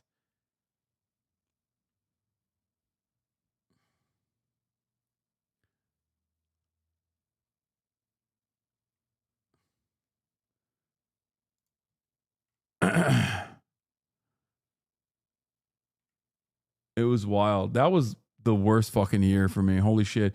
It started with the big XQC drama, constantly pulling the fuck Hasanabi ripcord. Yeah. XQC, when he was the largest content creator on this platform for basically 4 fucking years or 5 years, would routinely, once he started gambling and then Kick got banned off the platform, he went crazy. He went fucking crazy.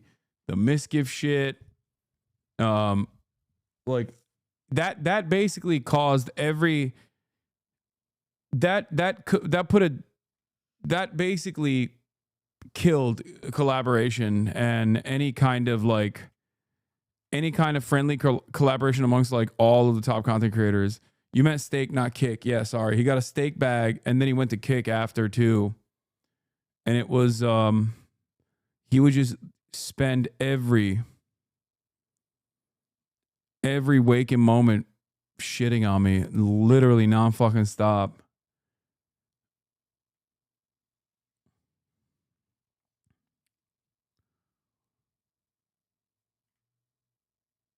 I'm not smart, but I understand your position on the Houthis. Aren't you a little worried the mounting pressure to get you banned will get you banned? What do you want me to do?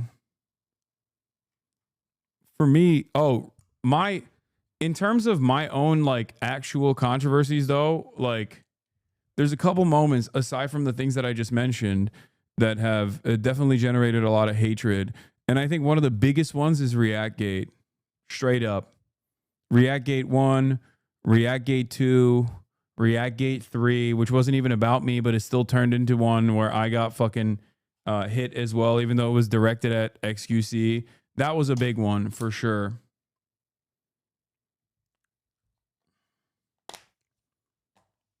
Housegate was really bad too.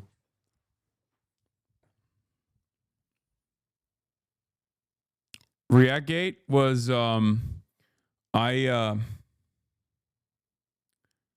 one day I'll tell you guys the truth about what was happening as to why sometimes I would be away from the camera at extended periods of time. But usually I was cooking and I had a setup where I would literally continue watching the video and I would rush back to pause it. It was so stupid. I should have never done that, which is why I stopped. But there's also some of the around the Housegate controversy. There was a bunch of other, like leading up to the Housegate controversy with the leak of Twitch chatters. There was a bunch of stuff happening behind the scenes as well.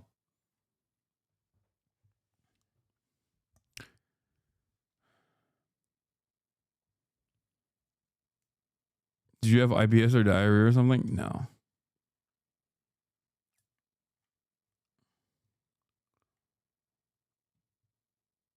You should make an off-stream YouTube video about your stalkers, man. I've seen this shit all go down over the years. No.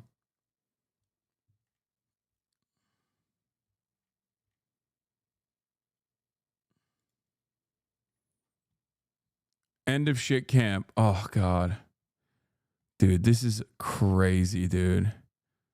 End of shit camp. Honestly, a really entertaining and wholesome event 4 years ago. Look at this. Is it for shit camp? That's all. That's it. I hope you guys have had a fun week. I mean, I guess it's not. There's some people that'll never be in this room together ever again.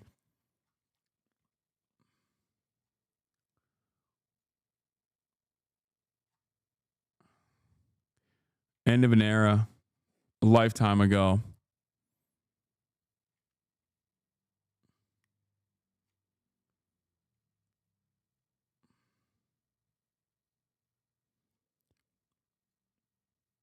A month later, the whole gambling drama happened, I think, which really set it off. Yeah.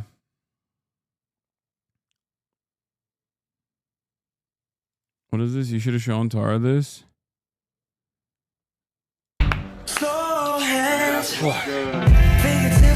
What is this? Neil Horan, ex Hasan. Okay.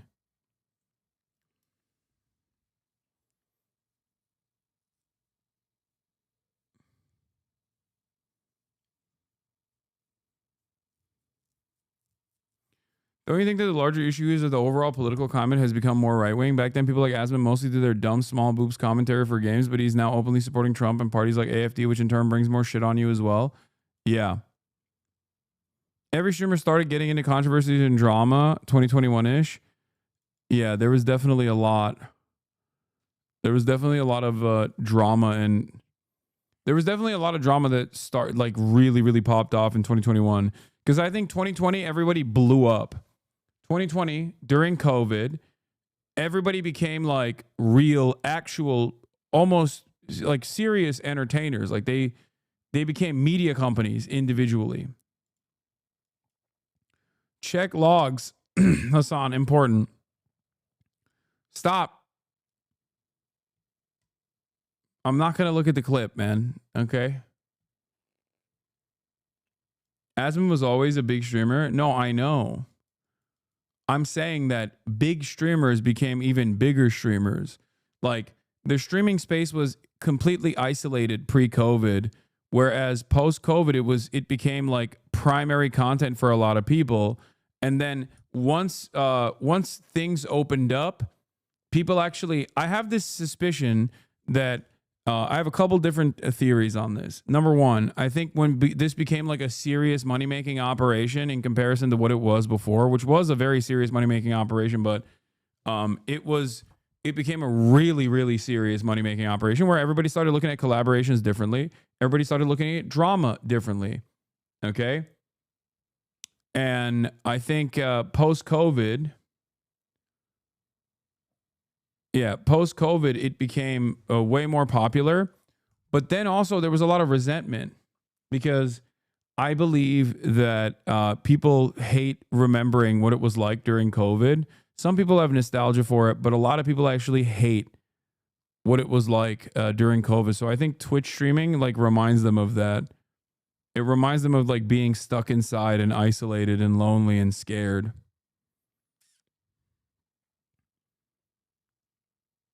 So for a lot of people, I think that also comes the accessibility of Twitch streamers as opposed to other celebrities that are infinitely more popular made it so that people could be spiteful and resentful towards these celebrities that they've developed parasocial relationships with.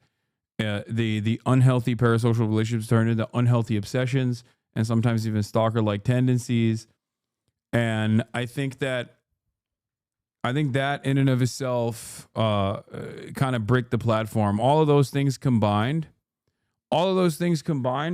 completely bricked the platform and ruined collaboration in general. Now you still have collaborations that take place all the time, but there isn't like the same meta as there used to be. There was always like a meta on the platform that everybody followed. And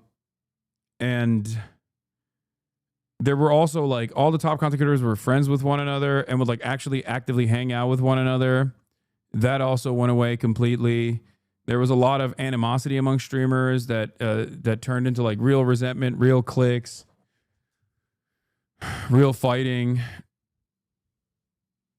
And people became obsessed with drama too. Post-COVID, drama was used as a way to try and keep numbers up, which destroyed the long-term viability of the ecosystem. Yeah. And then gambling, crypto, NFT, that also, again, money factor. Absolutely fucking changed the dynamic as well. You're one of the most collaborating streamers that is not in a set streamer collab. Yeah.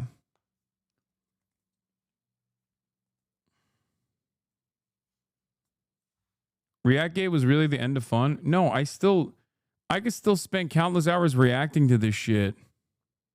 Do you have a person to help you deal with this PR stuff, or do you manage it yourself? I don't do any PR. People reach out to me for quotes or to do an article, and I say yes. But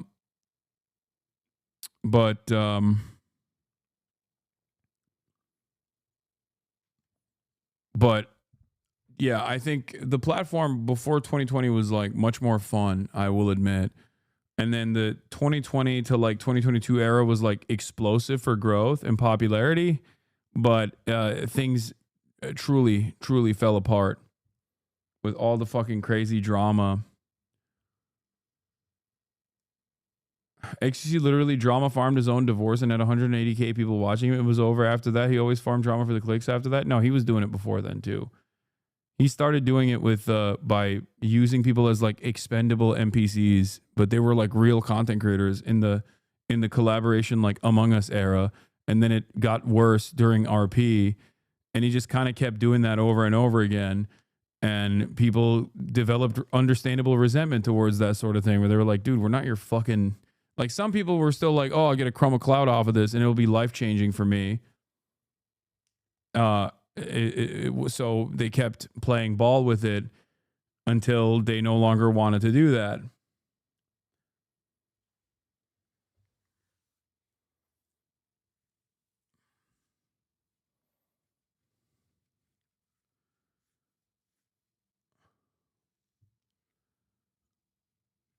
But as far as like reacts goes, I just don't find it fun. Otherwise I would watch shit. I don't get as entertained by doing reacts anymore. That's literally the only reason. Where before it felt like every streamer was friends with one another, now it feels like every streamer hates one another. Yeah.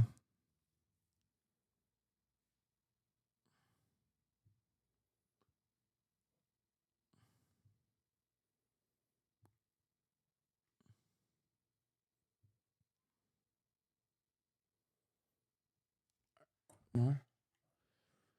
That being said, what's your genuine perspective on the longevity of Twitch or streaming in general? Would be generational in terms of cohorts of streamers coming to similar issues, etc.? I don't know.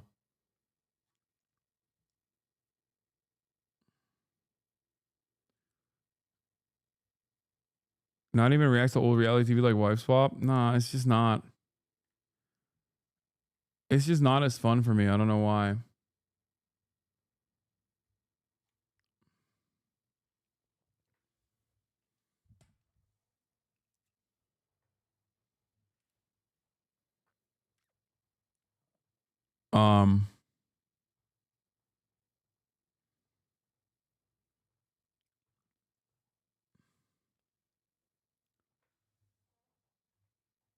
What else? That's it. That's the lore. That's the fucking lore of what happened with Twitch. And here we are now. And there are still people who are, you know, breaking new ground, breaking boundaries like Kai, the new phase, and they're doing a lot of that, and it's fantastic.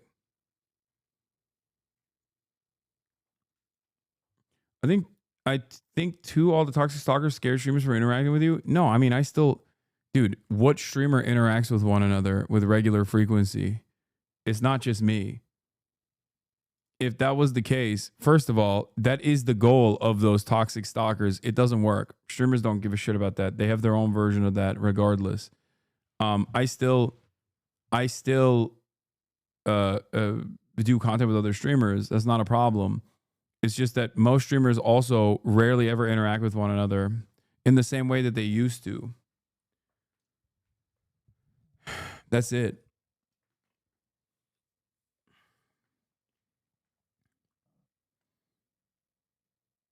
Drama ruined collabs on this side of Twitch. I don't think it's a coincidence that once this side of Twitch was just pure drama and zero collaboration, is the same time that the W community blew the fuck up. They're still in their collaboration era. Cinna is a perfect example of somebody benefiting immensely from the new era of collabs. Yeah, no, for sure. That's why I'm saying the W gang still blowing the fuck up.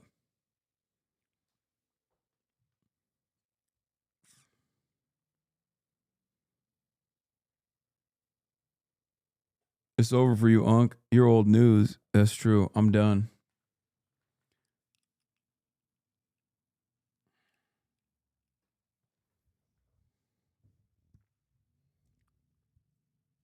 You have some form of depression dealing with the trauma of covering what you cover and getting dogpiled on for covering what you cover. It takes a lot of the fun you have for doing anything else. No, I don't have any fucking depression, dude. Calm down.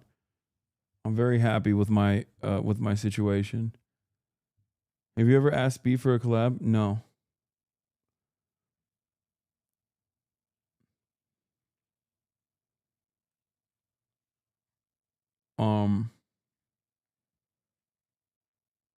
Yeah.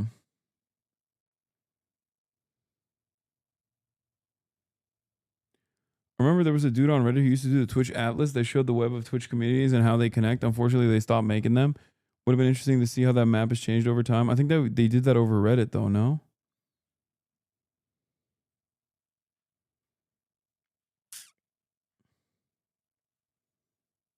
Also, I was always a politics Andy.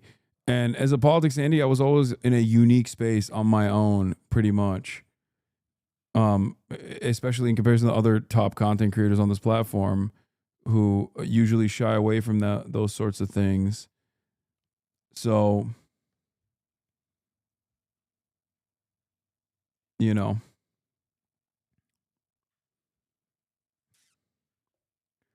All right, I'm tired. Are you gonna? Oh, tomorrow, once again. Tomorrow.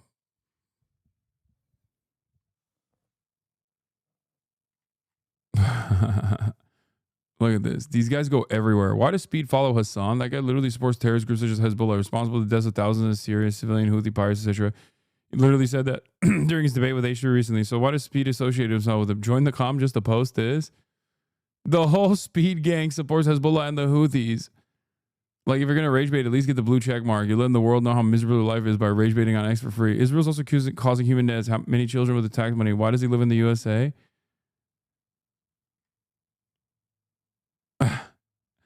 Like, he tried to free Palestine, you Nazi. Oh my God, they ate his ass alive. Okay, the kids are good. The kids are good. He's just like responding to every single person. Responding to every single person that is like shitting on him. Someone said IDF soldier on duty? Question mark.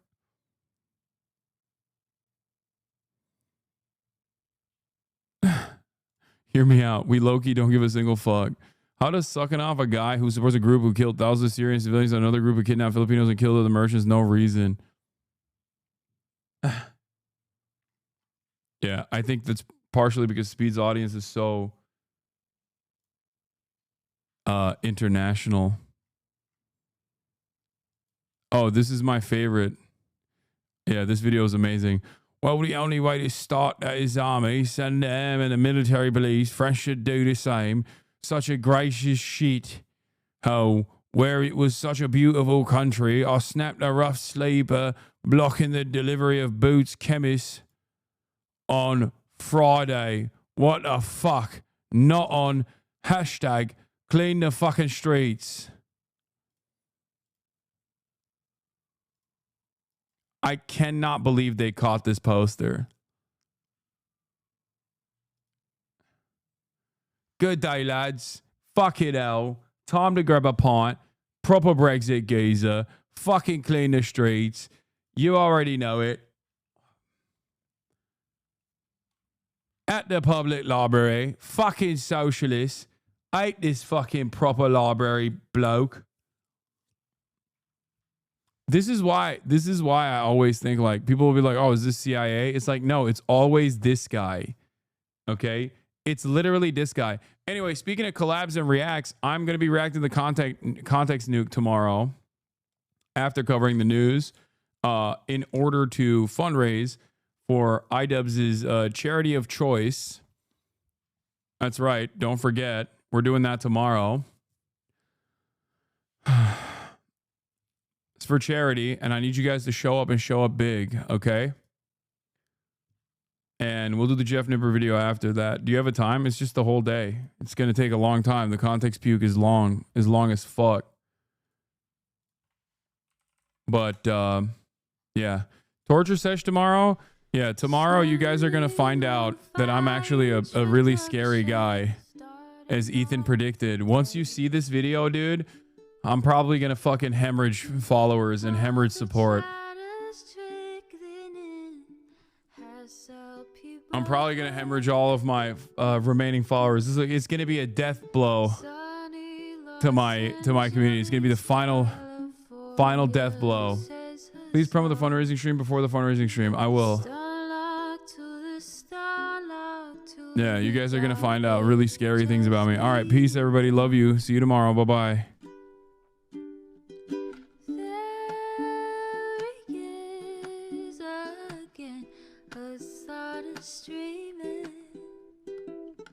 Hasan is streaming.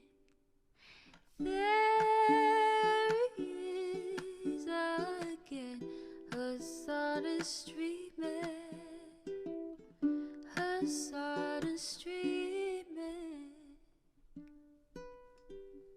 Review in the P.O. box. Uncle Uger's face. Sudden discord at your prop. Great names take embrace. Tiny Bernie Sanders, LGBTQ Air Force. The whole left at your fingertips. Ane at your door. H3 crowded debate, the Young Turks online show. 3 full fucking years of this, plenty more to go. 90-day fiance talks of champagne bourgeoisie. A Trump rally live reaction on mass riot at DC. There he is again. Hasan is streaming. Hasan is streaming. There he is again. Hasan is streaming.